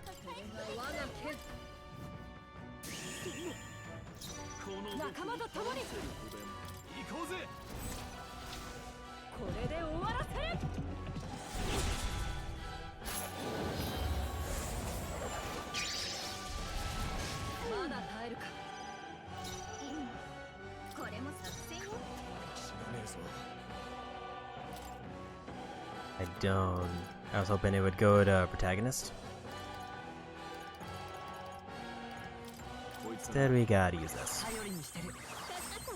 Or somebody will probably get knocked out.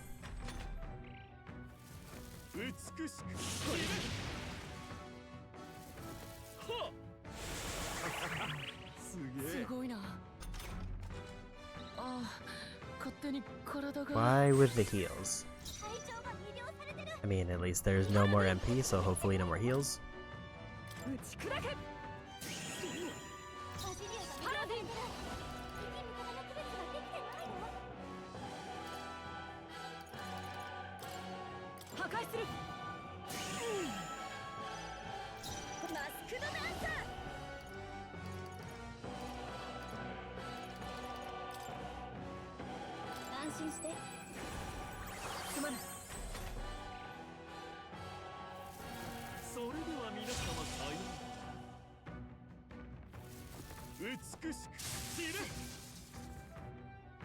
As long as he has to buff himself, that's ideal.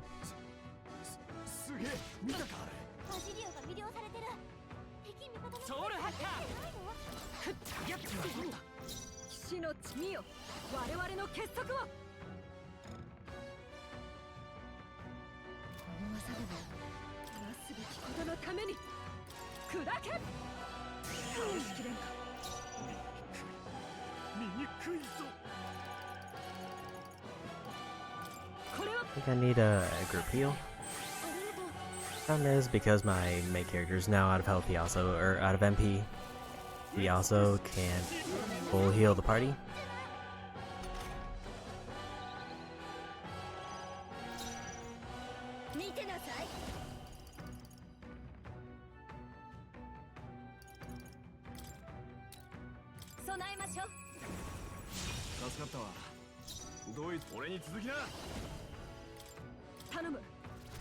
Let's hope this does a ton of damage.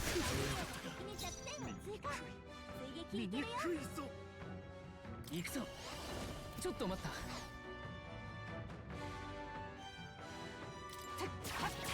強い。美しく。まだまだ。 Love to see a miss there. 英霊の力を。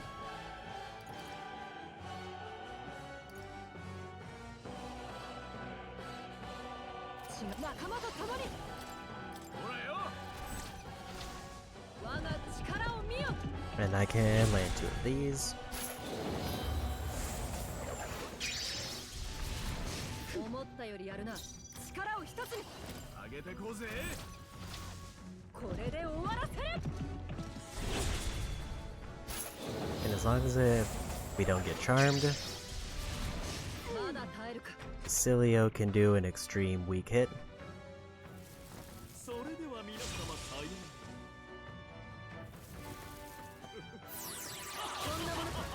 It's not a charm, so we take those.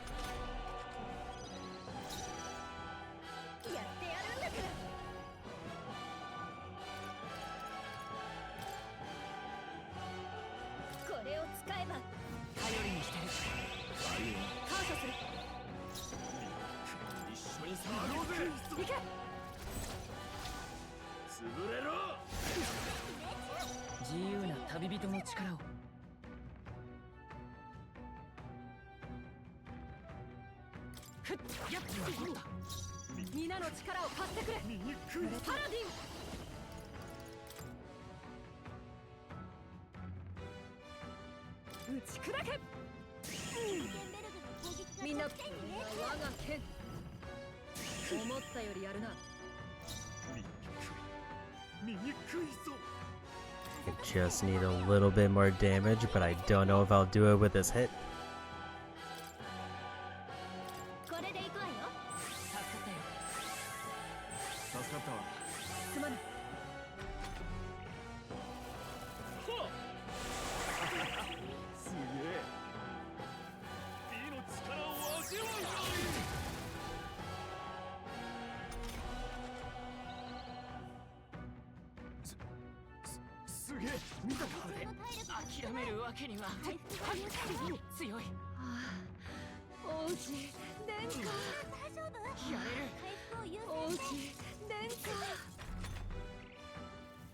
I think that means we lose.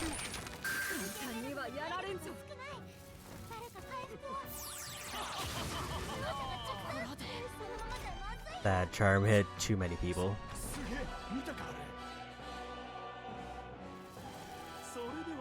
The only hope we have is if he goes out of charm and doesn't die of this hit.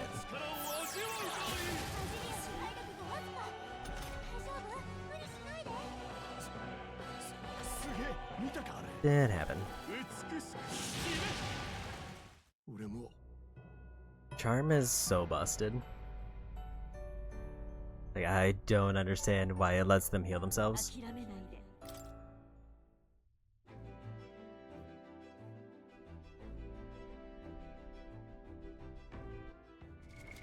どうする？ But more importantly, here's what we change. I need to get that ability that breaks the repel.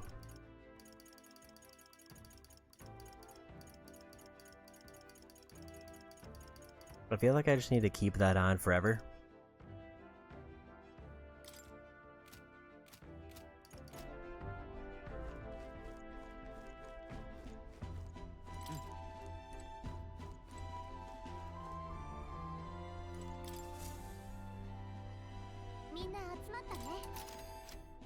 I don't know how far that put me back.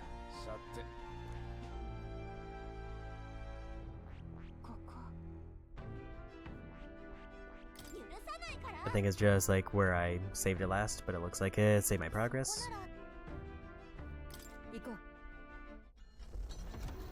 But that probably means I lost the cooking thing, because it was probably before that.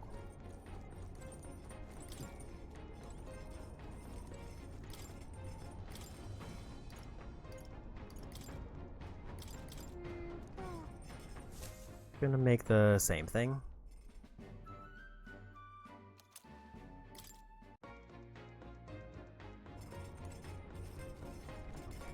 I basically just canceled out the day that I did.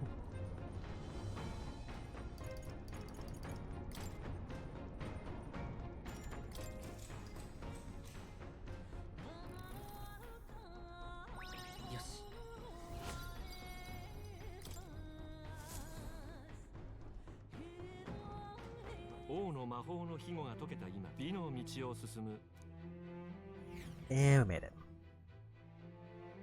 This should go much better because I can remove his buff.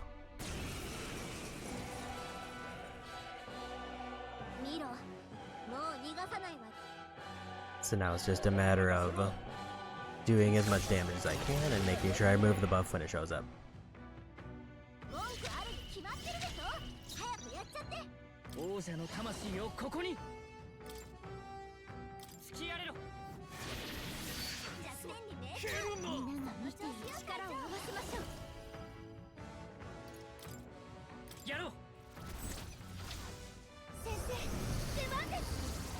And then when he puts up his buff, I can just get rid of it.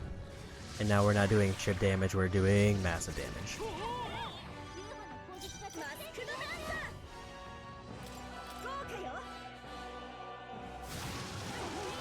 Okay, so he is probably weak to every type of elemental.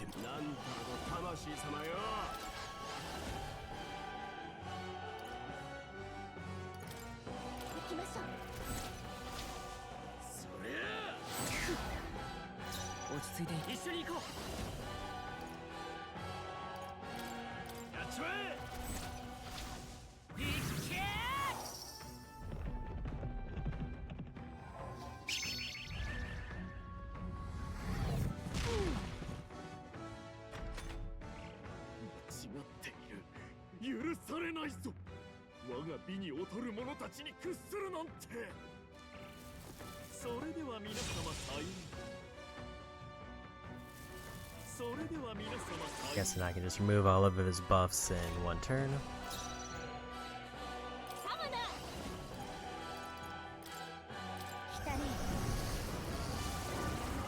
Gonna have them do a random hit to get that out of the way.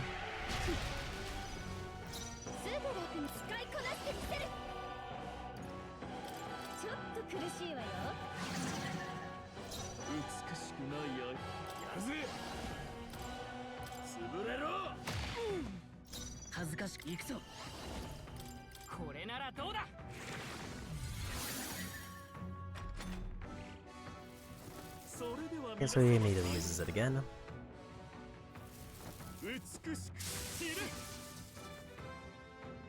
But that means he's gonna have to use that basically every turn. And if at any point I get a crit, then we are good.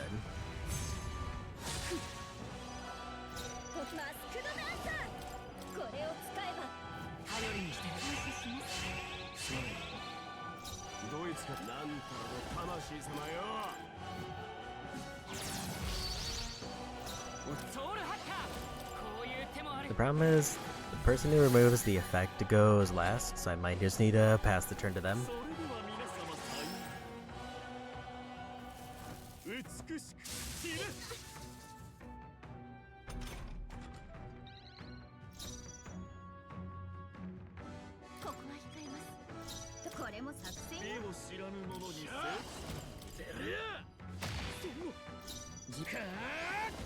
これならどうだ。この僕を倒せるとでも。お覚悟。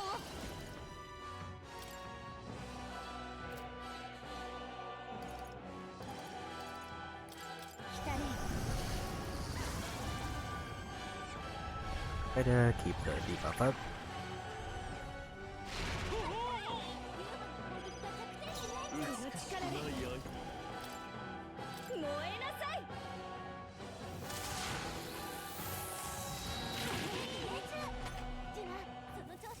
それでは皆様さよ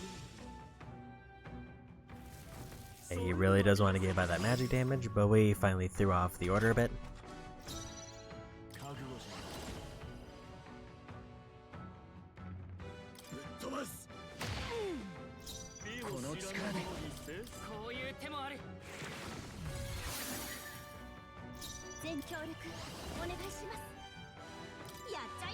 Clear out his buffs.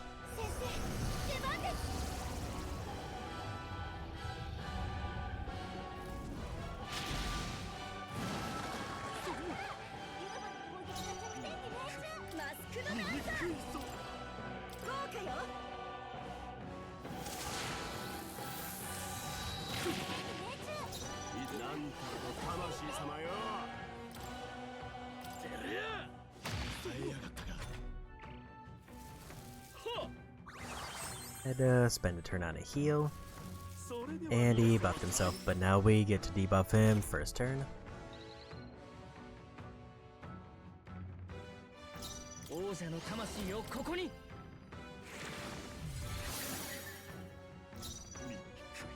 Means extra 2 turns.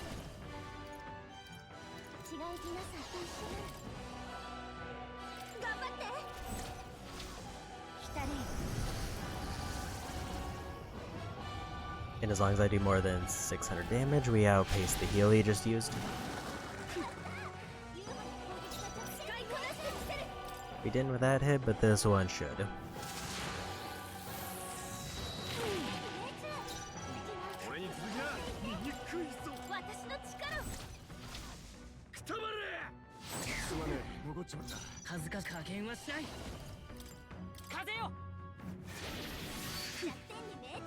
So close.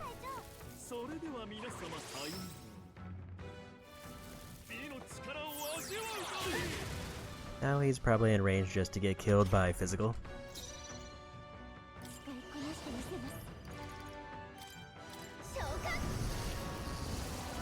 Yeah, putting on that remove repel really completely rebalanced this fight.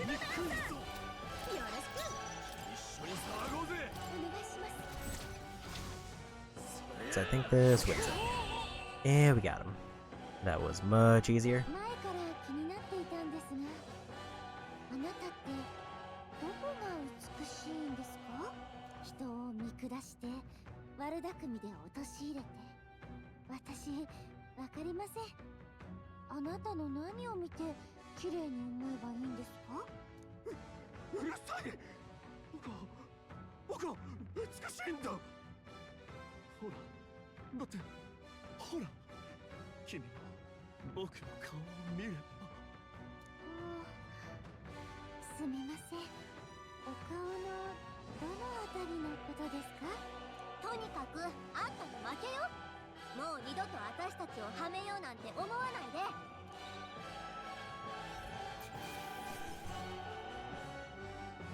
That was some big experience there. Also got both another mask and also talisman.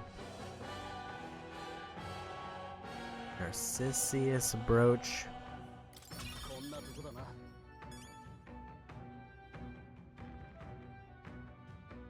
Troll, Heisme, and Yufal got rank ups.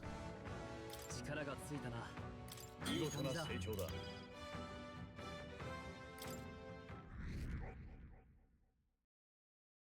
一見落着ね。 So yeah, that's gonna be the last thing I do tonight. We'll turn it in, we'll cash in those experience buffs. 確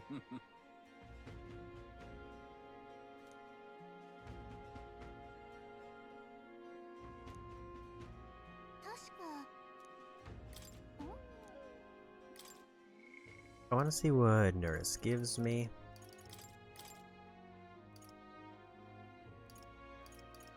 He gives me gunner slots. So he's kind of a lower priority one. Because I think I need rank 8 before I get Dragoon. And we're not gonna get that until later. Alonso, I would immediately be able to activate his ability.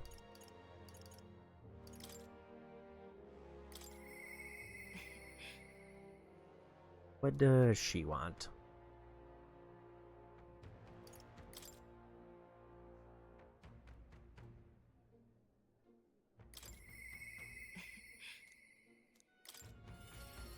I want to see what stat she requires.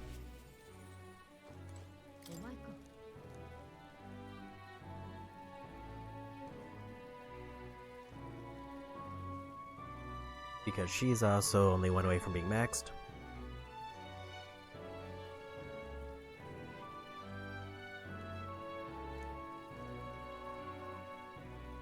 Okay, so I have the stat for her, I just need to wait.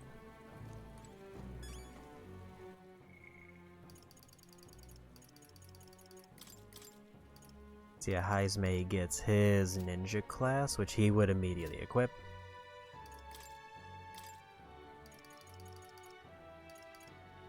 Juna would get another skill slot, but she doesn't really have any classes built up to use it. So unless she gets up to Persona Master, there's not really much reason to focus her right now. Whereas Alonso would immediately be done. Which would give Trickster. So either Heismay or Alonso would have the biggest immediate benefit, Heismay probably having the most direct.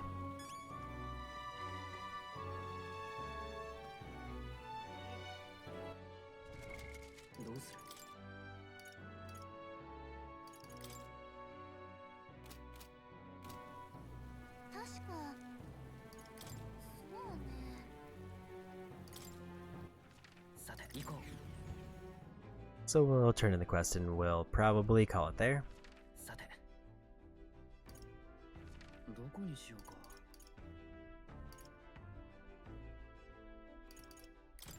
I didn't check the shops for today, I don't think.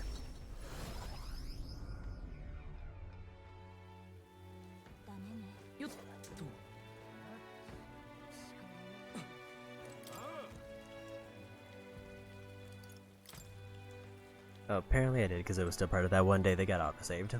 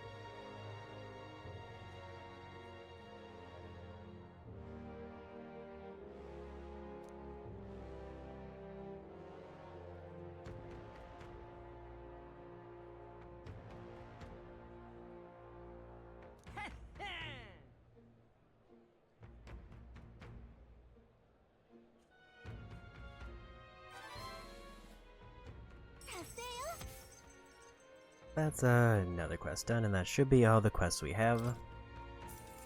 The only kind of optional thing we can do is the other Gauntlet Runner, which will probably get me 1 full level.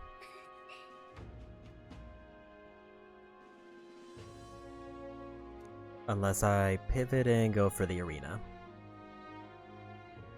Or I just completely stick to follower quests. Either way, that's gonna be it for me today. And I think we're gonna go throw a raid over to Garth.